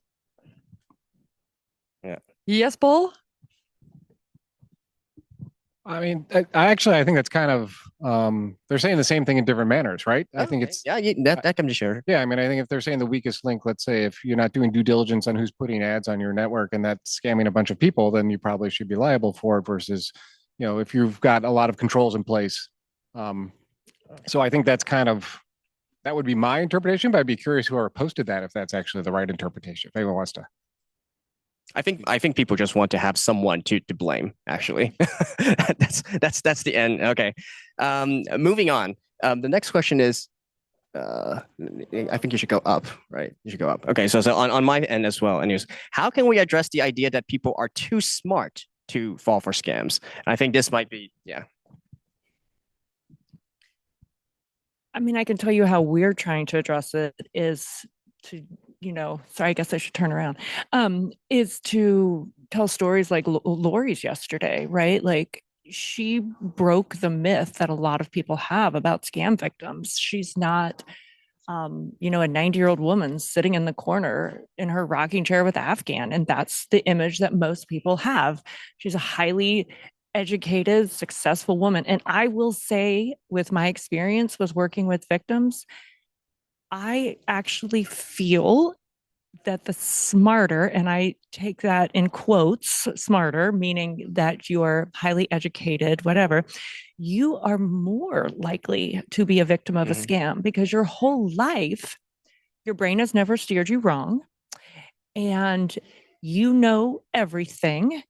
And you also are not in touch with your emotions.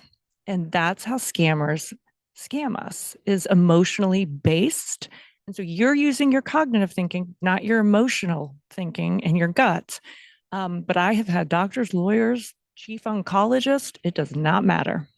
Right, but how do we solve that? Well, though? I'm Like just they telling you think- how I solve it. Oh, okay. Right. I solve it by showing and showcasing these stories that break the myth and the mold. I was just going to add, yeah, my dad's a nuclear fusion physicist, scammed 5 times. I think I agree. Stories and getting them out there. Okay. I was just going to say that stories are really helpful, but some folks are like, when they hear the story, like, oh, that would never happen to me. So like personalization makes a really cool experience. I remember like 10 years ago, 15 years ago, there was a website called takethislollipop.com, and it integrated with your Facebook account. And it was actually won an award for like a movie, and it made it interactive, and it showed what you would feel like with your data. And so anything that can personalize, like with my own situation, like I really do mess with my own family quite a bit to like scare them in some way, so they can see that it can happen to anybody. So personalization. Okay. Thank you. Any final comments? No. Okay, I think that was a good one. The next one. So this one is interesting. So this is the terms and conditions around data sharing is currently focused on protecting consumers or marketing. So how should we? Actually, I think this is a suggestion that the terms and conditions should be modified so that data sharing is more for protecting other people as well, or doing fraud prevention, so that these consumers are more willing to share their data. So actually, and I think this is just from a financial institution perspective, though, is that I would have thought that this would have been baked already into the terms and conditions. Is that not the case, Travis? Paul probably has something to offer as well, but it is in terms and conditions, and there's also ways to opt in or opt out of marketing at account opening, and then I think annually for like your privacy notice. I think maybe potentially this could be something for telcos as well, which is where we have an issue of sharing across industry where that could be included or covered. But this actually reads like what our T&Cs are, I think.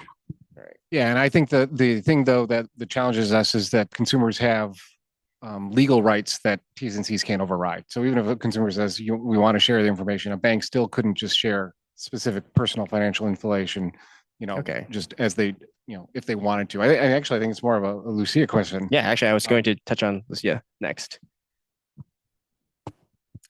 Yeah, it's an interesting thought. I am not necessarily, I'd have to think through it. I mean, we have like baked into our terms of service, just basically a disclaimer that says like, here is how we're going to use your data for safety. And so it's part of what you agree to. And then the other parts that you're agreeing to are the like marketing opt-ins and opt-outs. So I'd say like generally by design, it's separate, but I am not a lawyer. Not a lawyer. Okay. So hopefully that answers that one. The next one is the US should follow the UK around sharing liability for APP fraud. So I think we discussed this a little bit. I don't think we need to discuss this any further. Like definitely we think there should be shared responsibility, but as we previously mentioned, it should be like people who are not pooling their share. Those are the ones that should be responsible for this. The next one, USA needs to implement confirmation of payee. I think we touched on this as well. There is the push towards this. It's just that there's too many banks, too many different systems, and so that's not. But we're trying for this, right? As Paul would attest to. So I think no disagreement here, right? Okay. More friction points to confirm if the client still wants to proceed with the payment. Implement a chatbot to ask questions if the client feels pressured, etc. So actually, I like to touch this over to first to Amy, because we actually talked about this a little bit, and I like that they say that the question should be if the client feels pressured. Yes, that's one of the things that we're trying to discuss more with these questions that were being asked. Like, so, and Paul, correct me if I'm wrong, but there's great training for bank tellers, but oftentimes, bank tellers or other people will say, could you be being scammed? Do you know who this money is going to? Well, of course I know who this money is going to because it's my boyfriend, Brad Pitt, right? Like, of course I know who he is. Let me tell you, Brad Pitt is very popular. And so like looking more at emotionally based questions, like, is someone on the phone with you right now? Do you have your phone in your pocket, right? Because most victims always are on with their criminal. Do you feel anxious right now? Is someone asking you to lie? Like, get more emotionally based questions. And because again, that's how the scammers are getting them. So I think any of these things could be implemented, but we just need to almost flip the way that we're asking the questions. Yeah, it's Wanna how the add questions anything are on that? done, right? Yeah. So yeah, I mean, I totally agree with you, Amy. The one thing we got to remember though is a lot of these bank tellers are getting $19 an hour, and it's a customer service. Some are really good customer service reps, and some just aren't that empathetic, and they're gonna. I mean, so they need, and we are actually implementing. We know small banks like hold up a sign and say, "Are you on the phone with someone?" So I think those kinds of things we can handle. The emotional ones, I think, is probably going to be really hard for us to do. Sorry. And I'm just picking on you because you're sitting next to me. But there's like, even when you're buying prepaid gift cards, there's even some like little kiosks that you answer questions now when you're buying a prepaid gift card. But a lot of the questions are you being scammed right now? Well, if you're buying the gift card, useless, right? It's like, come on. So again, but one interesting thing, and I like that phone thing is, so the DC Attorney General just filed a lawsuit against Athena, which is one of the largest crypto kiosk companies. And in the lawsuit, they included footage from the cryptos of the victims at the crypto machine. And every single one of them had a phone to their ear. And I think, again, because the criminal is telling the people what to be doing at that moment, and there is no friction, but I think the phone is a significant kind of friction point, that asking that question. All right. Any final thoughts or we're good? Okay. Next one. Weak listening. Okay, we talked about this one. So this one is also talking about the TNC. Opt-in for fraud protection data sharing should be separate from marketing data sharing to encourage better allow participants. Actually, we talked about this one as well. So there are other like regulatory issues surrounding this as well. Telcos should work together to proactively identify and stop spoof calls. Well, I think everyone would say yes. Paul, you seem to have something to say about this. I know you struggled with this a lot. It's interesting because I've got a different view being part of the International Banking Federation, and I see what a lot of the telcos do, say in Australia or the UK, and the proactive nature and the free services that they provide to banks. They don't ask banks to pay to clean up telco networks. The telcos clean up their own networks. Unfortunately, here in the US, it's really a pay-to-play regime. I would guess more than not, Travis, you're paying for any of the data that you're getting from the telcos. And so it's a challenge in that our caller ID system is completely and utterly broken. I mean, we're still seeing 1-800 spoof calls with bank names on them. It doesn't work. And now we're moving to branded calling, which isn't going to necessarily have any better controls. And so now you're going to have this logo on the front of your phone saying it's your bank or Amazon or whoever. And we don't see meaningful effort to fix that broken system. And that's a big challenge because they talk about blocking these things, but anyone that's got a phone has seen a spoof call. Right. And just on a personal, so actually last year, Scambaiters hosted a track as well. We hosted the telecom track, and unfortunately, there weren't very many telecoms that were willing and were wanting to join the track. So yeah, so just another idea out there. And I think that Travis, because you work with. We do, and what Paul said was accurate. But I will come to their defense a little bit because I've spent a lot of time in the space because I think it's so key to success. But they struggle with similar regulation and regulatory challenges for data sharing, taking swift action, making sure they're delivering the right calls. And I think in the other regime, like Australia specifically, I think it was the government intervening and putting the banks and the telcos in the same room saying, this is a problem, figure it out, is what led to that solution. So I think there's, government has a role to play here to sort of bring everybody together and come up with a common approach. And that applies to social media as well. Okay. All right. Perfect. Okay. Final home stretch here. Final 4 questions. Banks and social media companies should use AI to deeply evaluate the business. I'm not quite sure what this is asking about. So maybe if the person who submitted it could, if you're Who too wrote shy, this? maybe resubmit it. So let's move on.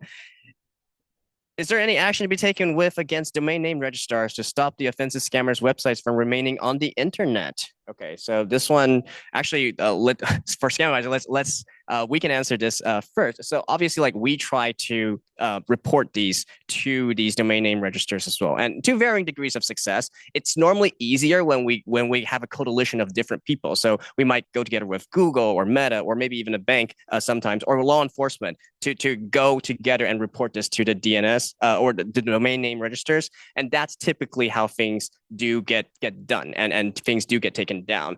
Unfortunately, it's still like it's a very messy process, and there's a lot of brand protection companies that will say you can pay us to submit, and then they'll get it taken down. But just someone in this space, it's not as easy, and it should be easier. We fully agree. Actually, would there anyone want to from our panel? Okay, let's talk about this. You're probably going to talk about Google Safe Browsing. No, I wasn't actually. Different part of Google, but like when I first met Kiboga, he talked about this, and here's a good example. What you just mentioned, impersonation takedowns are easy because of the brand reputation. But what about fake merchants? Like that's really hard. How do you prove? And that's the thing that takes a lot of friction. How do you prove that somebody isn't actually offering a good or service? Me as a scammer, it takes me no time to set up a website, sign up with a payment transaction company, whatever. But then how do you go to that registrar and say that's where the concern is? Maybe is that I think everybody would love to solve that problem. Right. And a lot of times, like in their fairness, like a lot of times they also have the obligation to keep stuff up. And Totally. If not for otherwise they will be accused of censorship. No, I'm not knocking them. That's what I'm saying. There's no taxonomy for this. It's very easy for impersonation types of scammers, but for fake merchants, which is one of the biggest problems in Latin America and Southeast Asia, how somebody should define a process that would be the right way to do that without impacting real brands. Right. Okay. How can financial institutions improve models that flag suspected scam merchants their cardholders are transacting with without knowing they're being scammed? I think this is for both payments or for banks. Yeah, I think Hunter did a really nice job in a previous panel earlier today from Capital One talking about that. But I think, again, it's pulling in additional data and using signals. Like a brand new merchant on the network, by definition, is higher risk than a merchant that's been on for a year or 5 years or 10 years. And I think taking that sort of philosophical approach, which is not just the risk of the transaction, but the risk of the merchant, is really, really important in treatment strategies. I think the other piece, and we talked about it earlier, is Travis talked about it earlier, is it's not just what you do in terms of the model. The operational treatment really, really matters, because telling you that, you just ordered a puppy and the puppy's never coming is very different than a fraud transaction. I just want to share real quick. So this is a big focus for the card business at Capital One. So we try to detect these merchants, block them, and then communicate with our cardholder and say, hey, we blocked it for this reason. That way they don't pull out their Chase card or their American Express card or whatever card. And then once we block them, we actually try to alert customers who had approved transactions at this merchant and tell them they have an opportunity to get their money back. So try to make it as net zero cost to the consumer as we can in this space. And this is one of the spaces we actually have a way to give consumers their money back. So we're really trying to push the needle on this one. All right. Okay, thank you, Jeff. And we're running out of time. So the last two questions. The first one, I believe everyone would say yes. We would like to work together if there is data that can be shared. So I think that's easy. Last one. If consumers knew of these scams, they would be more on the defense. What programs are there to educate consumers of all ages? Yeah, I think Amy would. And as a last one. Oh God, no pressure. We're not going to educate our way out of this. Let me tell you what, I talked to Lori, our victim, yesterday, and I said to her, if you were asked 10 minutes before you logged on to LinkedIn, if you knew every red flag of fraud, she said 100%. I would know everything about fraud. We are humans and we make bad choices. We know we shouldn't do drugs, and guess what? We still do drugs. Right. So it's a journey, but we can talk more about it. Whoever asked that question, I can tell you what we're looking at. But I don't read articles about, being pregnant, because I'm never going to be pregnant again. So why would I read an article about fraud if I'm never going to be a fraud victim? That is the mentality of a lot of people. So, Here. All right. thank you all, and have a nice day. Hopefully this was useful for some of you. And thank you, Thank you. panelists. Panelists, can you come up here and let's take a group photo? We're going to try to keep on time. Folks can please come on in and fill in up front, and we're going to try to end everything on a real high note, energetic note. I think we have some interesting and really fun dynamic panels to close us out this afternoon. We're going to start off with a big picture question. And we have talked a little bit about AI and the supercharging of scams and using that technology to make scam detection and scam recognition even more difficult. So we have a panel lined up now that's going to tackle the question, winning the war on AI scams, myth or mission impossible. And with that, let me ask the panel to come on out, get seated, and introduce themselves.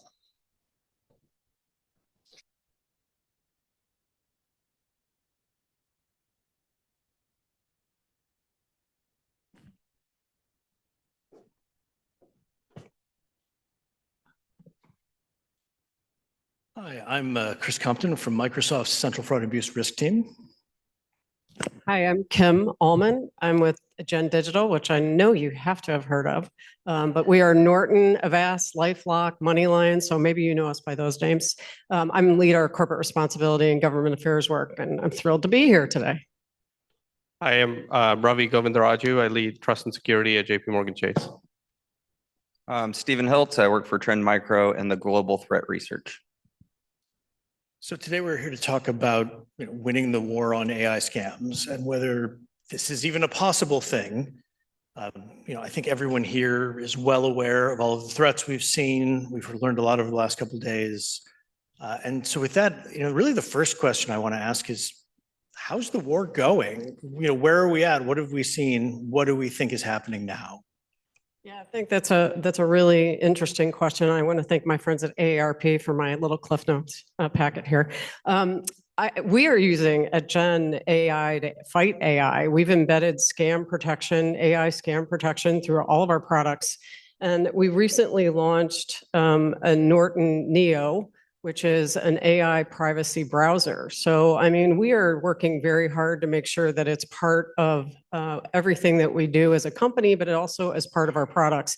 And we see that we have to work very hard, like everybody else, to keep up with what's happening with all the scammers out there and what's happening with AI. It's developing, so quickly.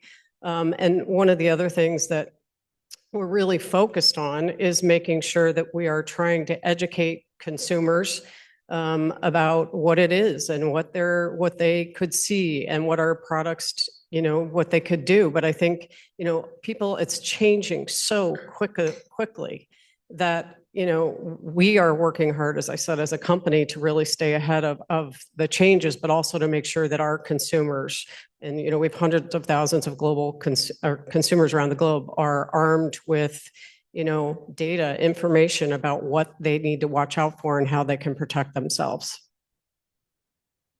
Yeah, I mean, we've used AI for a long time, on traditional fraud prevention. So as you think of authentication, how do we really know that that's our customer? We have machine learning models deployed across the entire flow of account opening to when you're trying to log in, to doing any sort of financial transaction, whether that's a check deposit or trying to move money digitally. And, that's been the traditional sort of use case. But when we think about scams, we really had to think hard about where and how we wanted to deploy machine learning. And we do that in a few different instances. But one that I wanted to sort of share was really focused on balancing the sort of customer experience when you think of it from a usage perspective. So, many of you probably trying to send a digital payment, get all these annoying pop-ups and, it looks like T's and C's or warnings. And, most consumers will just click through it and go straight to the transaction.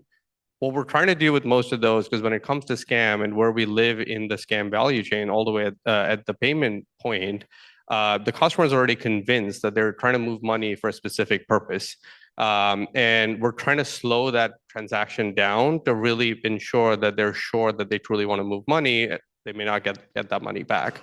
And when we initially started to do that and just deploy those interstitials, the success rate was low. We were not really preventing scams from happening. And so what we've done is just brought in a series of signals across the industry to really think about how machine learning models can help us in that flow and introduce the appropriate friction.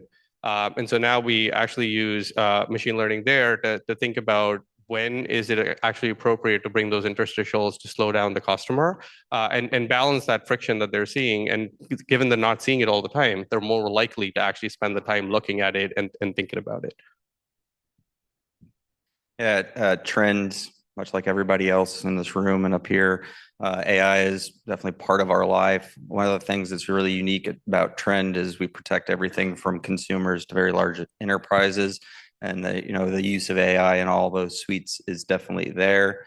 When it comes to scams, very specifically, what we're working on, much with all of our other products, is trying to be more proactive in the life cycle of the attack and trying to stop it. I think in the term here you guys use is left of boom, and in the threat intel space where I usually live, we call it left of kill chain, because usually the kill chain is the malware that's being deployed. Malware is not really deployed in scams. So that really, trying to be more proactive, and you do that by using generative AI and those types of systems to really understand what's going on beforehand, before the actual scam happens. And we're trying to do that, as a lot of people are out there. And I think, we use our tool is called Scam Radar, and it's really trying to push it to be more proactive. And that's definitely something that you really should actually try to do. And it's actually becoming more of a reality, the ability to do it, and being more ahead of the criminals is what we're really trying to do.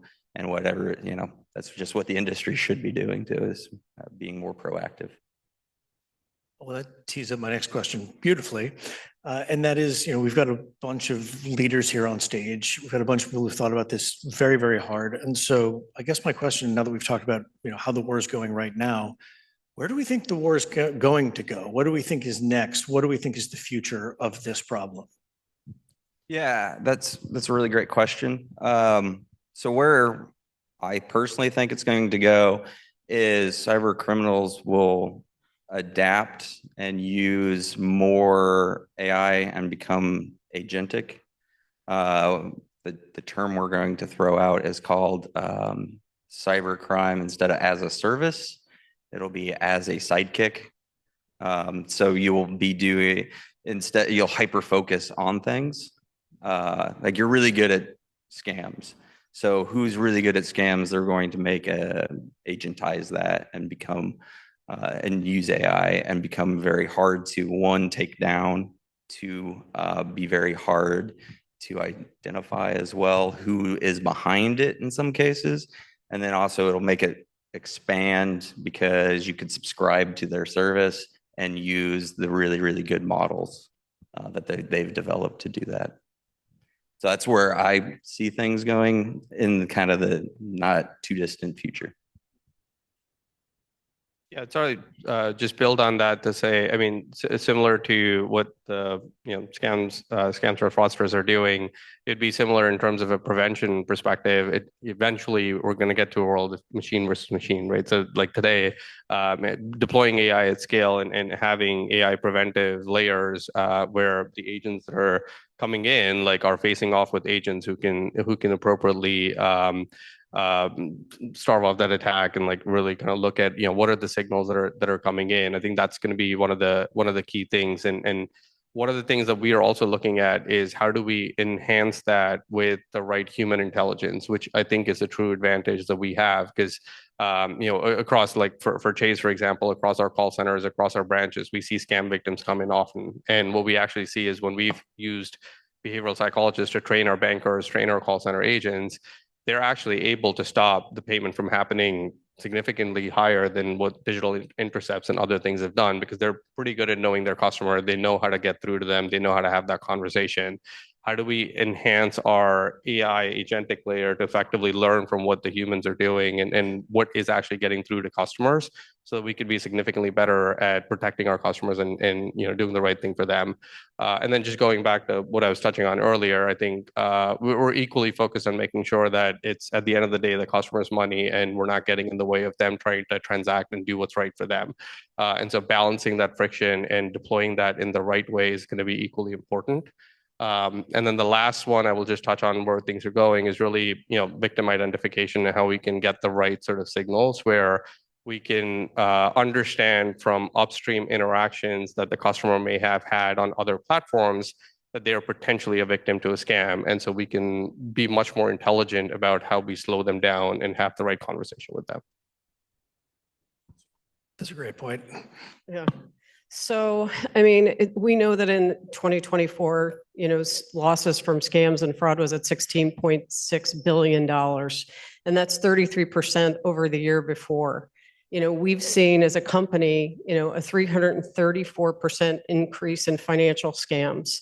We've seen 100% increase in sextortion, and, AI is only going to make those numbers grow. So we really think that, growth is going to be obviously in these crimes will be huge. But we also see increased personalization, right? I mean, it's, the ability to mimic, your loved one's voice and to do things, like that and make it more personal. We see that increasing. So, again, I go back to the education piece. I think, we'll see one area where I think that becomes critically important. And then the other area where I think we're really going to see changes and growth, and I hope we see changes and growth personally, is, and if you saw the two congressional members that were here yesterday, I think you're going to see an increase in political interest. I think policy interest. I think you're going to see an increase in dialogue.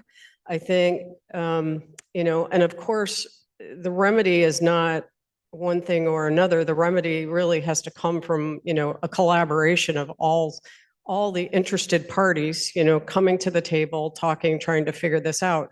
But I do think you're going to see an increase in, involvement from governments. I mean, trying to figure out what they're going to do. If you heard, and we've heard this from other congressional members, we have a identity theft protection company. And I'm constantly hearing from congressional members who've been impacted, their families have been impacted, by, financial losses and things like that through identity theft. And it's those personal stories. And, the congressman yesterday was talking about, constituents from Indiana that were coming to him about, being defrauded and scammed and not knowing about AI and all these other things. It's like that's going to propel, I think the increase in that is going to propel more interest and more action. So I really see that as a very dynamic area that should be of interest to all of us over the next, couple of years. So I guess, to close it out, if you could make one call to action, given that we've got a whole coalition of the willing sitting here, if you could wave your magic wand and make a thing happen, if you could convince everyone here to do something, what would you want? And I can start to give you all a minute to think. But one of the things I know we're really, really bullish on is data sharing, and not just data sharing, but information sharing. Yeah. The ability to work collaboratively, to understand that we are all in this together against all of the fraud. It's not, it's not a case where we can be separate. And so we're really, really bullish on that cooperation. And really, my boss likes to say, GSD gets stuff done to move forward. So I think that's one of the things I know I'd ask for. Yeah, I agree. Information sharing is definitely a top priority. Sharing indicators all across to anybody who can prevent and protect is definitely very important. I think it becomes more important as, in the last few years, you've seen an up ramp of not just normal cyber criminals doing scams, but now we're seeing nation states lean into also scamming to make money to fund, nation state activities. And that's getting a little bit scarier, especially when you have the resources behind an entire government willing to put out the efforts to scam. You know, I'm talking about the IT worker scams, to be specific. And that to me is the more you share, the more information you get out there, the more you can protect people. Definitely the better thing for the future. I would, plus one what you said there, but with one maybe slight addition is the real-time nature of that is critical. So information sharing with a lag is good, but it's really not going to help us get to prevention. Knowing someone was a victim a month ago is helpful, but if they're real-time happening to talk to someone that is a suspected scammer, and I think in one of the panels this morning, someone talked about just signals. It's the more signals we can actually consume real time, and AI actually then gives us the advantage of processing that at scale. It'll just allow us to be much more dynamic in our decision making and consume that real time. So knowing a customer is on the phone with someone, knowing the customer is actually talking to someone that is suspected of being a scammer, then allows us to introduce the appropriate friction. Yeah, I mean, I think the communication collaboration is really going to be critical. I mean, these are not amateurs. This isn't amateur hour anymore. We're dealing with, professionals, and on a global scale, and, getting smarter and smarter every single day and figuring out new technological, runarounds for all of us. So I think, this collaboration is key, sharing what we see as a company in terms of what we're seeing from our consumers, data points, and our threat intelligence, and sharing that with other people. I think, with like GASA, what GASA is doing here, and trying to bring everybody together and have a dialogue and talk about what best practices are and things like that. I think it's really important, and that to me is this continued open communication is going to be critical. Absolutely. So I think that's the clear call to action for everyone in this room that, let's keep sharing, let's keep working together, let's work on sharing real-time actionable data, and let's do what we can to bring the fight to the fraudsters. So I want to thank you all very much for your time today. Thank you. Thank you.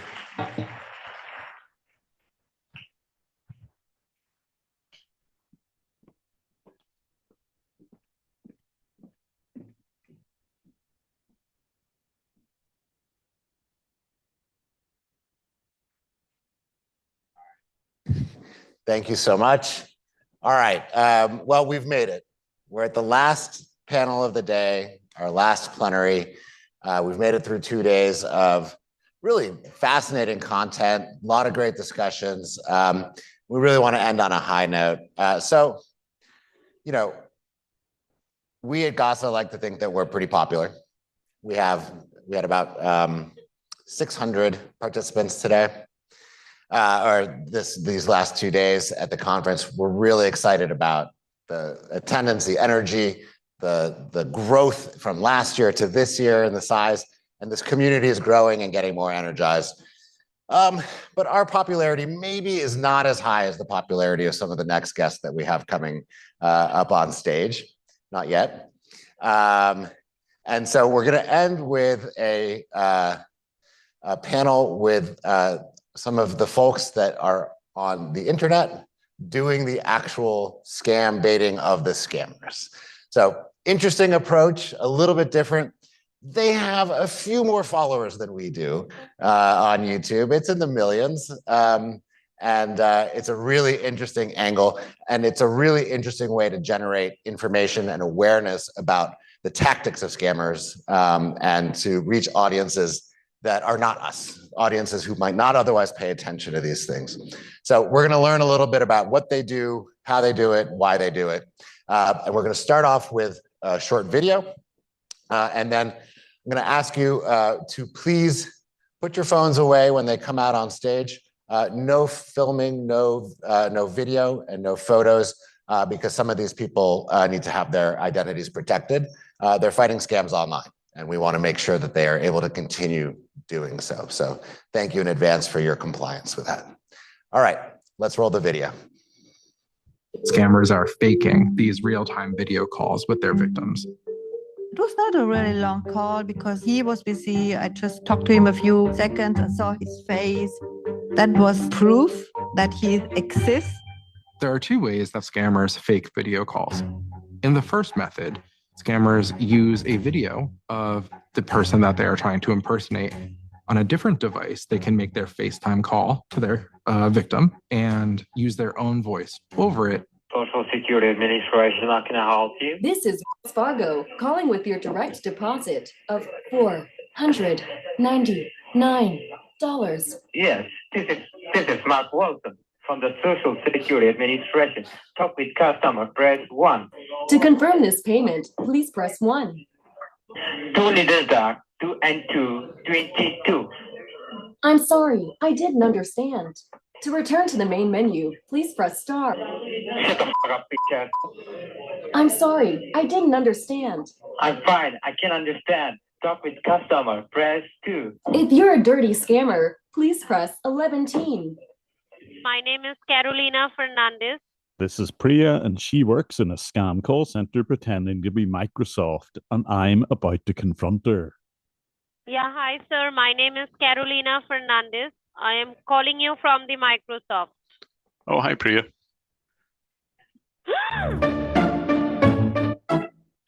Who is besides me right now? Which side? In my left-hand side. I think that's Mimi.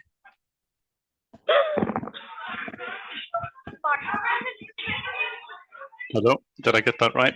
Yep, I got that right, okay. Do not redeem! Do not redeem!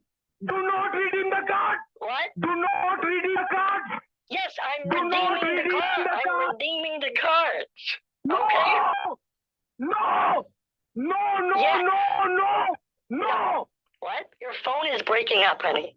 What are you trying to say? I will redeem it! I will redeem it! Fine, three. I will redeem it! All right, 3x.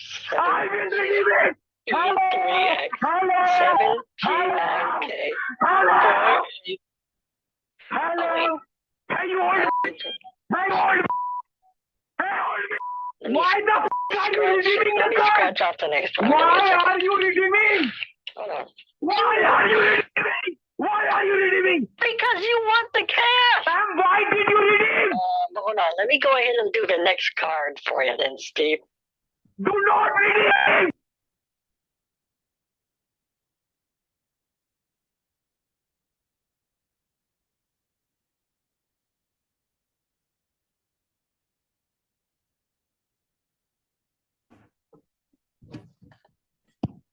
Do not redeem. I love it.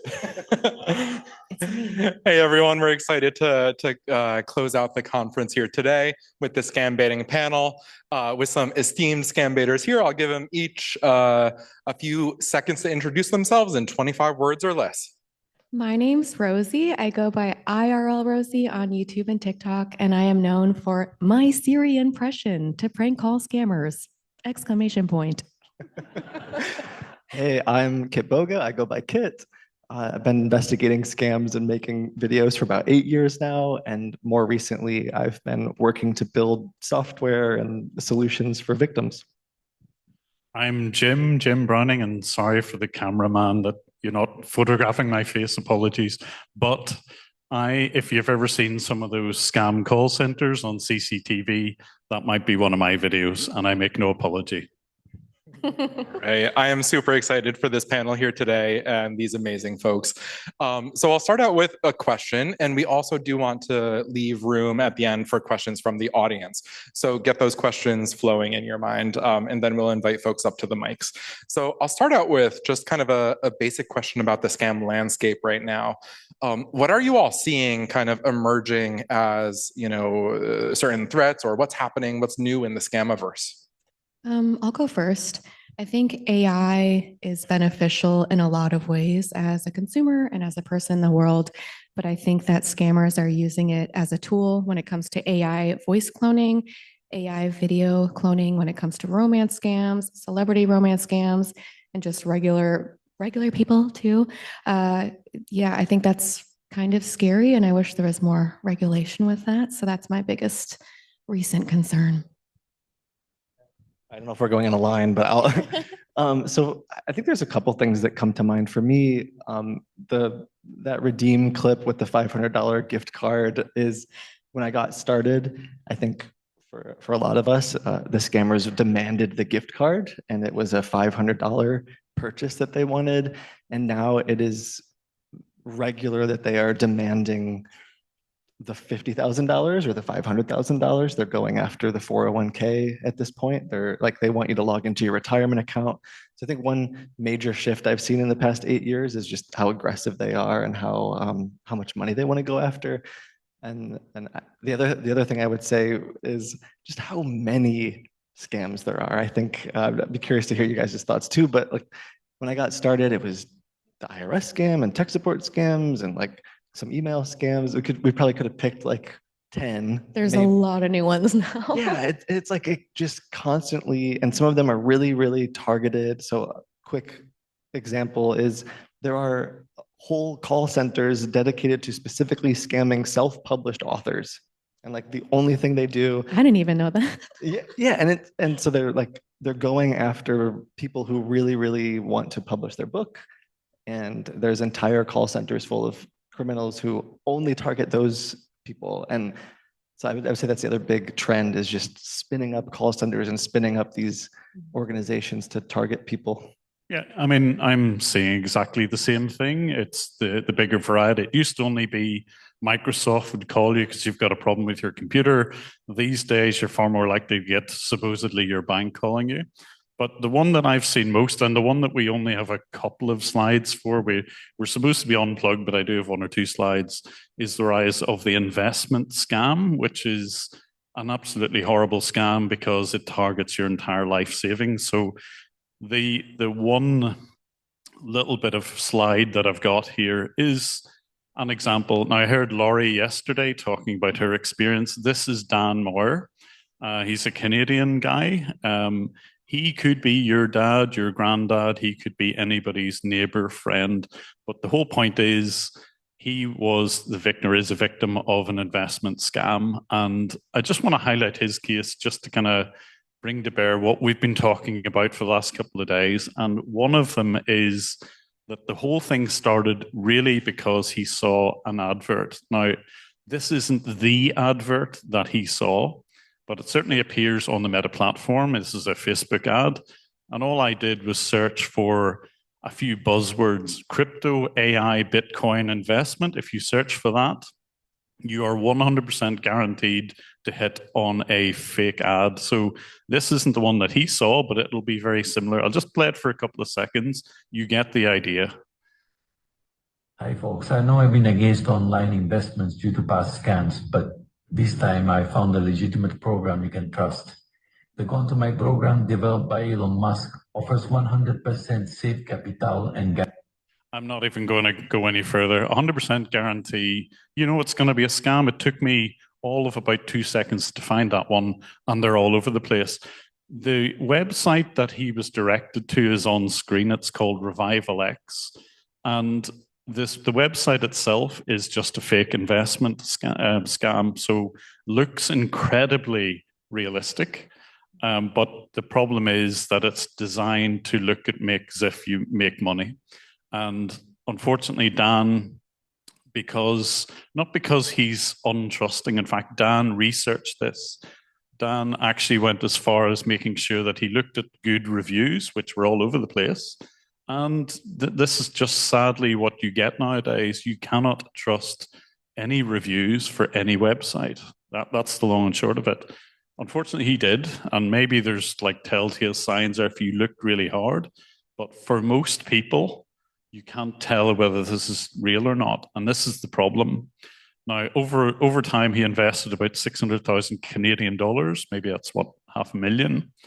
But that was his entire life savings. And the big thing for me is these scams, a bit like the sextortion ones that kind of Paul uncovers, are hugely on the rise. Now, I'm going to skip over this slide. This is supposed to be what happens. You put in a bit of money and ultimately you cannot withdraw that. So that's the long and short of it. The money just goes straight into the scammers' accounts. Dan, when he put money in, was seeing on-paper profits. He was seeing numbers on a screen, which meant that he was looking like he was making loads of money. But of course, when he tried to withdraw it, only then did he find out it was a scam. And the problem is that he was actually doing renovations on his house based on those profits. So he took out a high interest mortgage to kind of cover, because he couldn't withdraw the money, and he's stuck there. He can't refinance. So ultimately what we had to do was do a GoFundMe so he didn't lose his house. And that contrasts with the one slide that I really did want to focus on, and maybe we'll talk a little bit about, is what happens in Meta, where I know that we had Nathaniel yesterday from Meta who was defending some of this, but even if it's only a fraction of what is actually being made here, Meta, sorry, but you have to do a lot better than this, because people like Dan are losing their homes. And to give you an idea, 16 billion, even if it's only a fraction of that, is similar to what a lot of crime cartels, shall we say, take in profits. And if anybody's here from Meta, please don't equate your company with someone who enables crimes, because that is what's happening at the moment. And if you're there, please, please help out. I know there's commitments from Nathaniel yesterday, but really make it solid. So sorry, that's a bit of I'm not trying to get at Meta deliberately, but you guys could do a lot better. So yeah. Well, it's the scammers' fault. You're just saying it, the truth. If it weren't for the scammers. I wonder, like, one thought that we had all discussed a little bit about is each of us receive so many messages from like victims. And I don't know if that's something to talk a little bit about.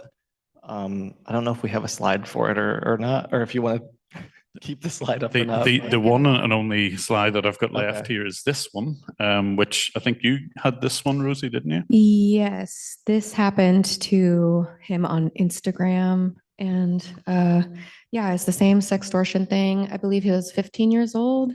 He might be 16 by now, but the same thing happened where he thought he was chatting with a beautiful woman. She charmed him, sent him explicit photos. He sent some back. It's just, she blackmailed him. She wanted gift cards. He was freaking out. He also emailed me on the side, like, what do I do? I'm afraid to tell my mom. He had a girlfriend at the time, which was a whole nother layer of emotional, trauma.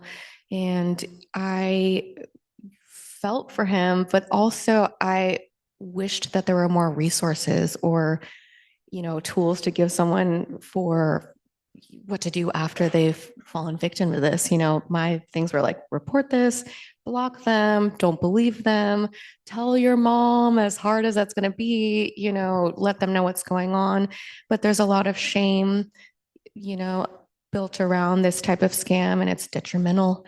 And it's just, it broke my heart. And I helped him as much as I could, but in the meantime, I just wish that I had immediate, here's exactly what to do. I have this one website, or, so the resources was the main thing that entered my mind.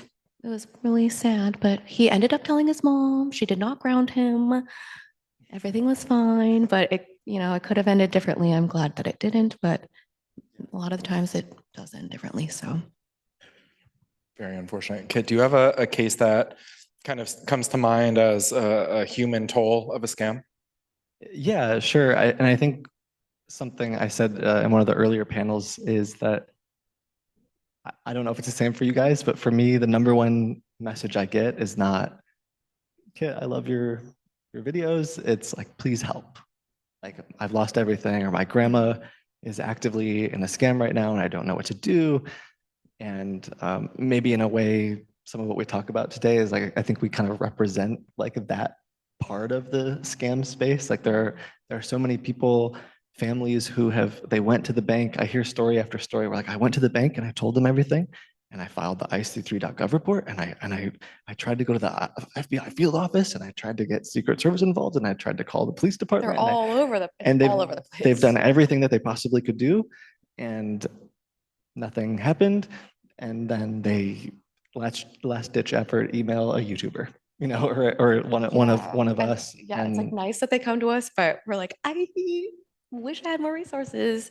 Yeah, Which well, eventually, yeah, hopefully we will. Yeah. I think there are some great people that I've even met at this Mhm. conference that are doing, like, was it Given Hour seems to be doing some good stuff. The AARP, what you guys are doing, like, there's some great resources that perhaps we can all tap into better. But the reason I bring it up is to say, like, there's something, I guess, that sort of tugs at the heart when they come to us as the last ditch effort, because sometimes They like, shouldn't need to go to YouTubers. That's the long and short of it. But that's the way that, yeah. And yeah, so I mean, sometimes they feel they can trust us on social media more than the police in their country, which is a sad indictment, but that's what happens, you know. But you asked about a specific story, sorry. So I think there's quite a few, but maybe one that pops into my mind just to bring home like the realism. I hate the stigma of, you know, you're stupid if you fell for it. I don't know about you guys. I had to ban on YouTube. You can block keywords from your. Yep. Oh, I've got a lot blocked. So I've had to block a lot of keywords on my comments, and I've blocked things like "you're stupid if you fall for this" and those sorts of phrases, because they do get very targeted. So we had this one individual who I think I shared about it a bit at the previous Gaza event earlier in the year in London. But if you weren't there, this gentleman, quick story, he had been his wife had Parkinson's, taking care of her, and they've developed a pen pal relationship with who they thought was Emma Watson, that was like super into her movies and all of that. And for 2 years, both of them would send back and forth messages with this individual. Wait, the wife was also like, yeah. Yeah, like they thought they were It was friends. just like fandom. Yes. Okay. And I mean, we know this was not Emma Watson, but they did not. And so for 2 years, they did this, and it wasn't until after she passed away that the scam took place. And he told me, he said, I told him my name was Josh, which is not my name, but he said, I remember he said, Josh, my wife gave me her blessing, like when she was passing, like, if you want to pursue something with her, like, I want you to be happy, and I want you to, like, she gave me, that just really stuck with me, of like, she even gave me like permission. Like her dying wish was to get I don't know if it scammed. was- She didn't know. Right.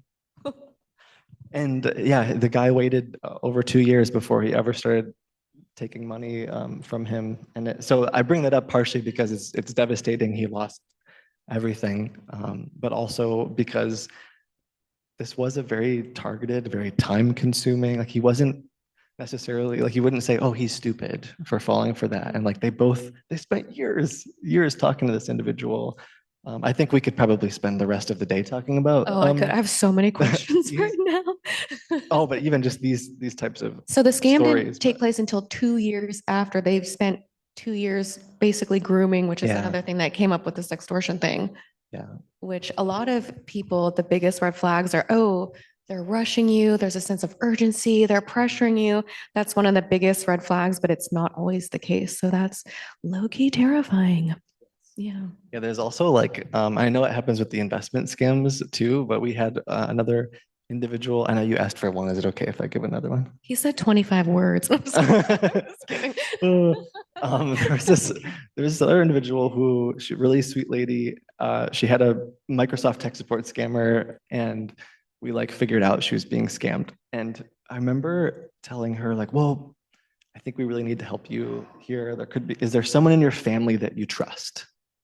Right? Because she doesn't understand what's going on.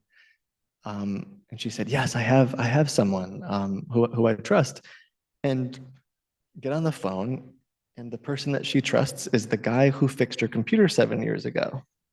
And I start talking to the guy that fixed her computer, and I'm immediately like, this is not right. Like, there's something weird. And he was really nice to her, but the second he heard me on the phone, his, like, everything shifted. He told her to hang up. And come to find out that 7 years ago, that guy pretended to be HP printers, installed a remote connection thing on her computer, and was basically playing good cop, bad cop, where he would have all of his other buddies call her, like spy on her computer and be like, oh, let's curate this special scam for her. And like every couple of weeks, so at one point she thought she was getting her money back from the government. And it was just for 7 years. That is so elaborate. Yeah. So anyway, she was not stupid. It's circumstance, like people said. I know you've seen very elaborate things as well. I mean, I'm in the privileged, if that's the right word, position to watch scammers running their scams because you can see their computers. And a lot of people do think the same thing, it's kind of quick off, it's over the phone, it happens instantly. But that is the big change that I have seen, is they go about manipulating people. And in Dan's case, these investment scammers particularly form relationships with their victims. The scammer who scammed Dan knew all of his children's names. He was able to recite when his wife's birthday was. He did this over time, and if you asked him, and if he had to go to the bank, which he had to do to kind of make this investment, he would have been 100% convinced that the guy who was leading him was genuine, and you can't blame him because there were no signs there. They genuinely build relationships, and that is the big difference, I think, between what was happening years ago and now. And those same guys run recovery scams, correct? Yep. I don't know if is that. I know, Paul, you've seen this because it goes hand in hand with the investment scams. Is as soon as somebody falls victim to this, their name just gets sent around other sorts of scammers. I know you've seen this, Paul, too. So recovery scams, who's familiar with that? About half. So a recovery scam is a scam that targets a scam victim. So scam victims are looking for help. They're searching Google, they're searching social media. They've lost a whole bunch of money and they're trying to figure out how to recover, how to report it, how to get their money back. And so there's this entire secondary scam wave that comes after these same scam victims. And they pretend to be lawyers, they pretend to be law enforcement or some sort of private sector who is going to get all your money back and paratroop down to Cambodia and steal the crypto or whatever they guarantee that they'll do. I did have one say that they would paratroop for me, just so you know. Wait, genuinely. They would what? Genuinely, they said that they worked with the military and that they would. Anyway, that's insane because that was just an exaggeration. But so yeah, they don't really. I have not heard that until now. But generally, they'll say, "Oh yeah, we'll get your money back some way." And again, it's just a whole nother scam because then they'll say, "Oh, we got your money back, but you need to pay again the taxes to release it, or the fees are 10% for recovering it, etc." So it's just a secondary scam. I think this is probably one of the biggest scams up there too, with sextortion and with these investment scams. Fun fact: during the 22 minutes that Meta was on stage yesterday, scrolling Instagram, I received 45 scam ads through my stories. About half were investment scams and about the other half were recovery scams. So the platforms know who the scam victims are and who's getting scammed, and then retargeting them again with these ads for recovery scams. Interestingly too, I noted that if you click to view the ad in Meta's ad library and try to report it, the report button is broken, and it's been broken for months. So maybe that's why there's a 50% reduction in reports. Anyway. Yeah. Nathaniel did mention that yesterday, but the shots fired. Okay. I do think you bring up a good point though that I think maybe would be worth talking about, is like, especially for people who don't know about the recovery scam, or even if you're familiar with it, it is very big business. They not only are like some of the call centers that Jim is watching, like these investment scammers, they'll sometimes have, they have like the closers who are getting you in on the thing, and then they have someone who's kind of grooming you, and then there's also the back office who basically, they know that you're going to get, like you're going to figure it out eventually, and then there's an entire other floor that spends their life specifically now saying they're going to recover. Can you get money. More of a bottom feeder than somebody who's lost a ton of money and they ask, no, it's the old sunken cost thing. I actually applied because there's no way you can work your way onto those lists. I like getting on a mugs list, a scammers list, and I signed up for one of the ads that you saw there. And as soon as I put my obviously fake details in, I got 14 separate phone calls. And every one of the people on that said, hey, if you get any more phone calls, the other guys are scammers. We're the right ones. And so much so that every one of them had their own password system. So it's just, you know, if you ever want to feel what a scam victim feels like, sign up for one of those things and listen to your phone calls.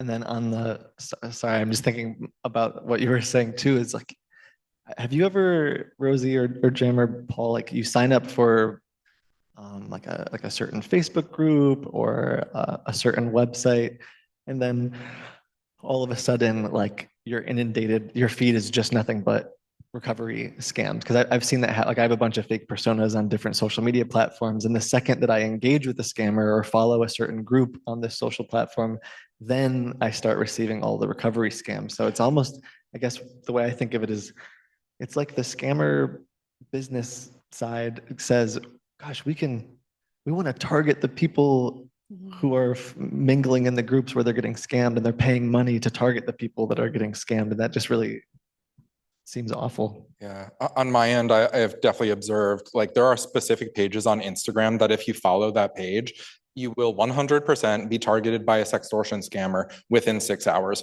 multiple scammers.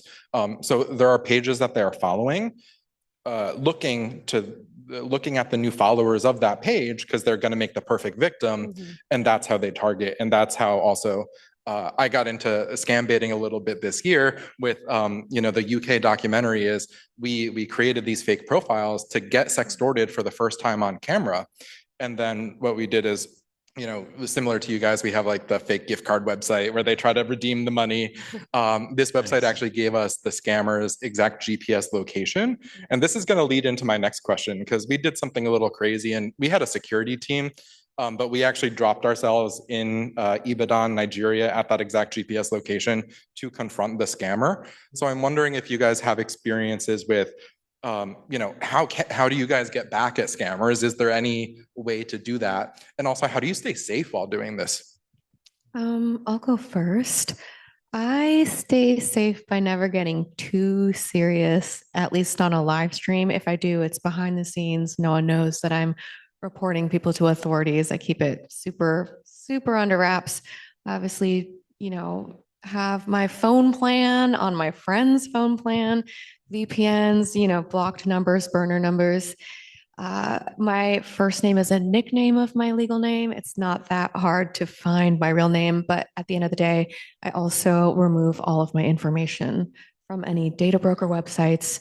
My address and phone number is nowhere to be found. I try to stalk myself every 2 days. Like if I pretend like I want to find out everything about this person, and I do it just to make sure that it's not out there, because I've had some scares. I feel like all of us have, just with what we do, where, you know, we've got a lot of threats and we've got to be careful. And, you know, I show my face, so that's already fine. But some of these people, and that's where I differ. So there's a face reveal in here tonight. So it's like, it's, you know, I don't have to worry as much all the time about being recognized or known. But for me, I keep things lighthearted. So if I make the wrong people real mad, they won't care that much because it's funny. There's some people that take a different route a lot more seriously, and I admire that because I am too scared. So yeah, I think it's probably a good idea never to use your real name, but like I mean, who here knows my real name? Not even the panel here know my real name. I have guesses like where I like would guess, but that's there's one person in Gaza who does. So if I get doxxed, no, but I mean, for me, a raffle. It makes my life easier. For the reveal. I'm seeing the timer, so I'll be short because I know we wanted to let people ask questions too. But I would say, like, similar to Rosie, like there's things that I do and my team do. Maybe a really good example is I have these bots. There's a bunch of videos of my AI bots like messing with scammers. They're awesome. Thank you. A lot of what you see on YouTube though are like funny things with the bots, partially because people like the funny side of things, but we're also doing a lot strategically with them behind the scenes, which you don't see on YouTube. Or similarly, if we're passing on information to law enforcement or things like that, I'm not gonna in the YouTube video say I'm not as bold as Jim to get up there and say the Chinese hey, look at mafia. me, I'm the one who did it. But yeah, a lot of yeah. I mean, not everybody does exactly what I do, but it's always nice to torment scammers in whatever form that takes. And I know that the people beside me here have particularly good ways of doing that. And I was going to ask you guys, what's your favorite moment in tormenting scammers? Kit, you go first. You're like, that's your wheelhouse. I have made it a point to torture some scammers. I do say that like it's a different kind of torture though, because they can leave at any time. Like all they have to do is stop trying to steal my money and it's okay. I should say really quickly, because I used the word torture, everyone that I target, and I believe all of us target, we are. No, they like recognize voices like, I think he was on the phone with Kit last week. And I'm like, I hope so. Round 2. Well, I want to be careful too to also say that like I am very specifically not going after any call centers or any scammers where there's even a hint that there's human trafficking or any of that type of. I just want to get that out there. So like the guy that you heard screaming in the beginning, he 100% knows what he's doing and signed up for the job of stealing the money, and he gets a commission if he steals that gift card. But anyway, I guess probably some of my favorite moments were the fake Google Play Store stuff. And then more recently, we've built a fake crypto exchange where the scammers believe that they're getting Bitcoin, which is kind of what they're asking for now. They're not really asking me for the gift cards anymore. So now we can do a similar thing where they believe they're getting the Bitcoin, but instead I send it to the wrong place and they get very upset. Amazing. You're my hero. For me, it's just wasting their time. Anytime that I'm on the phone with them, they're not on the phone with someone who doesn't know better. And so the longer I can keep them on the phone, my specialty are the lottery scammers who pretend to be Publishers Clearinghouse or sweepstakes lottery, and they target the elderly. And I do a good old lady voice. So I will go, 4 hours a time at a live stream for 2-3 weeks straight. And I will just keep them on the runaround as long as I can, getting as much information as I can. And the best part is, I'll pretend that I'm in love with them because they'll do and say anything because they think I'm mailing $50,000, $60,000, $70,000 through the mail, which is bananas. So I like to torture them by wasting their time because they can't get that back and they can't spend that time, targeting someone who doesn't know better. So yeah, they get real mad when that reveal happens. Just kidding. And, for me, I think the most satisfying moment was definitely when our team knocked on the guy's door and said, the call is coming from here, and basically called him out and confronted him. The other satisfying thing is I mentioned how some of the scammers are specifically targeting new followers to certain pages on Instagram. So I took the scammer's method, and what I did was I started to send messages to all the followers on those Instagram pages and say, "Hey, you're about to get some messages from scammers. She's gonna be a pretty young girl. She's gonna send you a nude photo and ask you for one in return. It's a scam. Don't do it." So, just getting ahead of them, reverse engineering their method.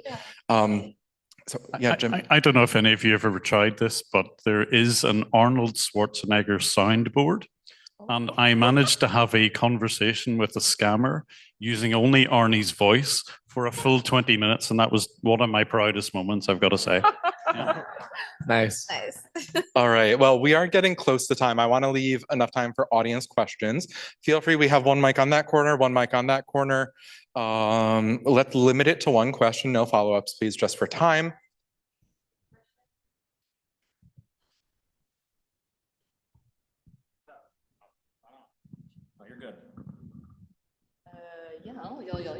Oh my gosh. Okay. We could hear you too. Yeah. Okay, it's on. Cool. All right. So what motivated you to get into scam baiting?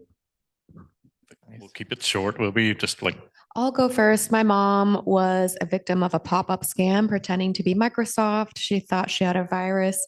They gained remote access to her computer and sold her a lifetime subscription to the protection plan while getting her full bank details. And since they had remote access, logins, passwords saved, the whole shebang. Me and my sister luckily were able to stop it by calling the bank on her behalf. But as soon as that happened, I asked her for the phone number, and I've been torturing them ever since. So, yeah.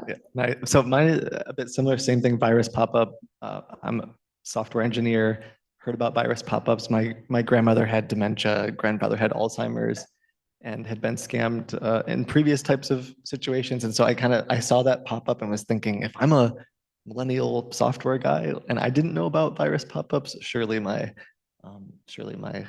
grandma would fall for it. So Yeah. They look legit. yeah. I mean, for me, I got into it entirely accidentally because I was working at home, got annoyed by some Microsoft call, decided to record it, couldn't send it to the guy's internet service provider, hoping it'd be chucked off the network, and the video caught on. So it's entirely by accident. I wish I had a Batman type story, but no, it's not. Question. Have you guys found that you've been able to like get people to stop scamming? Like, is there any kind of what's your success rate of getting people to hang this up and maybe go the legitimate route? Some scammers say we're going to stop and don't, because I can see their computers and they don't. So I have had arrests. I think I've had one of the largest arrests of scammers ever. In one location, 2,000 people arrested in Dubai for pig butchering scam. So I know sometimes the police act. YouTubers can't do a thing. It has to be law enforcement, obviously. It depends on the country. Some countries are so corrupt, there's nearly no point in going to the police. And sometimes a YouTube video to embarrass them is more effective than the police. I would echo a very similar statement. Not a very high success. I think if law enforcement is involved, perhaps it forces them not to continue. Every once in a while, I hope that after going through what they went through, they might question their life choices, though. I made friends with a scammer, actually. We still talk. He's from Nigeria, and he said his cousins taught him how to do it. It was like a Craigslist type scam with a fake rental listing. And he was like, oh, yeah, you just grow up and all of our older cousins, it's just what you do for money. I'm saving up for school. He ironically wanted to save up to go to law school. And I was like, well, don't do the scam thing. So I asked him, I was like, well, what do you want to do? Who are you? Like, what's your life? And he was like, I live with my mom. It's just me and her. I'm just trying to save up for school. And I was like, well, how do I help you? Just the benefit of the doubt that he was being honest. And I was like, can I send you like cool candy from America that you can sell in your country? And is there anything else you need? And he was like, yeah, maybe some candy. And then I believed him because he asked for books and then also like women's health products to give away. So I sent him a package and he'll send me like updates. And he did go to school and he doesn't scam. And if not, he's a great liar. So either way, very charming. But yeah, sometimes people change. It depends how you can be a scammer whisperer if you really want to, but it takes a lot of time and it's not everyone who's honest. So, but yeah. Very cool. Great. We have time for one more question.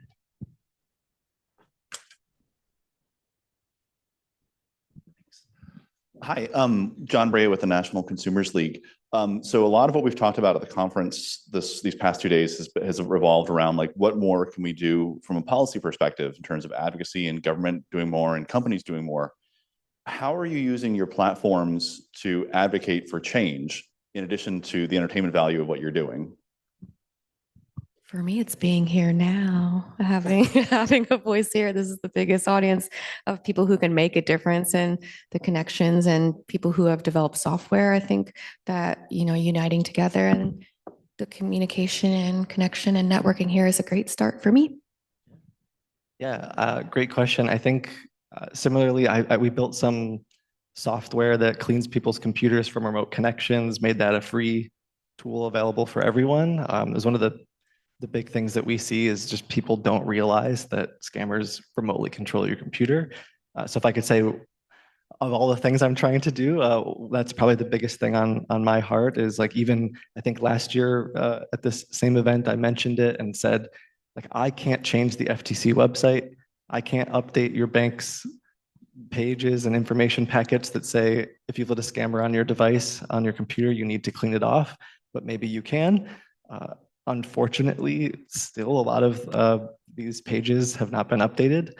So we can do our best. We can build the software. We can do the advocacy. But I think that's part of why I'm still here, is trying to do my best to share what we see on the front lines. What's it called? Oh, Serif Secure. Okay, great. Thank you. Shout out, I got it. I mean, very, very briefly, it's a good thing to talk about. And all of our, I think, collective videos hopefully are a little bit entertaining on what is a serious issue. And because of that, I mean, I get notifications from my bank saying, do this, don't do that. And that never sinks in. But if you can see a scammer on CCTV running the same thing, and it, to my mind, you're far more likely to remember something like that that you may or may not have seen on YouTube than just bullet point lists. So, you know, it's an unconventional way of doing things, but it gets a message over. All right. Do you guys have any final thoughts, or did we cover everything you wanted to? There's so much to talk about. I'm good. I mean, I could be here another 2 hours, but we can talk to you outside. Lock the doors. Lock the doors. All right. Thank you all so much for the time. We appreciate it.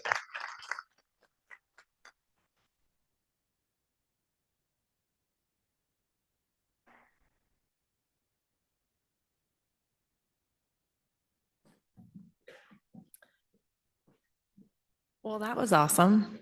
And here we are wrapping 2 absolutely incredible days of the Global Anti-Scam Summit Americas. I'm sure Jorij will want to do this in a second, but I want to just take a moment to thank GASA and every person on their team. They are not only so smart, but so wonderful to work with. And they have just done an amazing job with this summit. So I just want to thank them so much.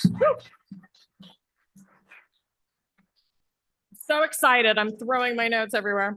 And I want to just thank my team quickly at Amazon. The team I work with are just so freaking awesome. Can you guys stand up so people see who you are really fast? Because they're so great. And our unsung heroes at Amazon for this event, all of our AV and technical teams, our security teams, you guys are just so awesome. I don't know about you, but I found myself at the summit. I laughed, I cried, but I ultimately just learned so much. And reflecting on the last 2 days, a couple of learnings, if you'll indulge me. One is we've come a long way. I was thinking back on last year. We went from 200 people at this summit to now 600 people in just 1 year. We last year were struggling to get policymakers' attention to participate in this forum here in the US. And we certainly broke through that with members of Congress participating, Judge Pirro, just massively important and a huge step forward. We have also seen our silos of sectors broken down, which is just so fantastic. We're no longer organizing ourselves by, the tech sector and the financial sector and the telecommunications sector. We're now all organizing our programming here, but also ourselves offline around shared challenges, which is ultimately going to drive progress. I've learned, secondly, just there's a lot happening. Everyone here is very busy. which is amazing. Companies are getting faster and more accurate in protecting consumers using AI, which is so important and cool to see. We're organizing ourselves to make an impact through the National Elder Fraud Coordination Center here in the US, through the GASA North America chapter, through the Global Signal Exchange, through the work that the Aspen Institute has been driving, and others, to really coordinate across sectors to make an impact at scale. We're getting better at working collaboratively, I think, both within law enforcement, between jurisdictions, but also between the public and private sectors to go after bad actors, and seeing and hearing those stories and those anecdotes of impact of what's possible when you share information to pin down bad actors and go after these scammers is just hugely powerful. I hope that we see much more of that moving forward. We're organizing to better support victims. We have incredible work from our consumer rights organizations, but others who are chipping in to help them. It's not just on here in the US, it's not just on AARP or the National Consumers League or the Better Business Bureau or any other consumer rights organization here domestically in the US or outside of it. It is on all of us to work alongside them to make an impact, and we're doing that. There's also this like little meeting in Vienna in March that you might have heard about at some point here that the UN is hosting. That is so exciting, unprecedented, huge opportunity for us collectively. Just a reminder, the due date for applications on that is December 12th. If you're interested in participating, please look that up. But that is massive. It's huge. It's incredible. But we also, the third thing that I was also struck by is we still have a long way to go. And so when I think back on the things that we were seeing, and I participated in a lot of the workshops today and sort of lurked in the corner and probably looked like I had a bit of a bee in my bonnet. And it's just because I want us to translate all of these ideas into continued action moving forward. You know, scammers are not stopping by any stretch, and we can't either. We still have opportunities to better streamline our efforts. We can't allow for fragmentation to dilute our ability to make an impact. So I encourage all of you, if you're working on something, to kind of do a little bit of due diligence to see where there might be others who are thinking along those lines and how you can work collaboratively together to make an impact at scale. I also think that, man, there are some real challenges ahead of us still. But it doesn't mean that we let those challenges deter us from doing what we know is critical and important. And we take baby steps where possible. What are those incremental steps forward to build muscle memory and ways to start signaling proof of concept to scale? And ultimately, I challenge all of us, myself included, to start moving more towards we will statements. My colleague Michelle, who opened the conference today, shared some of that, and I'll reiterate it. It's not just can we, it's will we, and we will. We will bring those into this room that are not in this room, rather, to the table. There's 600 people here, but there are a lot more people who are not here that we need to make sure that they are looped in, plugged in, and they feel that fire in their belly to do work alongside us. We will continue to get even better at sharing information and building models to get faster, stronger against scammers. We will bring compassion and empathy to the forefront of our engagements with consumers and the victims of these crimes. I'm just an optimist. I just really am. We will win. Just cut to the chase. I am confident we will win. But the fight really is ahead of us. And truly the opportunity is now. This is our opportunity to lose. So let's just not. All right. So with that, I will hand over to Jorij. Thank you very much, Abigail. I really, I want to, first of all, thank you. And I think we are no longer in the stage of we will, we are changing things. I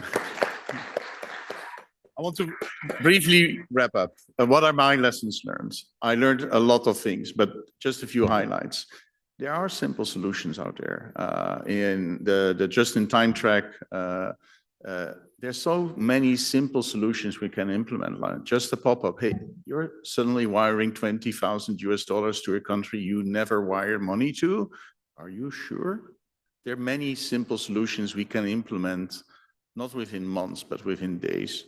And I think there we can do already a lot. I think we can really make a difference. And that can be one of the Scambaiters you saw. They are making a difference. And it's a one-man or one-woman job. And they are doing a great job. But we can also make a difference as a group. As you saw with the global signal change, many companies are sharing data and many governments are now joining. And together we're making a difference. And I realize doing the right thing takes time. I mean, we as consumers, as users have to change. I mean, come on, a 73% confidence level that we can recognize scams. We need to change. We need to be a little bit less confident. We as companies need to change. We need to do more. And it's across all the sectors, from the hosting companies to the social media to the banks. We all realize we need to make changes. And finally, countries need to make changes. We need to change legislation to allow data sharing if it's necessary to fight the criminals. And in some countries, there need to be change because they're facilitating crime and they know it. And yes, it takes time, but it's no excuse to not start now.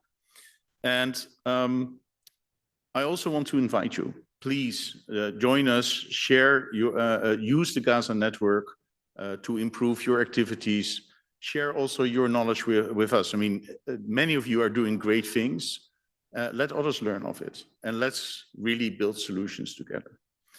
So please feel free to join us and really work with us to do that. I already showed you the wooden shoes. I'm love to hear your feedback on how we can improve and make this summit better next year, because we will be back. And I want to thank our sponsors, because without them, this event would not have been possible. And I really would like to thank them with a small applause. Thank you very much.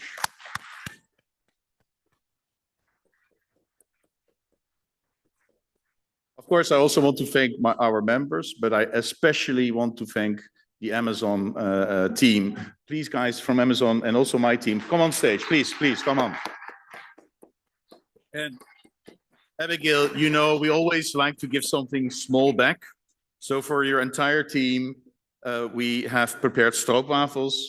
You put them on a cup of coffee, you let it melt a little bit, and then you enjoy. So thank you, and we have stroopwafels for your entire team.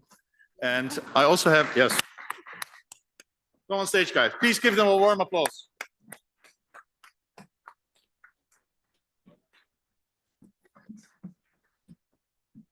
And there is one person I especially wanted to thank, and that's Susanna, our event manager.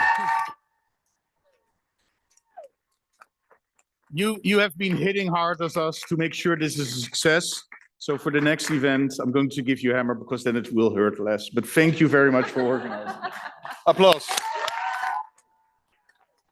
And finally, a big thank you to you for helping us, supporting us, and joining our fight. Let's fight scams together and see you next year. Thank you very much.